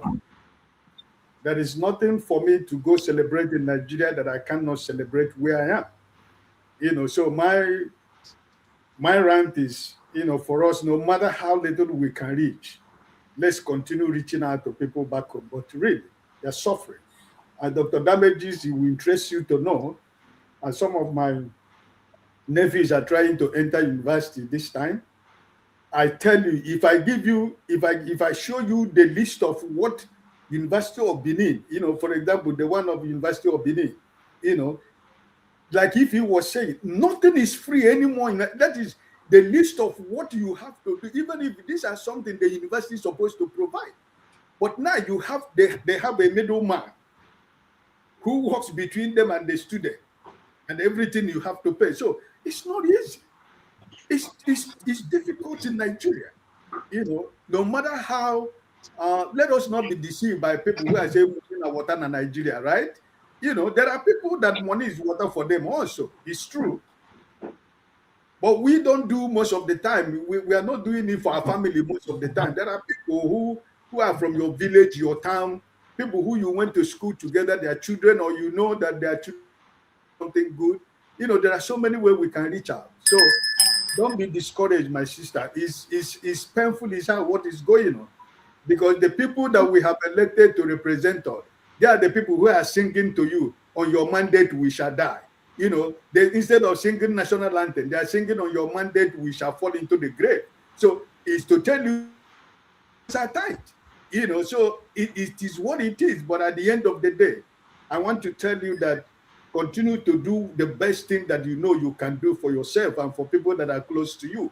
And never you lose hope, because I know better days are ahead. Even though I'm not here to witness those, I believe that my grandchildren will live to see a better Nigeria tomorrow. Thank you, Dr. Damages. All right, thank you, Ike. Let's go to Righteous Man. Righteous Man, we are ranting. Any issue, any topic you want, you can rant about.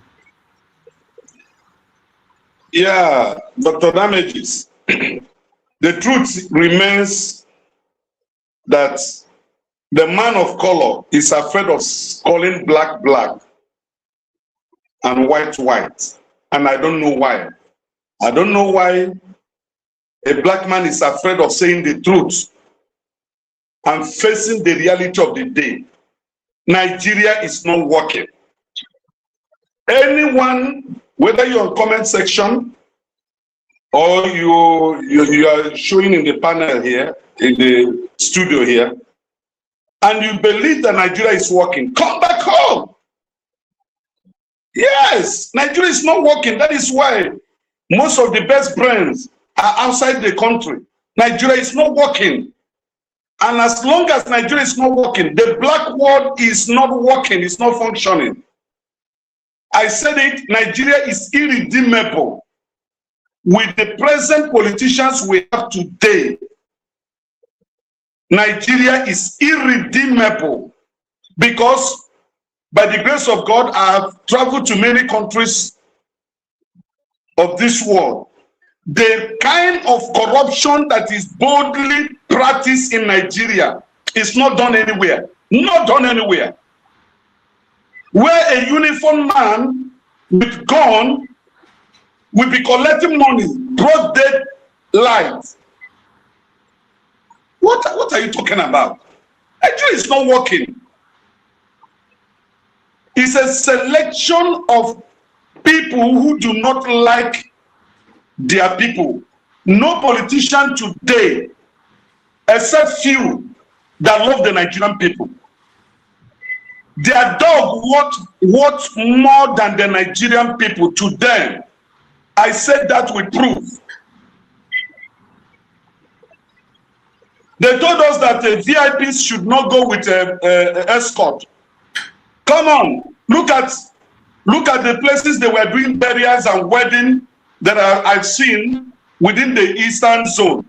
Look at the number of policemen, military men on uniform with gun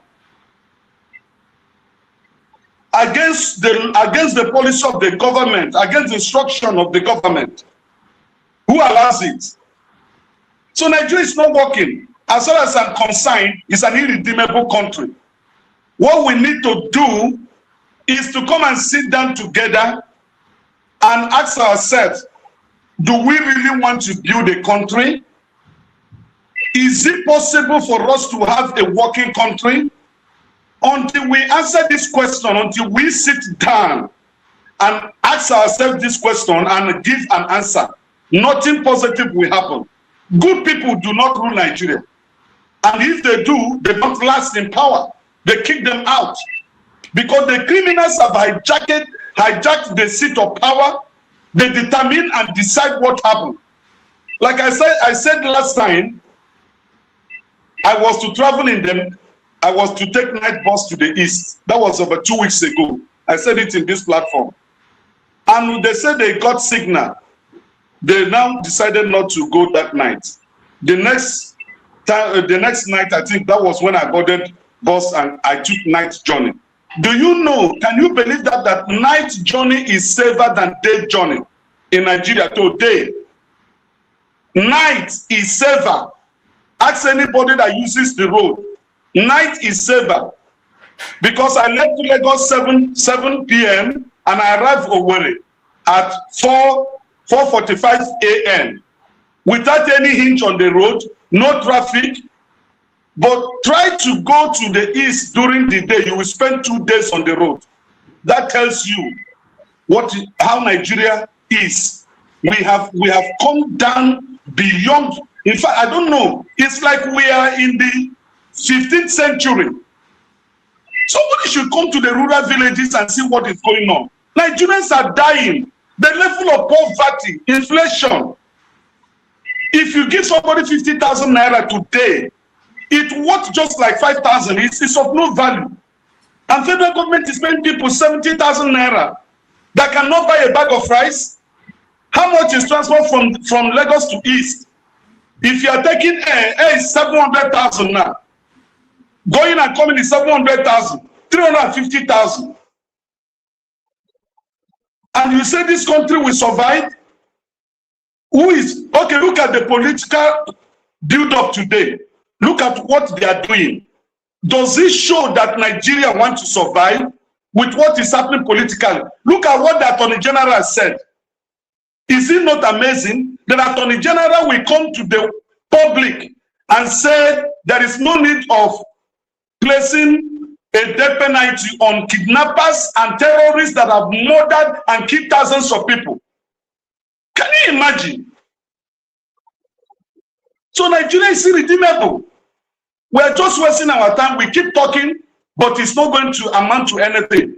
Because this country, somebody was telling me today, he said, the problem of Nigeria is spiritual. This one is no longer ordinary.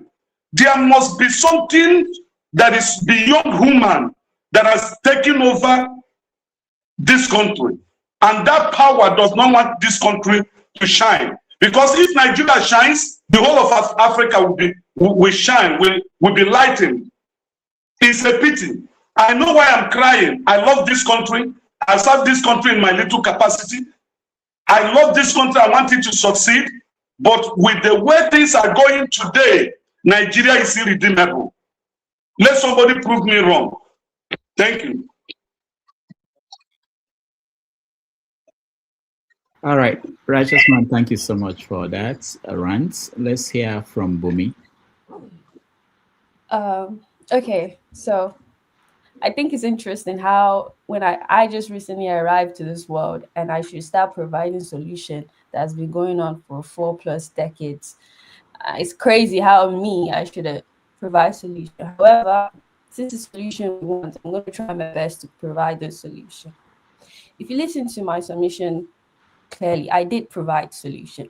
I did say that if we cannot organize as a society, then we should just forget the society, because you can be a APC, PDP, Labour Party, whatever you want to be. If the fundamental of your society is not working, then it's not going to matter. That is a solution that we should all come together as a people and and talk about how our democracy is at stake. That's one. However, Mr. James did mention something. We can provide and do all those things as citizens as much as we want. If we ignore the fact that our governments are responsible for those things, those solutions are never going to work. You know how many people who are currently in Nigeria have built food stamps, created schools, and created businesses. However, you have a government that can wake up one day and then boom, those businesses are gone. Those are solutions being done. So how can you provide a solution when your governments are actively against the people themselves? We can talk about solution, but one of the biggest solution is trying to address the government itself. If you don't fix the government, whatever you do as an individual will be overthrown by the government. What solution do you want when it comes to the Nigerian population? When you have roughly 61% of the population in living below poverty, what solution can you get an individual to do to address that? I think we tend to ignore the massive power your government is supposed to have. The government has so much power. It's not just locally, but globally. So I don't know how you expect a group of people to solve living below poverty or multi-dimensional poverty in Nigerians' case.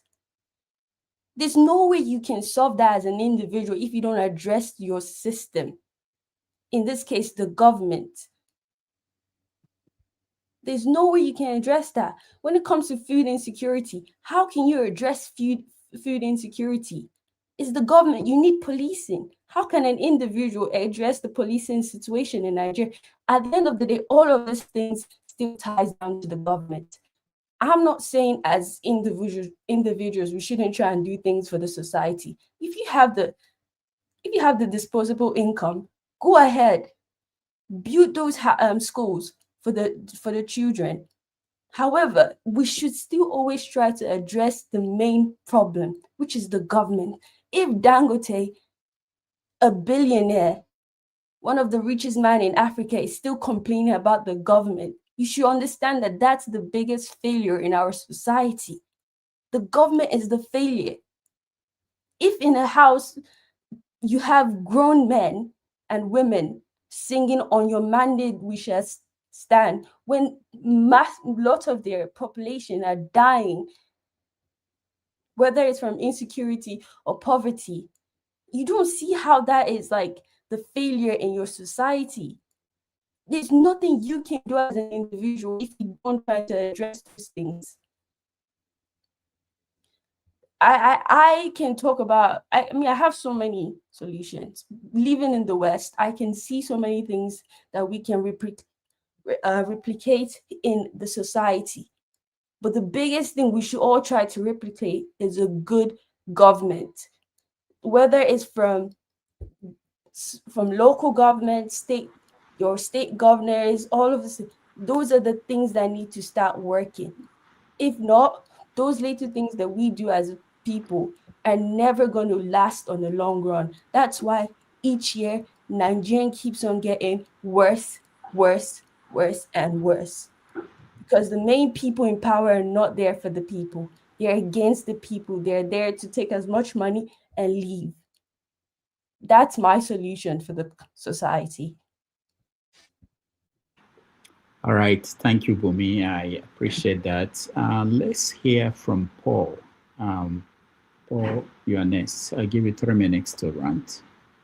Yes, Doctor, when Eccentrica talk about solution, this thing just makes me laugh. I don't know, Eccentrica with his accent, and he shows that if he's not born in the US, he probably came here when he was a baby. You understand? So for him to have that kind of well-polished American accent, he speaks very well. And what that tells, so maybe he may not be so privileged to have friends like some of us do with our heavy, strong accents in Nigeria. But Centrica understand what is called, when you want to build your credit, you have good credit and everything. One thing is to build good credit. Another thing, you just have little money with good credit. These things help you a lot. I would challenge some of us that lives in America. Let me speak in the place of America. Doctor, the kind of money we send back to Nigeria, if we keep that money for 1 year and we have good credit in America, that's the down payment for us to buy a house. Over time, this thing's going to pay us very well. If I can buy a house now, if I have that down payment to buy a house, I'll probably rent that house out. In another 20 years, most likely I'm going to benefit or my kid's going to benefit from that property. That's one of the most easiest way to make wealth in America. Sometimes when you look back your statement of accounts, the money we send to Nigeria, you understand, and all this money just go like what we call gift. We just give to families and maybe friends and the likes. You understand? We are doing our own part. But if the system is not working, it makes everything look negative. It makes negative and positive don't come together to bring light. So how do we bring negative and positive together to bring light? Is to put these two things together. Because if we don't criticize and we keep giving, we are not helping anybody. I have a young girl that I want to send to Europe to go to school and everything. She graduated since May of this year. No transcript, no certificate, no nothing. Disturbing the school to send her a transcript is a problem. No nothing. She's done her own part. She paid, she wrote her exam, she graduated and everything. But the school can't give her anything. This is painful. And I don't understand how you want to go. We do all student association, we gather money, we buy computers, things that we never see in our own time for school. We do all this fun fair. The place that they keep that computer is stronger than the First Bank vault. This place is under lock and key. In the school, the computers are still there. In the school. And people will come back and reach out to you. Then you find out from the school, they say, oh, this kid spoil it. What does children know how to do? Is it not to destroy things? Every one of us that have kids, what kids know how to do? Play, cry, sleep. They do the same thing again. But that's how they learn. That's how our kids that don't have the gadgets that we have, when we have problem with those gadgets, these are the kids that help us fix it.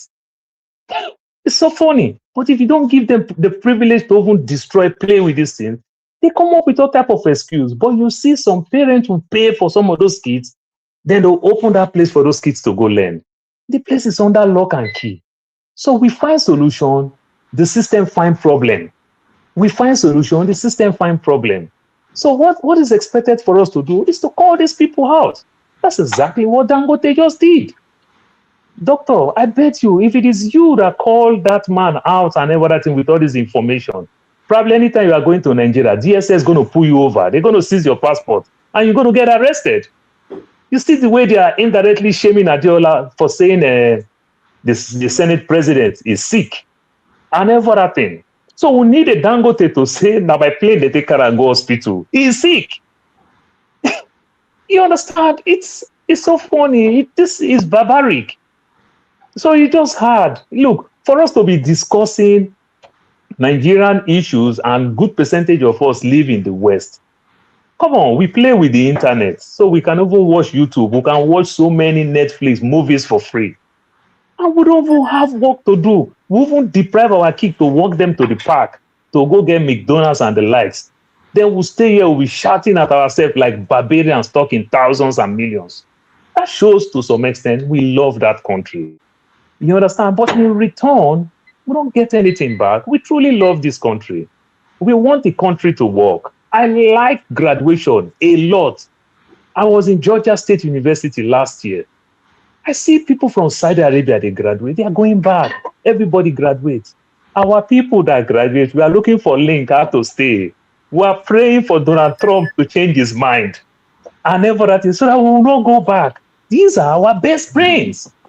And they will stay back here. The few ones that we even get back home, they are looking for all type of way to come back here. Because the system is not working. If the system is working, we enjoy it. I'm telling you, we enjoy it. People want to go back home. Look at the price of airfare. Traditionally, people from the Southeast like to go back home. Look at the price to fly an aircraft from Lagos to Enugu or Owerri. You understand? Asaba. You understand? Calculated at time. Look at the airfare from Abuja. Calculated at time. It's just painful. You understand? Where is love of a nation? And to start from again, to make it hard again, let Tinubu don't understand how countries work, how nations work. Doctor, between COVID and now, my pay grade increased over thousands of dollars. We don't have any union where I work. They understand what is called inflation. You understand? They understand what is called pay. I get a $2 raise. I get a $4 raise. I get a $3 raise. We don't have no union because they understand inflation. Everything has gone up. So pay has to meet up. You understand? But look, union, they won't change the union. The Imo State governor beat the Labour president up. They beat him. They beat him up. And people are laughing. They do all this type of thing. It's just funny. They use union to fight the government. Nigerians are grossly underpaid. And when they get underpaid, it will also affect the economy. Doctor, the surplus money I have, because we are bored in America, I'll just go to Walmart. We'll go buy pizza. We'll go buy expensive soda. I'll buy 24 cans of soda for $3, but I will buy 1 can of soda in the mall for the same $3. But guess what? Because I'm bored, I'm tired, I'll go there and do the same thing. Because I have that money. If I don't have that money, I probably won't do it. So Nigeria is grossly underpaid. The few people that are also helping the country indirectly, the Yahoo boy, that are not even stealing from Nigeria, they go elsewhere to go steal again. That is the only time EFCC will work. That is the only time EFCC will work. Paul, it gets me worried. I don't understand who do this thing to us, like Doctor will say. Doctor, you're lucky. You already adopt 2 countries, Kenya and Switzerland. I'm looking for country that I will adopt. I've not found any. Thank you so much. So you read some of my stuff. Yeah, thank you. I appreciate you. Let's go to Ife. Ife, you are next. I'm trying to give 3 minutes, but someone like Paul will take. Can you make me last, please? Can what? Can I be the last person? Okay, all right. Let's go to eccentric cast. Hello, once again. All right, so of course there are problems, the government can solve. That cannot be underestimated, right? We can't overemphasize that. Issue of transportation, government can solve. Issue of that's very, that's a huge issue that the government can solve. Of course, there are private individuals that could solve some of the problems as well. Corporations that could solve problems. It's just the system of economy that we have, that we inherited from the West. Capitalism. This is just the bane of capitalism, right? That's what we experience, and it creates inequality. A capitalist, if any of you own a business back home, you're going to hire someone that's on a that's not on the same pay level as you to run your business, right? Capitalism needs poor people to function. Like I said, in America, there are mutual aids in America. You can look them up. Even in the UK, for those in the UK, they have mutual aids. those are things that individuals do. You know, these countries in the West are not perfect. You know, there are problems. And America has an incarceration problem, which every one of us know about that. We have an incarceration problem, and there's discrimination problem. There are systematic discriminations, like people that live in the ghetto. You know, living in the ghetto, there are a lot of people that live in the ghetto, you know, mostly Black people. These are by design. You know, it's hard for them to come out of the ghetto because it's designed for you to stay there, to not come out of it. You know, also like the issue of incarceration. You know, people when you have a issue with the police, right? If you have a bad record, it's hard for you to get a job in the United States of America. And there are problems in many countries, right? Nigeria, America's not perfect. The UK is not perfect. You know, we can watch Netflix, whatever, but it's not perfect. We have to work our butt off. You know, like I work a lot. You know what I'm saying? In order for me to pay for my car and, you know, take care of other things, take care of my kids, you know, take care of family back home in Nigeria, I have to work hard. I have to work extra hours, extra shifts. You know, I'm not saying we can solve the problem of Nigeria. We can't solve the problem of Nigeria, but I'm just saying that there's something that we could do. You know, that's the part where I come in. I'm saying we could do something, right?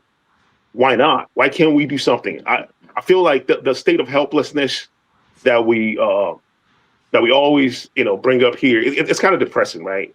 And if there's a solution, if there's something that we could do, why can't we do it? You know what I mean? Like, why can't we emphasize that? Like the video that you played before, you know, before the rant, it was encouraging. I loved it. You know, I went into like, if I know the organization, I would like to get in contact with them and see how I could help. You know, we could do something similar to that. It mustn't be building a school. You know, we can't build a school in Nigeria, right? I don't think we have that kind of fund, but we can make some. We can make some changes there. We can do something positive. You know, we're not doing it just to change the country, but I'm saying that, you know, it's a global community. This is, you know, it's also our country. You know, it's our country. Like, we could do something positive for people. If you make a change to someone's life, one person, that can go a long way. You know, you don't have to wait for someone to fix all the problems in Nigeria in just one snap, like Thanos. You know, before you could do something, like we could do something, like we could do mutual aid. You know, we could send, all of us, all 10 of us, right? If we put in like $40 every month together, and focus on one and create one objective and say, okay, this is what we're going to do. You know, let's say we can target, like, you know, school kids from poor families. We can give them breakfast because we know the essence of eating before going to class. We know the positive effect of it. We can't neglect that. We could do something like that. We could, with $40 every month, 10 of us here, $40 every month, we could impact 2 to 3 schools or 4, you know, 4 schools. Let's say we could pick, like, let's say 100 children in every school, 100 students, 50 students in every school, and make impact in those people's lives. That's what I'm saying. You know, that little can go a long way. You know, it's something. Anyway, thanks. That's it. Thank you so much. Jagun, you're next.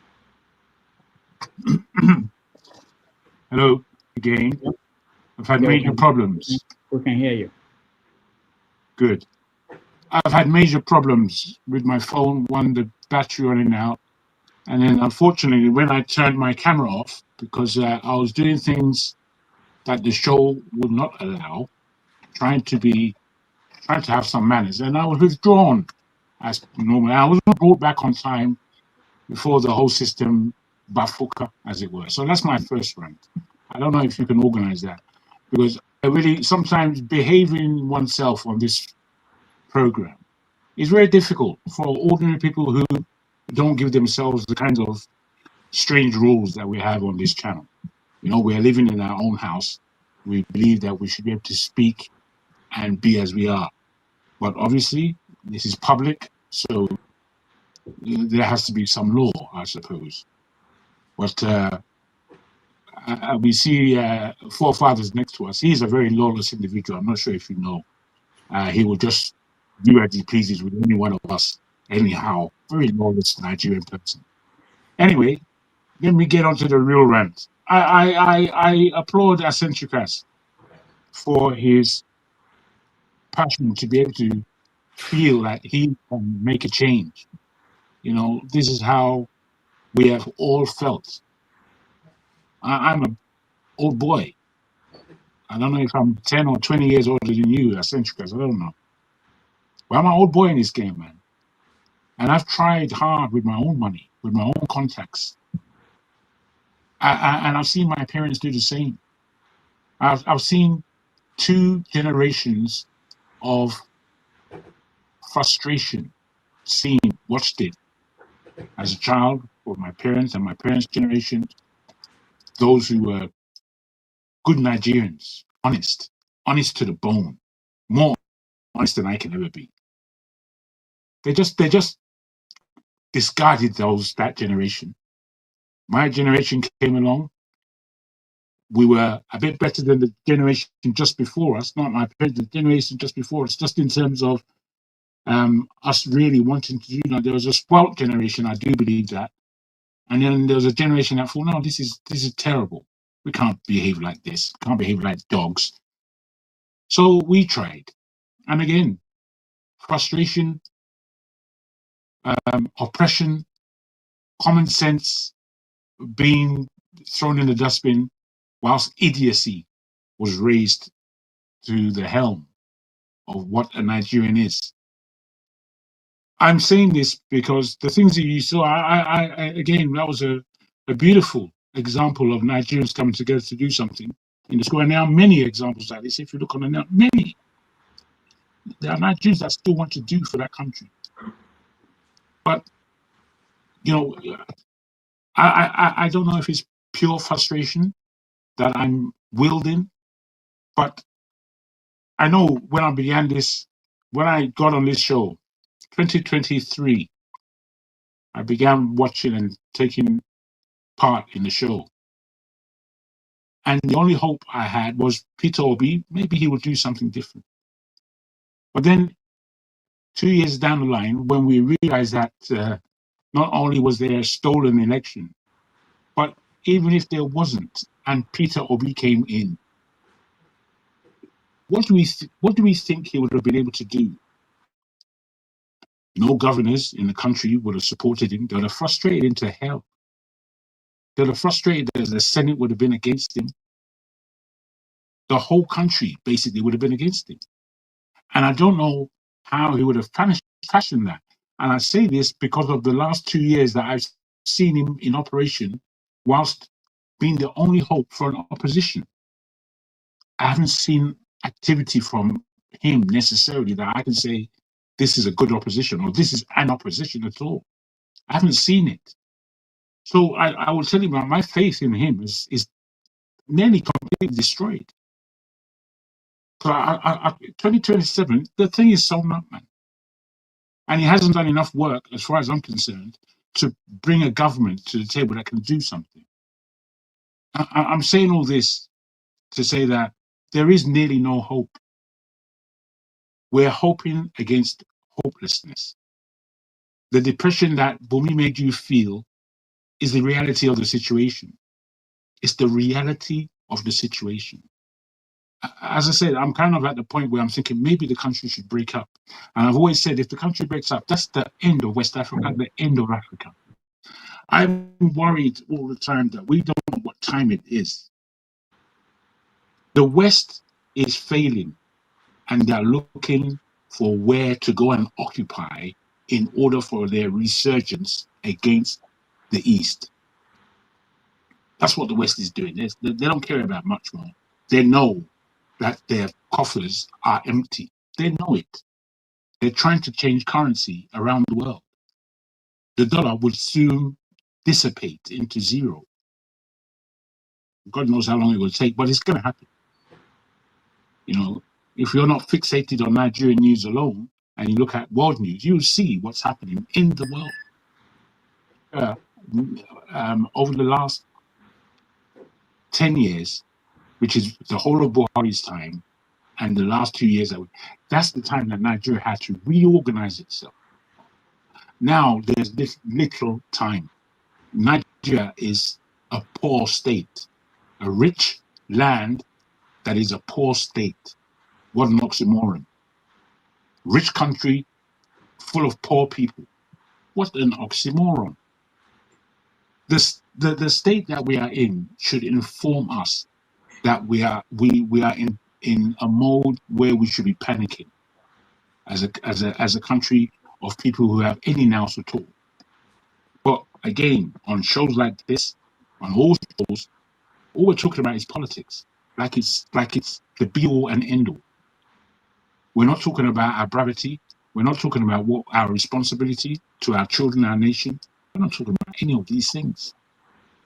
We're not talking about any of these things. We're just going along. The reason why I'm very personal about my experiences is because they're real experiences. They're not read in a book. I'm not here to pitter-patter about some book I read and didn't understand. That's not me, man. I used to do that in the beginning. I used to talk lots of history. Half of you don't understand any history at all. Why should I be doing it? I don't do it anymore. Don't do it. I'm trying to get to the bone of the situation, the scenario that we're in, the depth of failure that we've had over the years. Failure upon failure upon failure. It's got to be paid for. As somebody said before, freedom is not free. It's not. None of us really seem to understand. We're just pitter-patter all day long. I really, I'm not panicked, but again, I don't have a substitute country. I'm here in London, brought up in London, but it's not my country, and I know it's not my country. No British person has to tell me that this is not my country. But where do I run to? Do I really run to Nigeria? Is that where I run to? It's where I didn't want to run to Nigeria, apart from if it was with some kind of gusto or some kind of happiness. But me living in Nigeria and living selfishly, which is how you have to live in Nigeria. You have to formulate some kind of selfish protectionism around yourself with the money you have in order to navigate that country. I'm ashamed of us as a people. I'm ashamed. Especially when people, I recognize that people don't really recognize the depth of what certain people say when they say it. They don't recognize it. Instead, we castigate them, which tells me that we don't really know how to balance things in our own mind. We extremely personal as people. We take insult to heart. We take, if someone insults, it's, so what? Who are any of you? Who are you? People feel insult so deeply that they actually, you can see with what they say, that they want to kill, they want to commit damage on somebody else because they were insulted. You insulted? Go sit down, idiot. I don't know the amount of time that I know I will come to a draw. I normally beat you before you ring any bell, but I suppose I haven't been here for a couple of rounds. I just wanted to spill out that it's nearly over. I'm telling everyone on this show, listeners, commentators, panelists, it's nearly over if you don't understand what you've been reading, be it that you're a Bible basher, be it that you're somebody who's deep in the Quran, be it that you're a pseudo-intellectual and you're reading all the books that you have around you. Those books should have informed you what time it is. And if you feel that we've got another 10, 20, 30 years, you're a joker, you're an idiot, you're a complete buffoon. You're not thinking. You don't know how to think. You're not looking at what's around you. You're not seeing that the rich country that you're in, called the West, wherever you are, that poverty is entering into these lands. If you see the amount of homeless people in the streets in London, you'll be ashamed of you. You won't even understand. Is this not London? If you look at Paris, Paris is in trouble, big trouble. They're about to. If Macron doesn't do something soon, they will even assassinate crucify that guy. The West is in hard panic, and it has to do something. And it can't do something in China. It can't do something in Russia. It can't do something in any other part of the world apart from South America and Africa. That's where it can play their dirty games. So you sit there talking rubbish all day long, feeling insulted, wanting to hate your brother. All that rubbish that Nigerian people are full of. They like to hate. The way Nigeria is the state of Nigerian people's hearts. That's why it's like that. Our heart is dirty, dusty, full of filth. And that's what we have. Well done, Nigerians. Thank you, Jagan. Nicely done. Forefathers, you're next. Thank you for that. Thank you for that. You know, Jago, you know, may you live forever. You know, all these insults people like to insult. I don't know why they like to pick up me.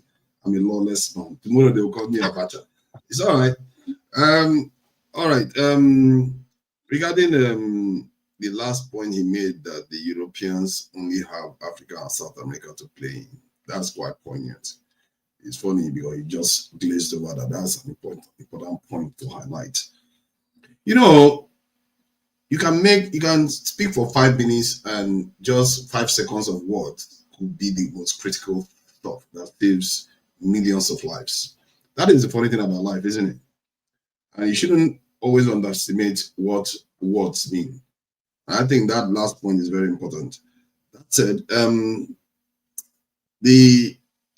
what Bumi is trying to express is the kind of, lack of hope that there seems to be. The video that was played shows that some people do some work, and I'm sure eccentricals would love to get involved in things like that because he's always been passionate about those things. They have their place, and we've always had them. Adiola does something like that. I wouldn't be surprised that Dr. Damages is doing something similar in the background. So they all have their place, but we have to deal with the macro level issues, the geopolitical issues, because they are often more consequential. I cannot be found trying to prepare food for my family where there is a storm of fire coming to the house. You have to deal with that storm because it's of no use feeding them when they are about to be burned to ashes. And there has to be people that can see these things coming. Things have higher priority, and this is what a kind of Bumi was highlighting, that the government will always sabotage whatever you do. You can work hard and do whatever you want. They will just come because they are operating on a macro level. And part of the bill, the tax bill, was also, they changed it so that the petrol money will have to be done in dollars, which is weird. I don't know who did that. Because that ties us to the West almost in perpetuity. Except that it's gone, somebody goes and alters it later on. Who did that? We don't know. They made that so that whenever we sell petrol, it has to be done in dollars. And also they limited the ability of the tax office to tax oil companies. So why would anybody do that? So you create a 2-tier system whereby there will be another kind of body, and in fact, you create a confusion in the taxing system. Then the other alteration was to ensure, to give powers to the tax authorities to come and just start, taking people without the court orders or things like that. So you can see that some of these alterations are not necessarily going to benefit Nigerians in any way. It's just going to create chaos within the system. Why they needed to alter it when everybody spent so long arguing with the government and they reached an agreement is really strange. And these alterations may have something to do with the fact that they are, the French are handling the documentation or the kind of this algorithm that they are using. And remember, there's an AI system involved too. That AI system could be made to target specific people that are not in the interest of the West or the French. This is the kind of stuff our people sign on to, and they don't know what they are signing on to. But that said, though, if I start blaming President Tinubu, I feel like I'm talking on a micro level because the issue is bigger than that. That's why I said even older people shouldn't even be running for office. There's something in their head that's already broken. They can't see straight. It's not because the younger ones are wiser. It's just that they are more likely to change. The older ones are frozen in place. There is a reason why they say you can't teach an old dog new tricks. They are frozen in place. Maybe our generation is done too. That's why I think to lead this country and to change it, let the young ones come in, make their mistakes. At least they can change. These old ones, they will freeze in place and they will see people that they should be challenging and they'll be worshiping them. They go on and they don't negotiate anything of significance for us. They are quite embarrassing at this stage. They are quite embarrassing, and it's just a state of affairs that we are in. Yes, Nigeria, there you can see the little progresses here and there. You can see that, one thing a lot of people don't know about, they don't talk about the gig economy that is in Nigeria right now, where there's a lot of young people that are working for companies overseas. They're not building their nations, by the way. They are helping other people build their nations overseas, which is a form of slavery that we are quite accustomed to behaving like that, isn't it? Everything we do is to serve other people. What am I doing here? Am I not here serving other people too? I'm not helping develop my own country. That's the thing I like about the Trump ban. Like, for once, he has done something that I actually appreciated, where he banned people from coming overseas. If he goes further and says he wants to deport all Nigerians that travel overseas, we will actually gain from it. We may not know it. We may frown individually that we don't like it, but Nigeria will gain from it. Because all those brains return back home, we will have to build. And if the government is in our way, we'll have to fight that government, because many of us that come from overseas are used to systems that work. You see what I mean? So, but they will never do that, because they know they are gaining from our brains. We are busy building their systems up. They will never do that. It's just that their own people don't know that. And what they are doing by having our people travel from our countries to their countries, they are weakening us while they are building their own countries at the same time, until the day of judgment arrives. When they feel like they need more, they come and take more. That is what people do. That's what power does. It's not their fault. It's just what it is. Have I spoken for 5 minutes already? Yeah? This guy spoke for 30 minutes. Am I the only one that followed the rules here? Yeah? So I just feel like we as Nigerians, we really need to pay attention to the macro level things. Our threat assessment ability is very, very lacking. We should be far more paranoid. See, the idea is be paranoid until they prove that they are not a threat. Anytime anybody does anything, question them. Even when they are innocent, don't care. Just show me what you are doing is right. Why are you going to this thing? Are you going there to go and sell us out? Ask him. And all those times when he's been going to France, and I was here saying it, and I said, he's going to France all the time. You think he's going to govern for you? Look at all the things he's been doing since he's in office. With the French, are you surprised? What? You are not the one ensuring his life. You are not the one ensuring he got into office. Why would he serve you? He's not there to serve you. He's there to serve people that gave him power. We have to start questioning stuff. But all I'm saying now, I'm not sure it's going to make a difference. That's the truth. It's not going to make a difference. A lot of people will talk, it's not going to make a difference. What is going to make a difference is something catalytic occurring. Let's say a revolution occurs by some kind of intervention, because there are powers in this world that want to see the West weaken in Nigeria and West Africa. If they come in and compete and try to cause some kind of intervention, that could change Nigeria. Or some foolish idiots will try to come and attack Nigeria, like Trump was saying. And if he did that, maybe that will galvanize Nigeria. Something, I don't know what it is, something needs to happen to wake our people up to the situation they are in. Because when you tell them about security, they will start insulting you, telling you, oh, it's not security, it's not this, you don't need people. How can you not know that? How can you not be paranoid? Why not just say, okay, yes, we need as many people as possible, and we need as many weapons as possible, we need as many weapons. Why don't you just say that?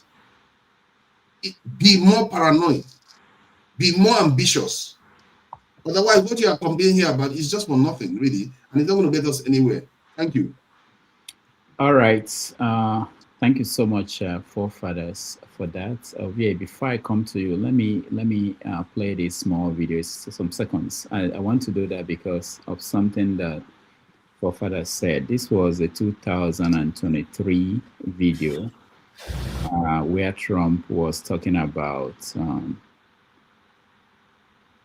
oil in Venezuela. I'm sure most of you have seen it. Okay. Now that I wanted to play it, I can find it. Okay, yeah, I got it. All of the blockade with Venezuela to regime change? It's the blockade. Not to let anybody going through that shouldn't be going through. You remember they took all of our energy rights. They took all of our oil from not that long ago, and we want it back. But they took it. They illegally took it. You mentioned getting land back from Venezuela. What land? Getting land, oil rights, whatever we had. They took it away because we had a president that maybe wasn't watching. But they're not going to do that. We want it back. They took our oil rights. We had a lot of oil there. As you know, they threw our companies out, and we want it back. I'm not sure. All right, Ovie, let's come to you. You're right. Sorry, Bumi, you are talking to a generation whereby at your age, you're looking for a motivational book to buy to stay motivated. That's to tell you the kind of generation you were talking to, you know. You sound exactly like, that's exactly what Sole was talking about, right? I understand your frustration. It's because most of us who come on public platform to prefer solution, not to prefer solution, to argue, because that's one of your frustration. We argue, then at the end of the day, we turn around, what is the solution? All right? That is because solution is tied to achievement or knowledge. To put it simple, you can't give what you don't have. So that's why we prefer to stay on headlines. We want to form mainstream cosmopolitans, forgetting that politics is still local. Unless you are a billionaire or you are a national icon, you have a national president, you are just a fish in the ocean when you are talking about national politics. You have no effect whatsoever. That's why when Dangote come and speak, everybody understand that that's a platform that he has. Once you know data level, stick to your community, offer them what you know or what you have. And if you don't have it, just stay out of the way. It's as simple as that, because it's a poll just came out to say 130 million Nigerians are not connected. Right? We educated people go say, oh yeah, they don't get access to the internet. No. An average local politician will analyze that 130. He go say, majority of those people are people who are farmers, who go to church, the same mosques, market square, they gather under the tree at the end of the day, talk their way into the night. That's where the majority are. So if you don't have the capacity to go down there, because that was the video that Damage showed, that's what it's about. The guy started when he was 24 years old. So because he has something, he felt something and he acted. We can speak grammar all you want. It still has to do with local. They start another project. I said another project because they do many, but I said another project called Vote for Your Neighbor. Don't vote for people who don't live with you. The goal is to produce 1 million t-shirts to circulate and make people they wear on. Vote for your neighbor.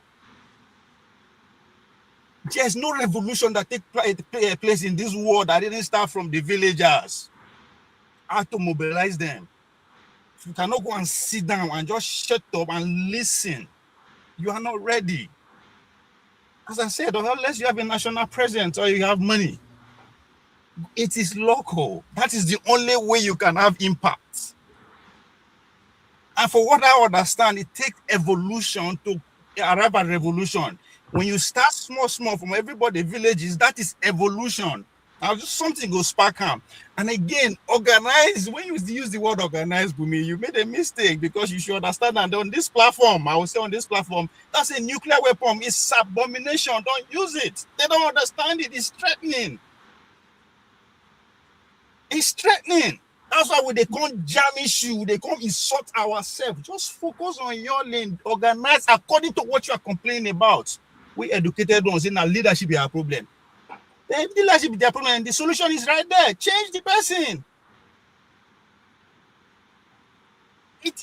There's no way to do. It's still door by door, door to door, neighbor, neighbor. That's the only way it's people, because that is one thing the politicians understand. Somebody was saying earlier on, saying, no, they see Tinubu children here again. Yes, because they know what time is it. They don't go back to villages. They don't go back to Jakakun. They do whatever they are doing. We again, I'm prepare for 2026 for us here on this platform, particular, because we did here 2023 pass. We know the problem. We come here cry over what they did wrong. 2024 part, 2025 part. Next year we will begin harassing innocent Nigerians. They don't vote for this person. They don't vote for this person. What the heck are you? All this why? Daily Farouk me, they thought, say, if you are not ready to organize people, don't come and mobilize them. Come 2027. That is the whole point. So, Bumi, I feel your pain, but if you realize on what a lot of us they do for you, we don't have capacity to actually carry out even what we believe in. We don't. So I feel your pain. Don't stay. If you have the capacity, if you know something, if you have an idea, start a platform, start something. You know why?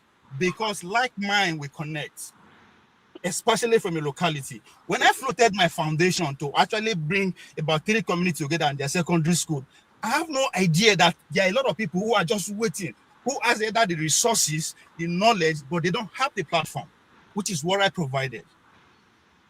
That is what I have at that time. As a national, everybody know me for my state.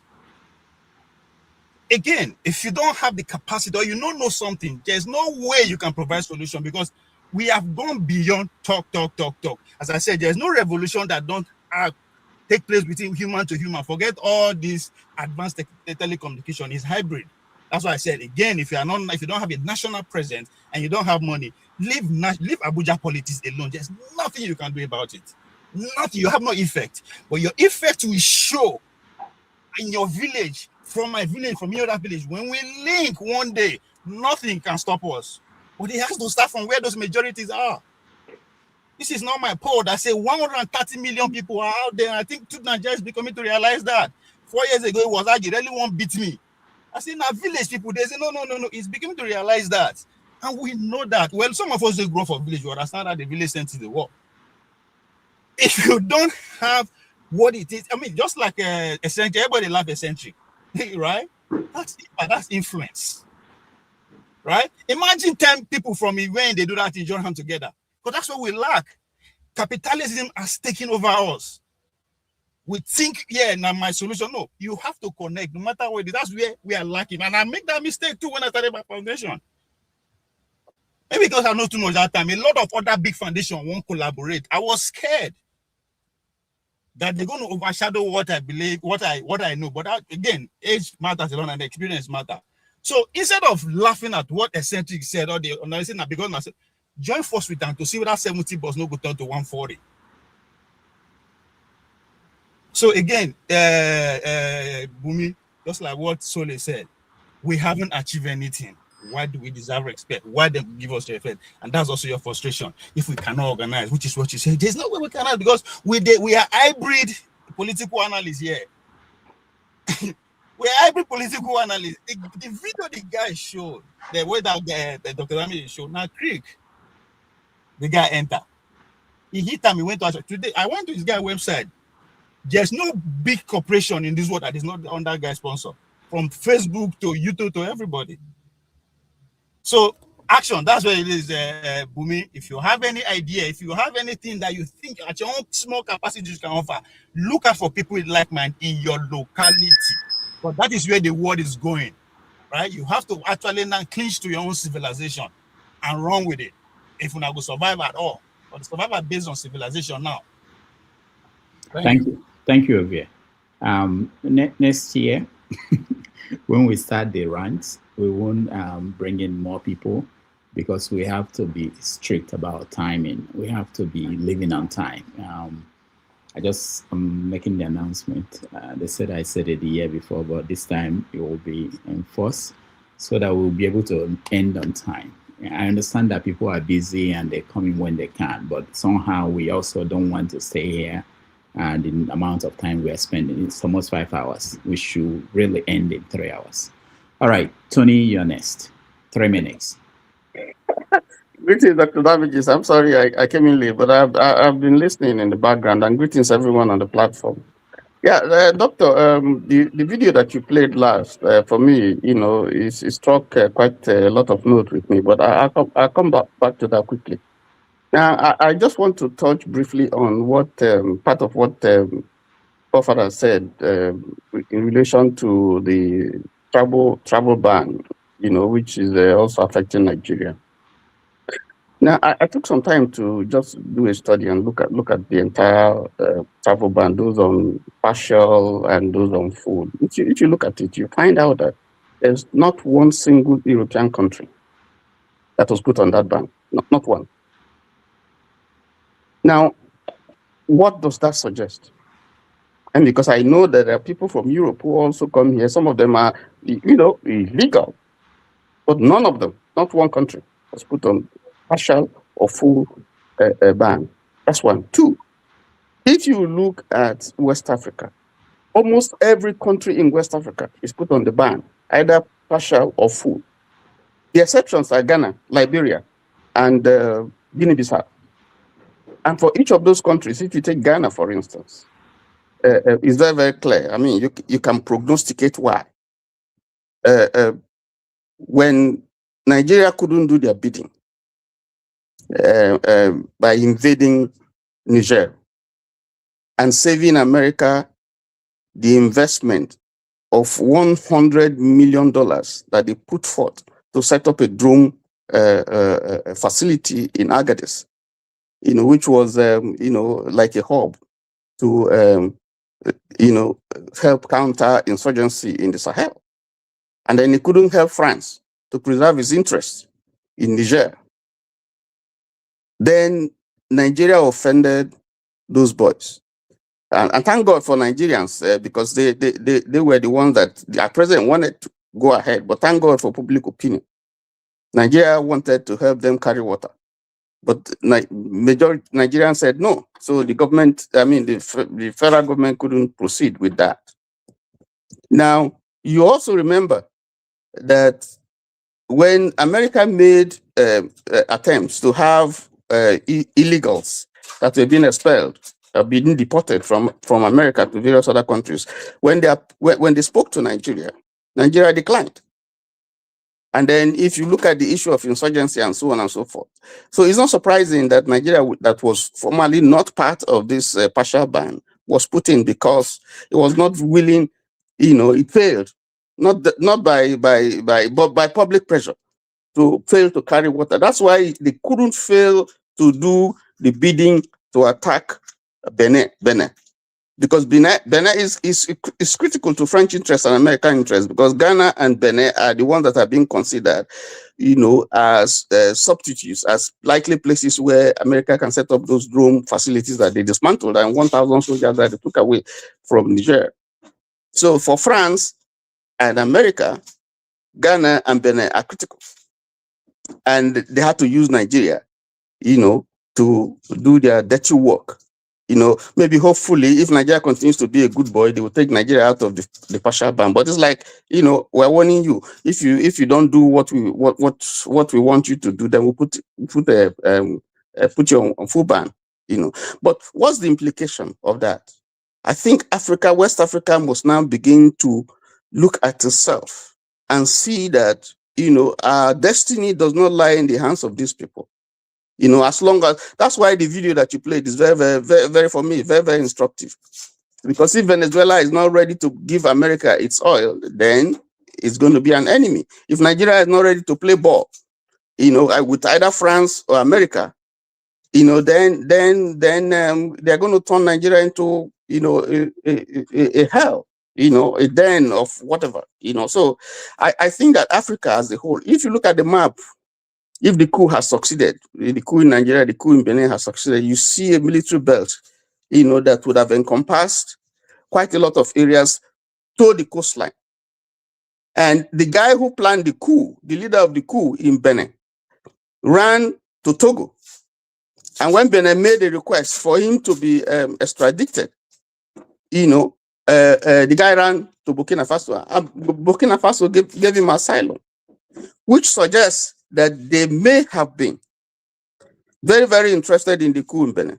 The AES states would have been. Otherwise, why would they, accept somebody, grant asylum to somebody who planned a coup in Benin?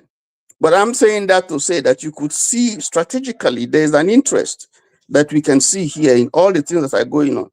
And unless West Africa can, the Sahel region, if they can stand and come as one and begin to build in a bulwark against these foreign interests, because all they are there is to exploit and exploit and exploit. So if we can achieve that, then I see hope. But the way that Nigeria is going, I don't see any hope, because I used to be one that used to, talk to people to be hopeful. But the events of the past few days and past few weeks, just for me, it's just a witness to me that, we've lost it. And that the present model and the trajectory upon which we are going now is not going to take us anywhere. And that the best option for us is everybody go your different ways. I rest my case. Thank you. Tony, last week you said America is not coming for our resources. What happened? What changed? You said? Last week you argued that they are not coming for our resources, saying genocide. So what happened? What changed? Last week? Was I on the platform last week? You are among those people that argue that they are not coming for our resources. Where? On which platform? You have not argued that. The last assignment that I did here was moderating. So when did I? Last assignment. That was your position. All right. That's the point I'm making. Thank you. No. That has never been my position. Thank you, Uwe. Comrade Omore, you're next.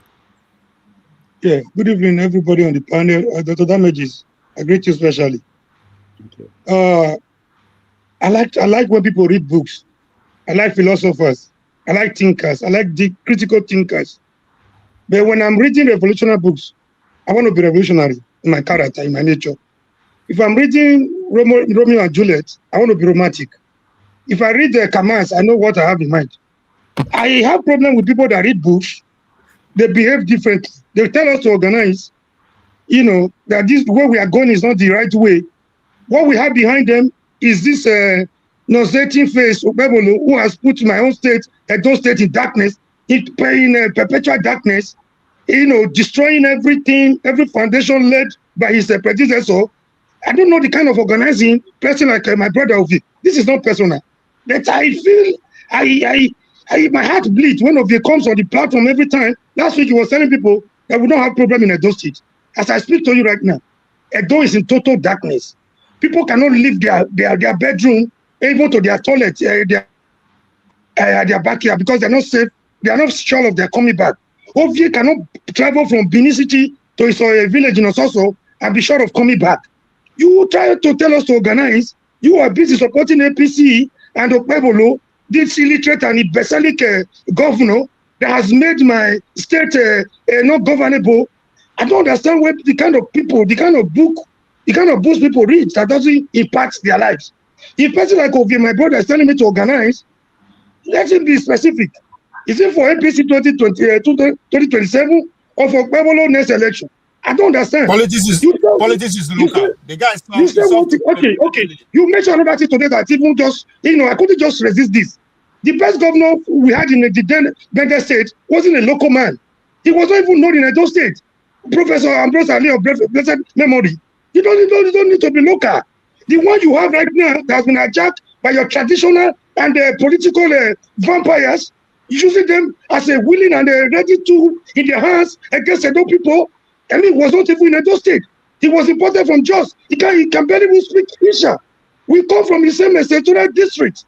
You come here to bamboozle people with all manners of, propaganda as you do in APC. I'm not comfortable when you're not the only person here. You ended by saying everybody knows you in Edo. Me, I don't know you in Edo. I met you on this platform. So the platform you have, what you are doing to organize, I don't get what you're saying.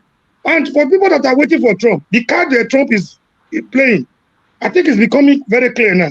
In South Africa, you said there was a genocide against minority whites. You opened the borders of America for them to come. Now you said there is a Christian genocide. In Nigeria, you close the border against the people you're trying to save. In case they want to kill them, they cannot come. Let them die in their shithole. If you don't understand by now that the shithole, what they mean by shithole, is where they can get their natural resources for their own benefit. You still waiting for Trump to come and liberate you. I don't know what to call you. Call Trump will not come. So long as Tinubu is a willing tool in their hand too. Whatever they tell him to do, he will do it just to satisfy their own personal interest and aggrandizement. If you continue to wait for Trump, I like the way you treated them. If you think they're doing something, they're not doing anything. They just want to create the impression that since Trump has spoken, they're beginning to do one or two things. Will it not surprise you? Do you ask yourself, why will you wait for Trump to speak, for Tinubu to, before he begins to pretend as if something is going on? Tinubu was working on the trajectory of Buhari. There's no difference between Buhari and Tinubu. If you think he's doing something different from what the foundation APC has laid, the evil and satanic foundation of APC and Buhari, I don't know what to call you. So if you wait for Buhari, you're going to wait in vain. It's high time we wake up from our slumber as a people and begin to think our destiny in our heart. If we continue to wait for a bully from America to come and save us, we're going to wait in vain. The solution is right with us, but we are not willing because we are cowards, want to go to heaven, but we don't know that. On this note, I rest my case. Thank you, Dr. Damages. All right. March one receipt. As we speak today, Okwagolo solved 120 years old war in my village as we speak today. Which war? The transitional ruler appointed by Governor Boseki by bringing his own stooge. Don't come here and tell us nonsense. You are not the only person from Edo. Don't come and give us what you are not. Don't make me angry. This is not personal. You don't talk finish now. You don't talk finish. These are verifiable facts. Okay, hold on, Ovie. This is the rant. We don't respond to rant. No, he called many times. He has upgraded Ososok grammars. You say one thing, you do another thing. You say one thing, as if Edo is a paradise. As if Okevo has made Edo a paradise on earth. We are suffering. I said, this is local. I don't care about your villa. I care about Nobody's as local as I am here. I'm a bushman. I don't do for you. That's your problem, not my problem. I'm organizing for him. You come here to talk rubbish every time. Don't represent your interest. Don't represent my people. Don't come here. Don't come here and speak to the name of Edo people. Talk about yourself, not Edo people. Measure your own. It's don't work for my people. So why not go vote for it? Why not organize? You are more Edo than me. Are you more Edo than I am?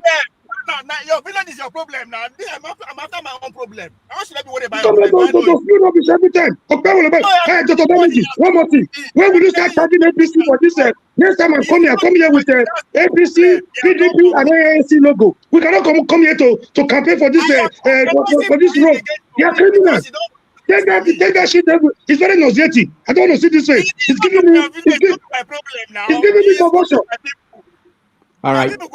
Thank you. That's wonderful enough. Let's hear Ife to round up for us. Ife, I have a video to end the show. You like it? Ife, go ahead. Wala. This is the problem we have in Nigeria. Exactly what Ovie and Comrade Omori is doing. Just a few seconds ago, when Trump called Nigeria a country of particular concern, he was right.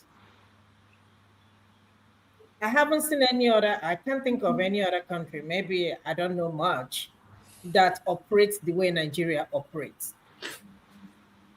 Today, our vice president made a comment and said that nobody in their right sense of mind will be able to stand up and challenge Tinubu. Aye. Nobody said anything. We all kept quiet and swallowed it and kept moving. We were here, 8 years of Buhari came and gone. We were here talking about the same thing over and over again. And here we are again, almost 4 years of Tinubu, and we are still doing the same thing. So the question I'm asking, what is the problem? What is the solution? What is the way forward? Corruption has eaten the depth of our country to the extent that even a child born today is corrupt. I don't think there is anybody living in Nigeria, I'm so sorry, allegedly, that is not corrupt. I hate to say that, but that's exactly how I felt when I went home. Everybody's corrupt. And when I mean corrupt, I don't mean in terms of stealing. Corrupt can be, so many ways. We have the same politicians, the same group of old cargoes since I started having interest in politics. I don't think none of them have changed. It's the same people I've been hearing about them. They are the same people that are still in power today. Tinubu is campaigning to be the president, continue in 2027. But like I said, if we have free and fair election today, by 12 noon, Tinubu will pack all his stuff and move back to Ikoyi. And somebody asked me, what is free and fair election? And the question, do we have free, fair, and credible election in Nigeria? Of course, we don't. The only reason why we are seeing what we are seeing today is because Tinubu knows that he's not going to win this election without rigging it. And guess what? The citizens are watching. Courtesy of Peter Aka, courtesy of Mama P and other people, speaking up against the corruption and electoral reform. The bottom line is that we don't need electoral reform in Nigeria. If we put the reform we have in place, we don't need no more electoral reform. The problem is that we created the problem ourselves. We don't have judiciary. Tinubu, to me, is one of I would say, the most powerful presidents in the whole world.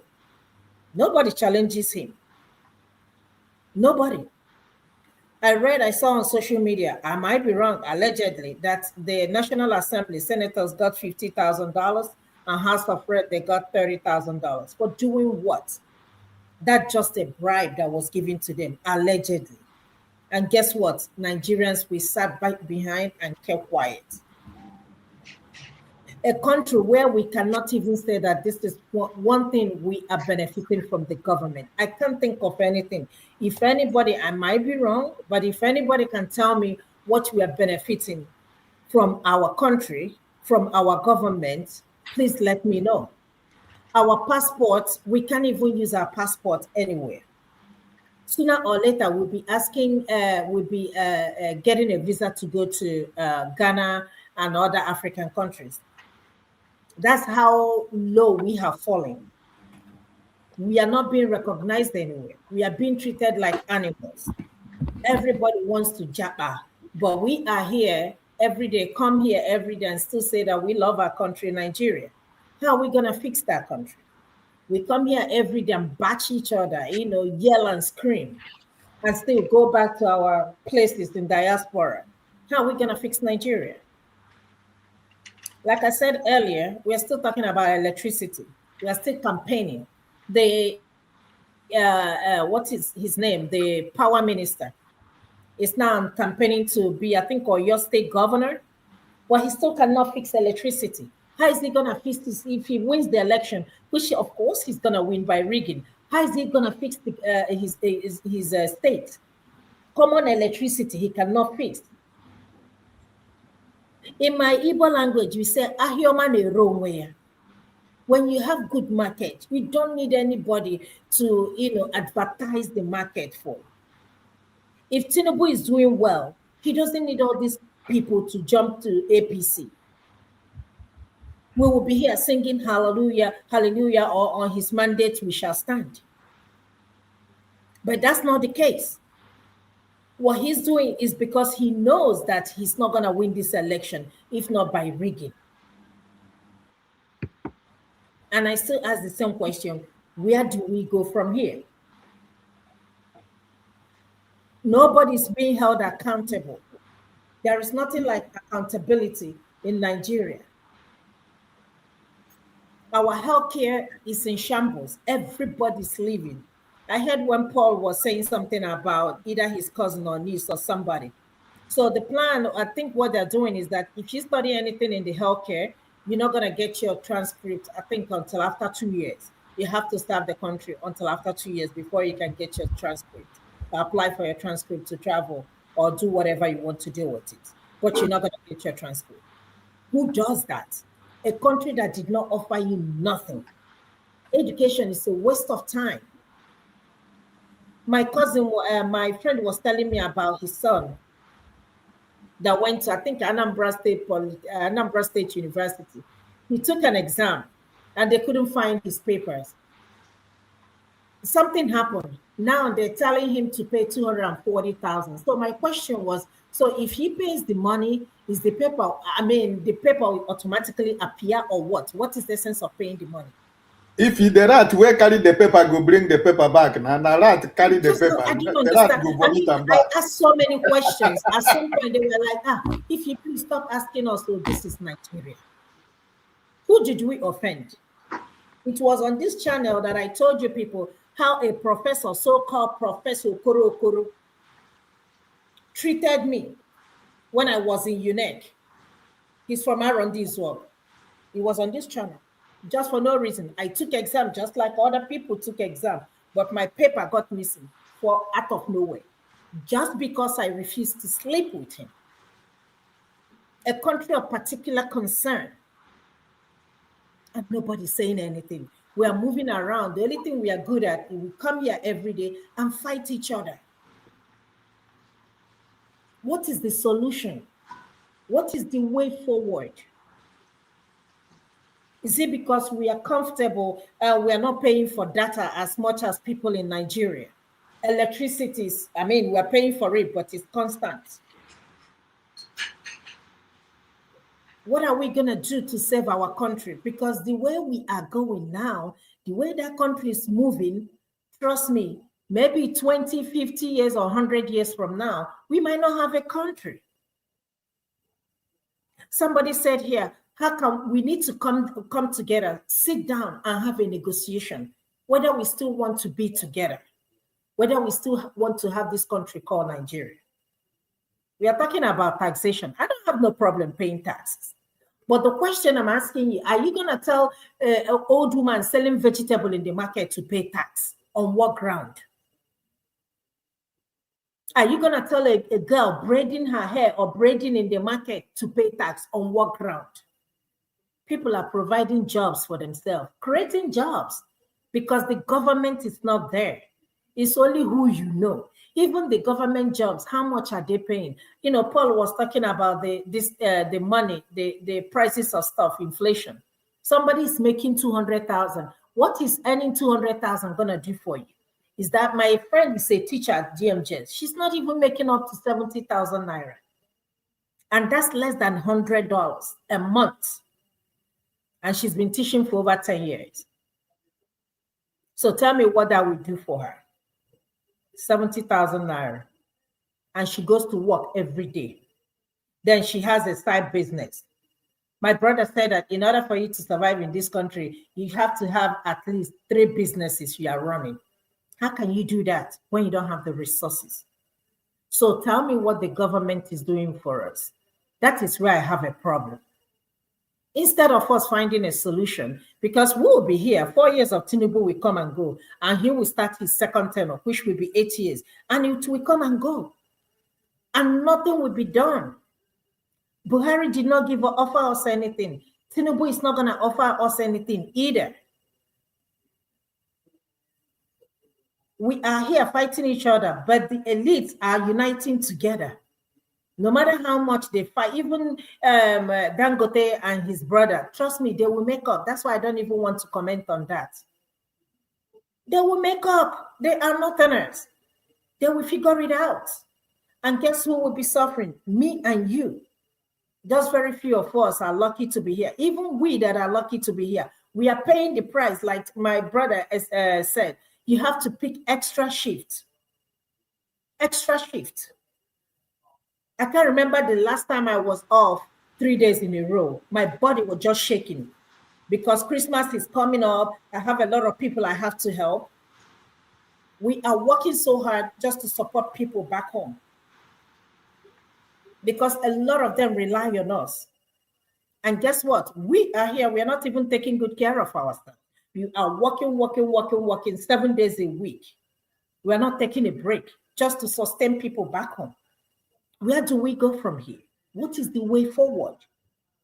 I hear everybody, brilliant ideas, but how are we going to put that to work so that we can fix our country? Running away is not the problem. It's not the solution. Because at the end of the day, I like to go to Nigeria. I'm going to go again. Before March, I'm going to go again. I love to go to Nigeria. Even with all the ranting, even self, I said when next I go, I will make sure I will video them at the airport. In fact, if they ask me to pay the 6,000 naira, I will turn my camera on. I'm gonna create a scene. But I still want to go to Nigeria. That is where I belong to. That is home for me. Trust me, if Nigeria is working, a lot of us will not be in diaspora, no matter what. So the question is this. The question is not all these brilliant ideas. The question is how we're gonna fix our country. Because we haven't achieved anything so far in the 8 years of Buhari that came and gone. And we are dealing with Tinubu now. And he's almost about to finish the first 4 years. What are we gonna do? If there is no solution, then we don't have no business being here all the time, talking about the same thing. Every political channel you go to, everybody saying the same thing over and over again. Sometimes I will just click it and say, the same thing. What is the solution? If there is no solution, we don't have no business being here. At Debowale, we're gonna be here tomorrow. I'm very eager to hear what he's gonna say. Hopefully, I will be around to ask him questions. What is the solution? We know all what the problems are. How are we gonna get rid of all these people and bring the people who are knowledgeable? Corruption is everywhere. Corruption is even more in America than anywhere in the whole world. But we're still living in a country where the system works. I'm not afraid of leaving my house at 2 a.m., 1 a.m., any time of the day, any time of the night. I'm not afraid. But you can't do that in Nigeria. You can't even open your gates. When our governors or our leaders, they do something, we clap for them. Is it not what they're supposed to do? I saw one senator sharing stems of cassava. Stems of cassava, you heard me well. Cassava, stems. And people were clapping for him. Who did this to us? Look at what Natasha is doing. She has only been there for like 2 years. And look at what she's doing. A woman for that matter. She's exposing. If you leave, I know she was going to say more, but she doesn't want to say a lot. Today, Reno Omokri is an ambassador. We are rewarding evil people with political positions. Party government, that is what we are seeing right in front of us. And again, we are not doing anything. We're going to let it slide. Once she say anything in support of your president, you will get a political appointment. Look at FFK. He's an ambassador. All of them, former wife of Imo State Governor, Oju Zokalo's daughter, ambassador. Based on what? What is the criteria? We saw all how they went through the confirmation process. Just if you mention your name, you are confirmed. Just say your name. My name is Ifoma. You are confirmed. Reno Omokri, you are confirmed. I'm looking, I'm watching, but I weep for my country. If we don't do something, our children will never have a country called Nigeria. This corruption is getting worse. And I don't think we have solution to that. Until we rise up as a citizen, until we put our political differences aside, until we put our religious differences aside, we will never achieve anything. This country called Nigeria is on the verge of disintegration. It's just a question of time. It might happen while we are still here or after we are gone. Thank you, Papudoka. All right. Thank you, Ife. Let me play this video and then we're on. Yes, you don't attack the Igbos again. The Igbos are your, allow me, yes, I finish. You have rights of reply. The Igbos are your friends. We are the sort of this nation. We are friendly to every tribe. If you go to your village, want to say something? Igbos are living there. Whether they are Igbos of Delta or they are Igbos of Onitsha or Iberi or Abia or they are living there in their village. Yes, sir. You are my friend. Yes, sir. Very good friend of mine. Yes, sir. You who should build togetherness for the nation. Yes, sir. So the nation, behave like President Tinubu. Yes, sir. Who build friendship everywhere. Yes, sir. And that's what we are trying to. I want to thank you for coming with the chairman. Yes, sir. Of our party. Yes, sir. That shows you are a party now. Yes, sir. Maintain that party affiliation. Yes, sir. You are an ambassador of Nigeria. Yes, sir. And also, you can leave it to you. No, I want to pray. I want to maintain the party affiliation, respect our state chairman, because if it's a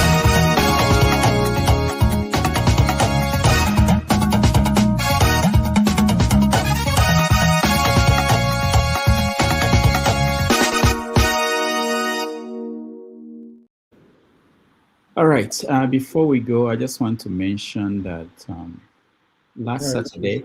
Where is my work bag? Last Saturday, one of our graphic designers and editor got married. His name is Ola Afolabi. We were not able to go there to be at the wedding in Abuja, but he sent me just a few clips in less than 1 minute. I want to place just two of them for you guys, because there are people behind the scene who help us to put up this show every week. Let me play just a few seconds of that video.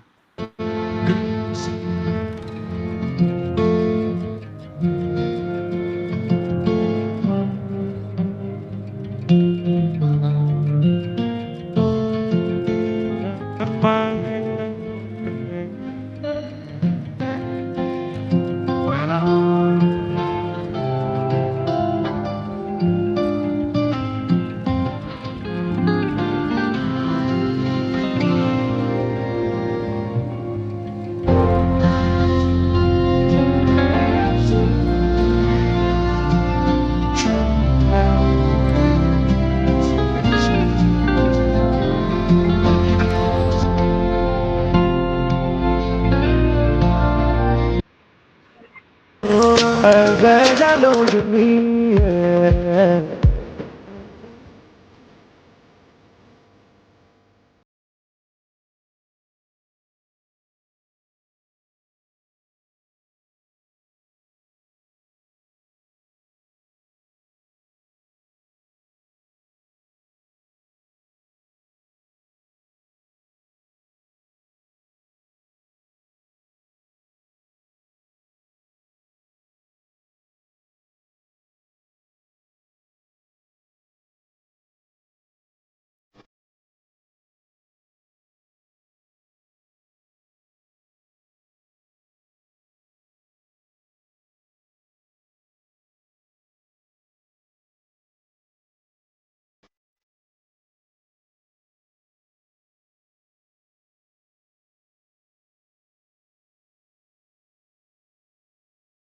All right, so congrats to Ola and his beautiful wife.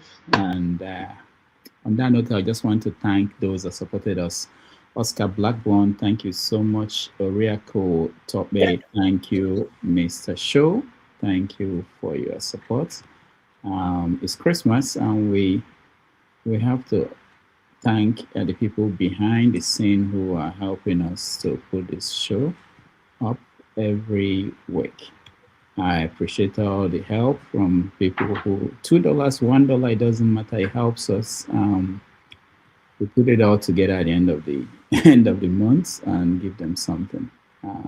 Ted Devinson, thank you so much. Ibo Basics, thank you. So next week we are also going to be live. We are going to bring special guests in, but for tomorrow we have SDP's presidential candidate in the last election. Most of you know him. He will join us tomorrow, Prince Adewale Adebayo, to talk about the state of things in Nigeria with his unique perspective on what is going on. All right, on that note, I want to thank everybody that joined us today, those that watched at home, those on the comment section. I read most of your comments. Thank you so much. We can't do this without you guys. Ify, thank you for being here. I appreciate you. Can I say something? Yeah, go ahead. Just because you give people the privilege to, moderate does not mean that, you can. I'm just saying this because of forefathers. Because the last time I was here, he disrespected me so bad. I didn't want to respond in a negative way. Yes, You need to call him by the side and talk to him. A lot of people don't want to come to the show whenever he's moderating. So you need to really, really talk to him. This is not his show. He has his own platform. He can go there and do whatever he wants to do. We are all entitled to our own opinion, just like he's entitled to his own opinion. We don't have to like each other. We have differences. That's fine. And that is the same problem we have as Nigerians. He took me off because I disagree with his opinion, and I have every right to disagree. I don't have to wait. I mean, I don't like him, period. We don't like each other. We're not here to make friends. But respect me just like I respect you. So I only came today because you are here. If you're not here, I'm not gonna come to anything he's doing. I already crossed it out. All right, thank you, Fee. Sorry. Congratulations for your book. Congratulations for your book. I forgot to tell you. All right, thank you, Tony. We'll talk about that. Thank you. I told him. Now be the first person that brought that book to your notice here last week. Okay, thank you. We'll talk about that very soon. Thank you. But let me just say, I forgot to mention one man went to more as one of the people that gave us money. It's a mistake. It's not that there's a reason why I shouldn't. All right. Thank you, everybody. Forefathers, did you come back because you want to? I don't think there's. Yeah, I wanted to say something because the last time this happened, the next day I did what was supposed to be done, and I apologize for my actions that day. But clearly, I don't need your apology. This is don't bother. I can't be asked for people that just be in their feelings. See, on that day, the reason why I removed her was because she was unruly. They don't like to be controlled. They just want to behave anyhow they have. When they come to you, they respect you because you own the channel. They know they can't try nonsense with you. When they come to me, they don't want to follow rules. Then when you take them out, they get upset. How dare you? Because you see how she's saying that I own my own channel because they don't see me as somebody that owns the channel. So she feels like she can disrespect me. The next day, I actually apologize. You heard what she said? She doesn't care about my apology. She just wants to hate. Hate. If you want to hate, you are hating it. Let's not. Ridiculous. Yeah, thank you. Thank you, everybody. Jagun, you are saying something. I can't hear you. You're muted. What I wanted. Sister Ify to go. I wanted to say something. Okay, go ahead. Thank you, Dr. Damages. Thank you. If I may, I wanted to just be as fair as possible. And if Forefathers didn't come on and say that he apologized, I would have said it to her. The only thing is that these things that come Forefathers' way, I know they frustrate him a lot. And managing the show can't be easy. However, there is a style of managing the show that you won't frustrate yourself.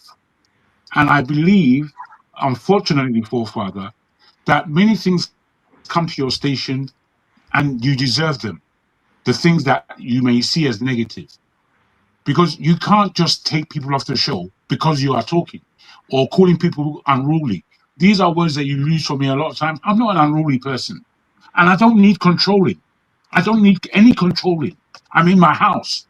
And this is what Rudolph doesn't just get respect because he's the owner of the show. That is a fallacy. Because I can speak to anyone, anyhow I want. Rudolph gets respect because he respects. Simple.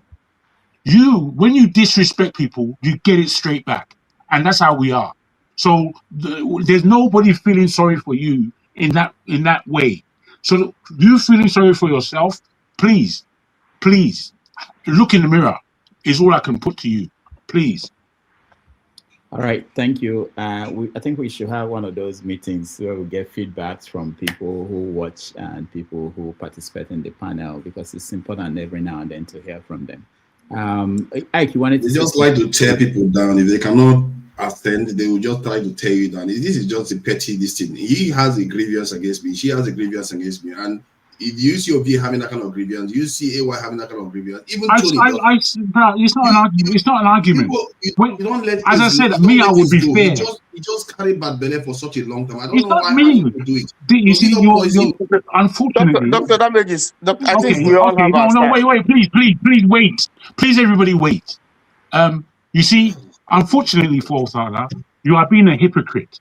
Because what you normally say about me is that it's easy to deal with Jagun because he forgets, he doesn't carry things on. That's what you have said from your own mouth. Now you're saying Yeah, the I've said opposite. that before, It's but this kind of it's clear thing that that you do. you No, actually bro, you I can be can't wrong, you know, argue I can be wrong. from both sides. I can be No, wrong. you On can't that one, argue from I both know sides. that you actually can. Your own bad belly is not deep. You're I still going to don't. come to I've the said to channel. you many times, I have nothing. Ify that you offend her once, she will hold the I grudge for months. have nothing. That's the difference. But you Okay. keep sniping, All I'm saying. continuously, endlessly. And something can have that No. solution. The only reason, Everybody have that. I don't care. It doesn't brother. matter. It doesn't matter to me because I I'm know just you're saying to you offended now. and you feel like you need to You hit out said it. at You somebody. said it. Hit out Don't at repeat. me. I'm a brick wall. Go ahead. Dr. Jamidis, Bros. Dr. Jamidis is trying to go. You don't have to repeat yourself. I'm not going to repeat myself. I say things once and you will hear it. And all I'm telling you, sir, is that nobody has anything against you. Nobody. I don't. But you must know that the way you moderate is many people come to your show because they like your show, they like the way you do things. However, there are certain aspects of the way you do things that are completely and entirely wrong. And when we tell you in a friendly way and you don't hear it, we tell you in a strong way and you still don't want to hear it, what do? We respect that the time you keep with us here. You're in London, which means that everybody in America, apart from those of us in London who are staying to 6 o'clock in the morning when it's simply 12 o'clock midnight in America. You think that people don't appreciate that? We've told you many times. But the fact that we may give you plaudits, one thing. The fact that we critique you is the worst thing in life. That's not how to be balanced, I'm afraid. It's not. Dr. Damages, please, can I say something? All right. I quickly, I think that forefathers have a style. I disagree with him most of the time. But and if you look at the discussions that we have, forefathers has his own style, which some of us may not like, but I don't think that it is proper for us to come and demonize forefathers here. I don't agree with it, even though I don't agree most of the time with him. For me, I think he's a good guy. We just disagree on a couple of things, and he has his own style. We might disagree with his view, but how in the run things, I don't think anybody have a problem with that. My problem in a way is views, which is normal, his opinion, but I run the show. Except if you're against Delo, you get personal too. Run the show. Dr. Damaging is coming with 30 years experience. It's not somebody to compare with. There's no particular way to handle this kind of show. You are sitting for 8 hours, 9 hours. This is live. It is not a tape show. It's live. You are that is his character. Now I want making the act. That's who he is. Like I mean, when those happen, it's when I want to end the show. I will tell them I want to end the show. They should cut it short. They will refuse. As an elderly person, but can we go 1 week without just making sure about you as a person? Is that possible? All right. No, it's not. Thank you, Ovie. Ike, you wanted to say something or no? What I wanted to say was about Ify, but what being said now, I think that we wouldn't have been having this conversation if our father did not come here to begin to respond. I felt the proper channel to do this is when you got this complaint from Ify, you can talk at the background with forefather. So we are not supposed to be, talking about this here, but I believe that he caused the problem. To come up the screen here and begin to defend himself, right? There is a proper place to do that. All of us, I don't handle program, but I lead a group of people where I work. There are certain things I'm not supposed to discuss with every worker. I need to call in the office. I close the door. We talk about it, and so yeah. I think that was You're right. I could still do that, but he came up and I didn't want to shut him down because he might look like he wanted to say something, and But anyway, we'll talk about that. Thank you, everybody. Thank you for being here. It's a wonderful day. We spent another 5 hours. Getting to 6 hours. This is not happening next year. Thank you, everybody. I appreciate all of you. Tomorrow, the Prince will be here, and other people will have a conversation. Is that coming on later? Huh? Forefathers will have a show next. Yeah. All right.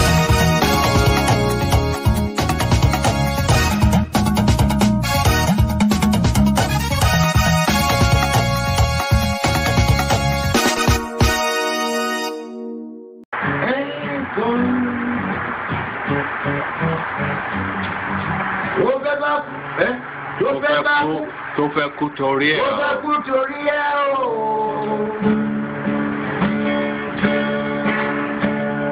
Ọwọ́ ẹni ló ti ṣàánú kọ́. Ayé la bá, ayé la fi sílẹ̀ sí. Rọ̀nà èyí yóò. Thank you so much for watching. Thank you. Have you subscribed? Yes, you. Have you subscribed? You. Yeah, before you go, click. It's free. Click. Just that's it. Have you subscribed? You are laughing. Have you subscribed? Have you subscribed? Thank you. Thank you. Thank you. Hey, madam. Thank you so much. I can see you. I can see you. We have to get to 100,000 subscribers. This by the end of the year. How are we going to do that if you don't subscribe? Yes, you. Yes, you're about to click off. Why? Have you subscribed? It's free. If you don't, ask your son, ask your daughter how to. Just one click. Thank you. Thank you. I see you. Aha. Thank you very much. Thank you very much. I'll see you tomorrow.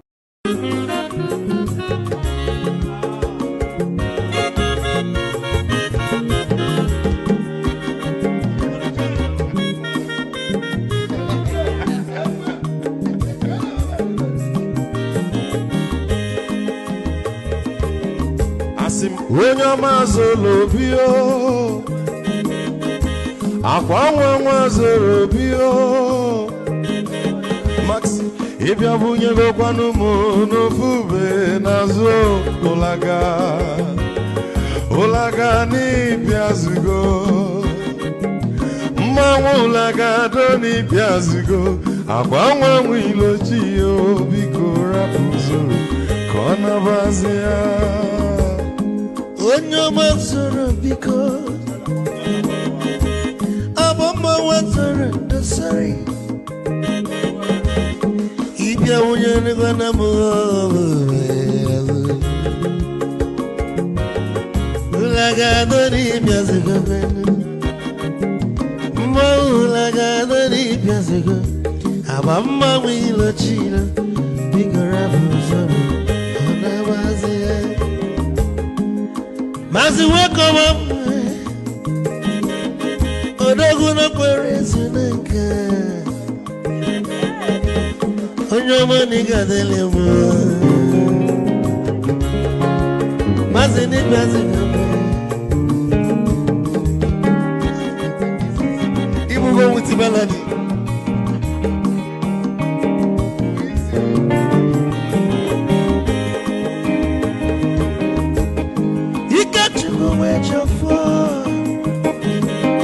Odogu na chala noka Ezi wane mliga delemo Olagado ni pezigo Mo olagado ni pezigo Amama mwilo chilo Bikura muzoro Anabazi Say Onyama zoro Mama wazara nesari Ibya muyanu kwana mo ofube naru Ulaga doni biazugo Nazaboy Ulaga doni biazugo Amama wilo chilo Biko rapu zoro Anabazi Odogu kenenu bikechofo Ama kwa mnika kugogia Waligwe kwelo Ikejo mabele bege Hey you boy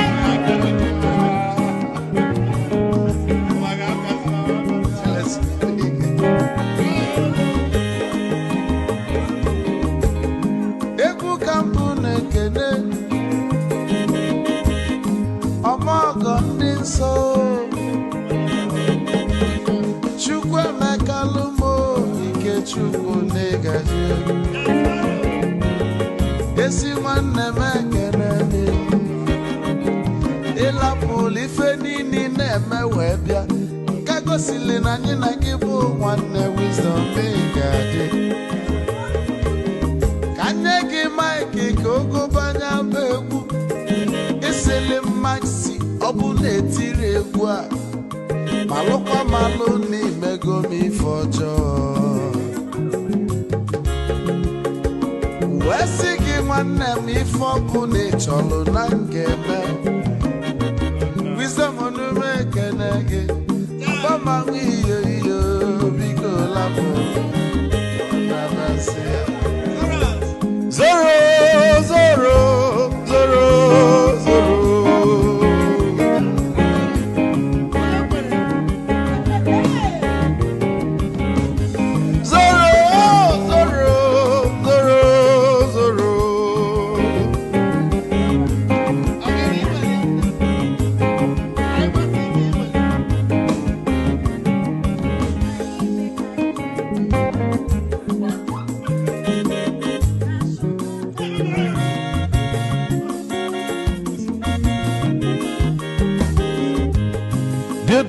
joy na bugwa Hausa Sokoto ujembe nwilo anụ solo nwe nwe ma n'ọfịa na-ara onye nwụrụ ozuru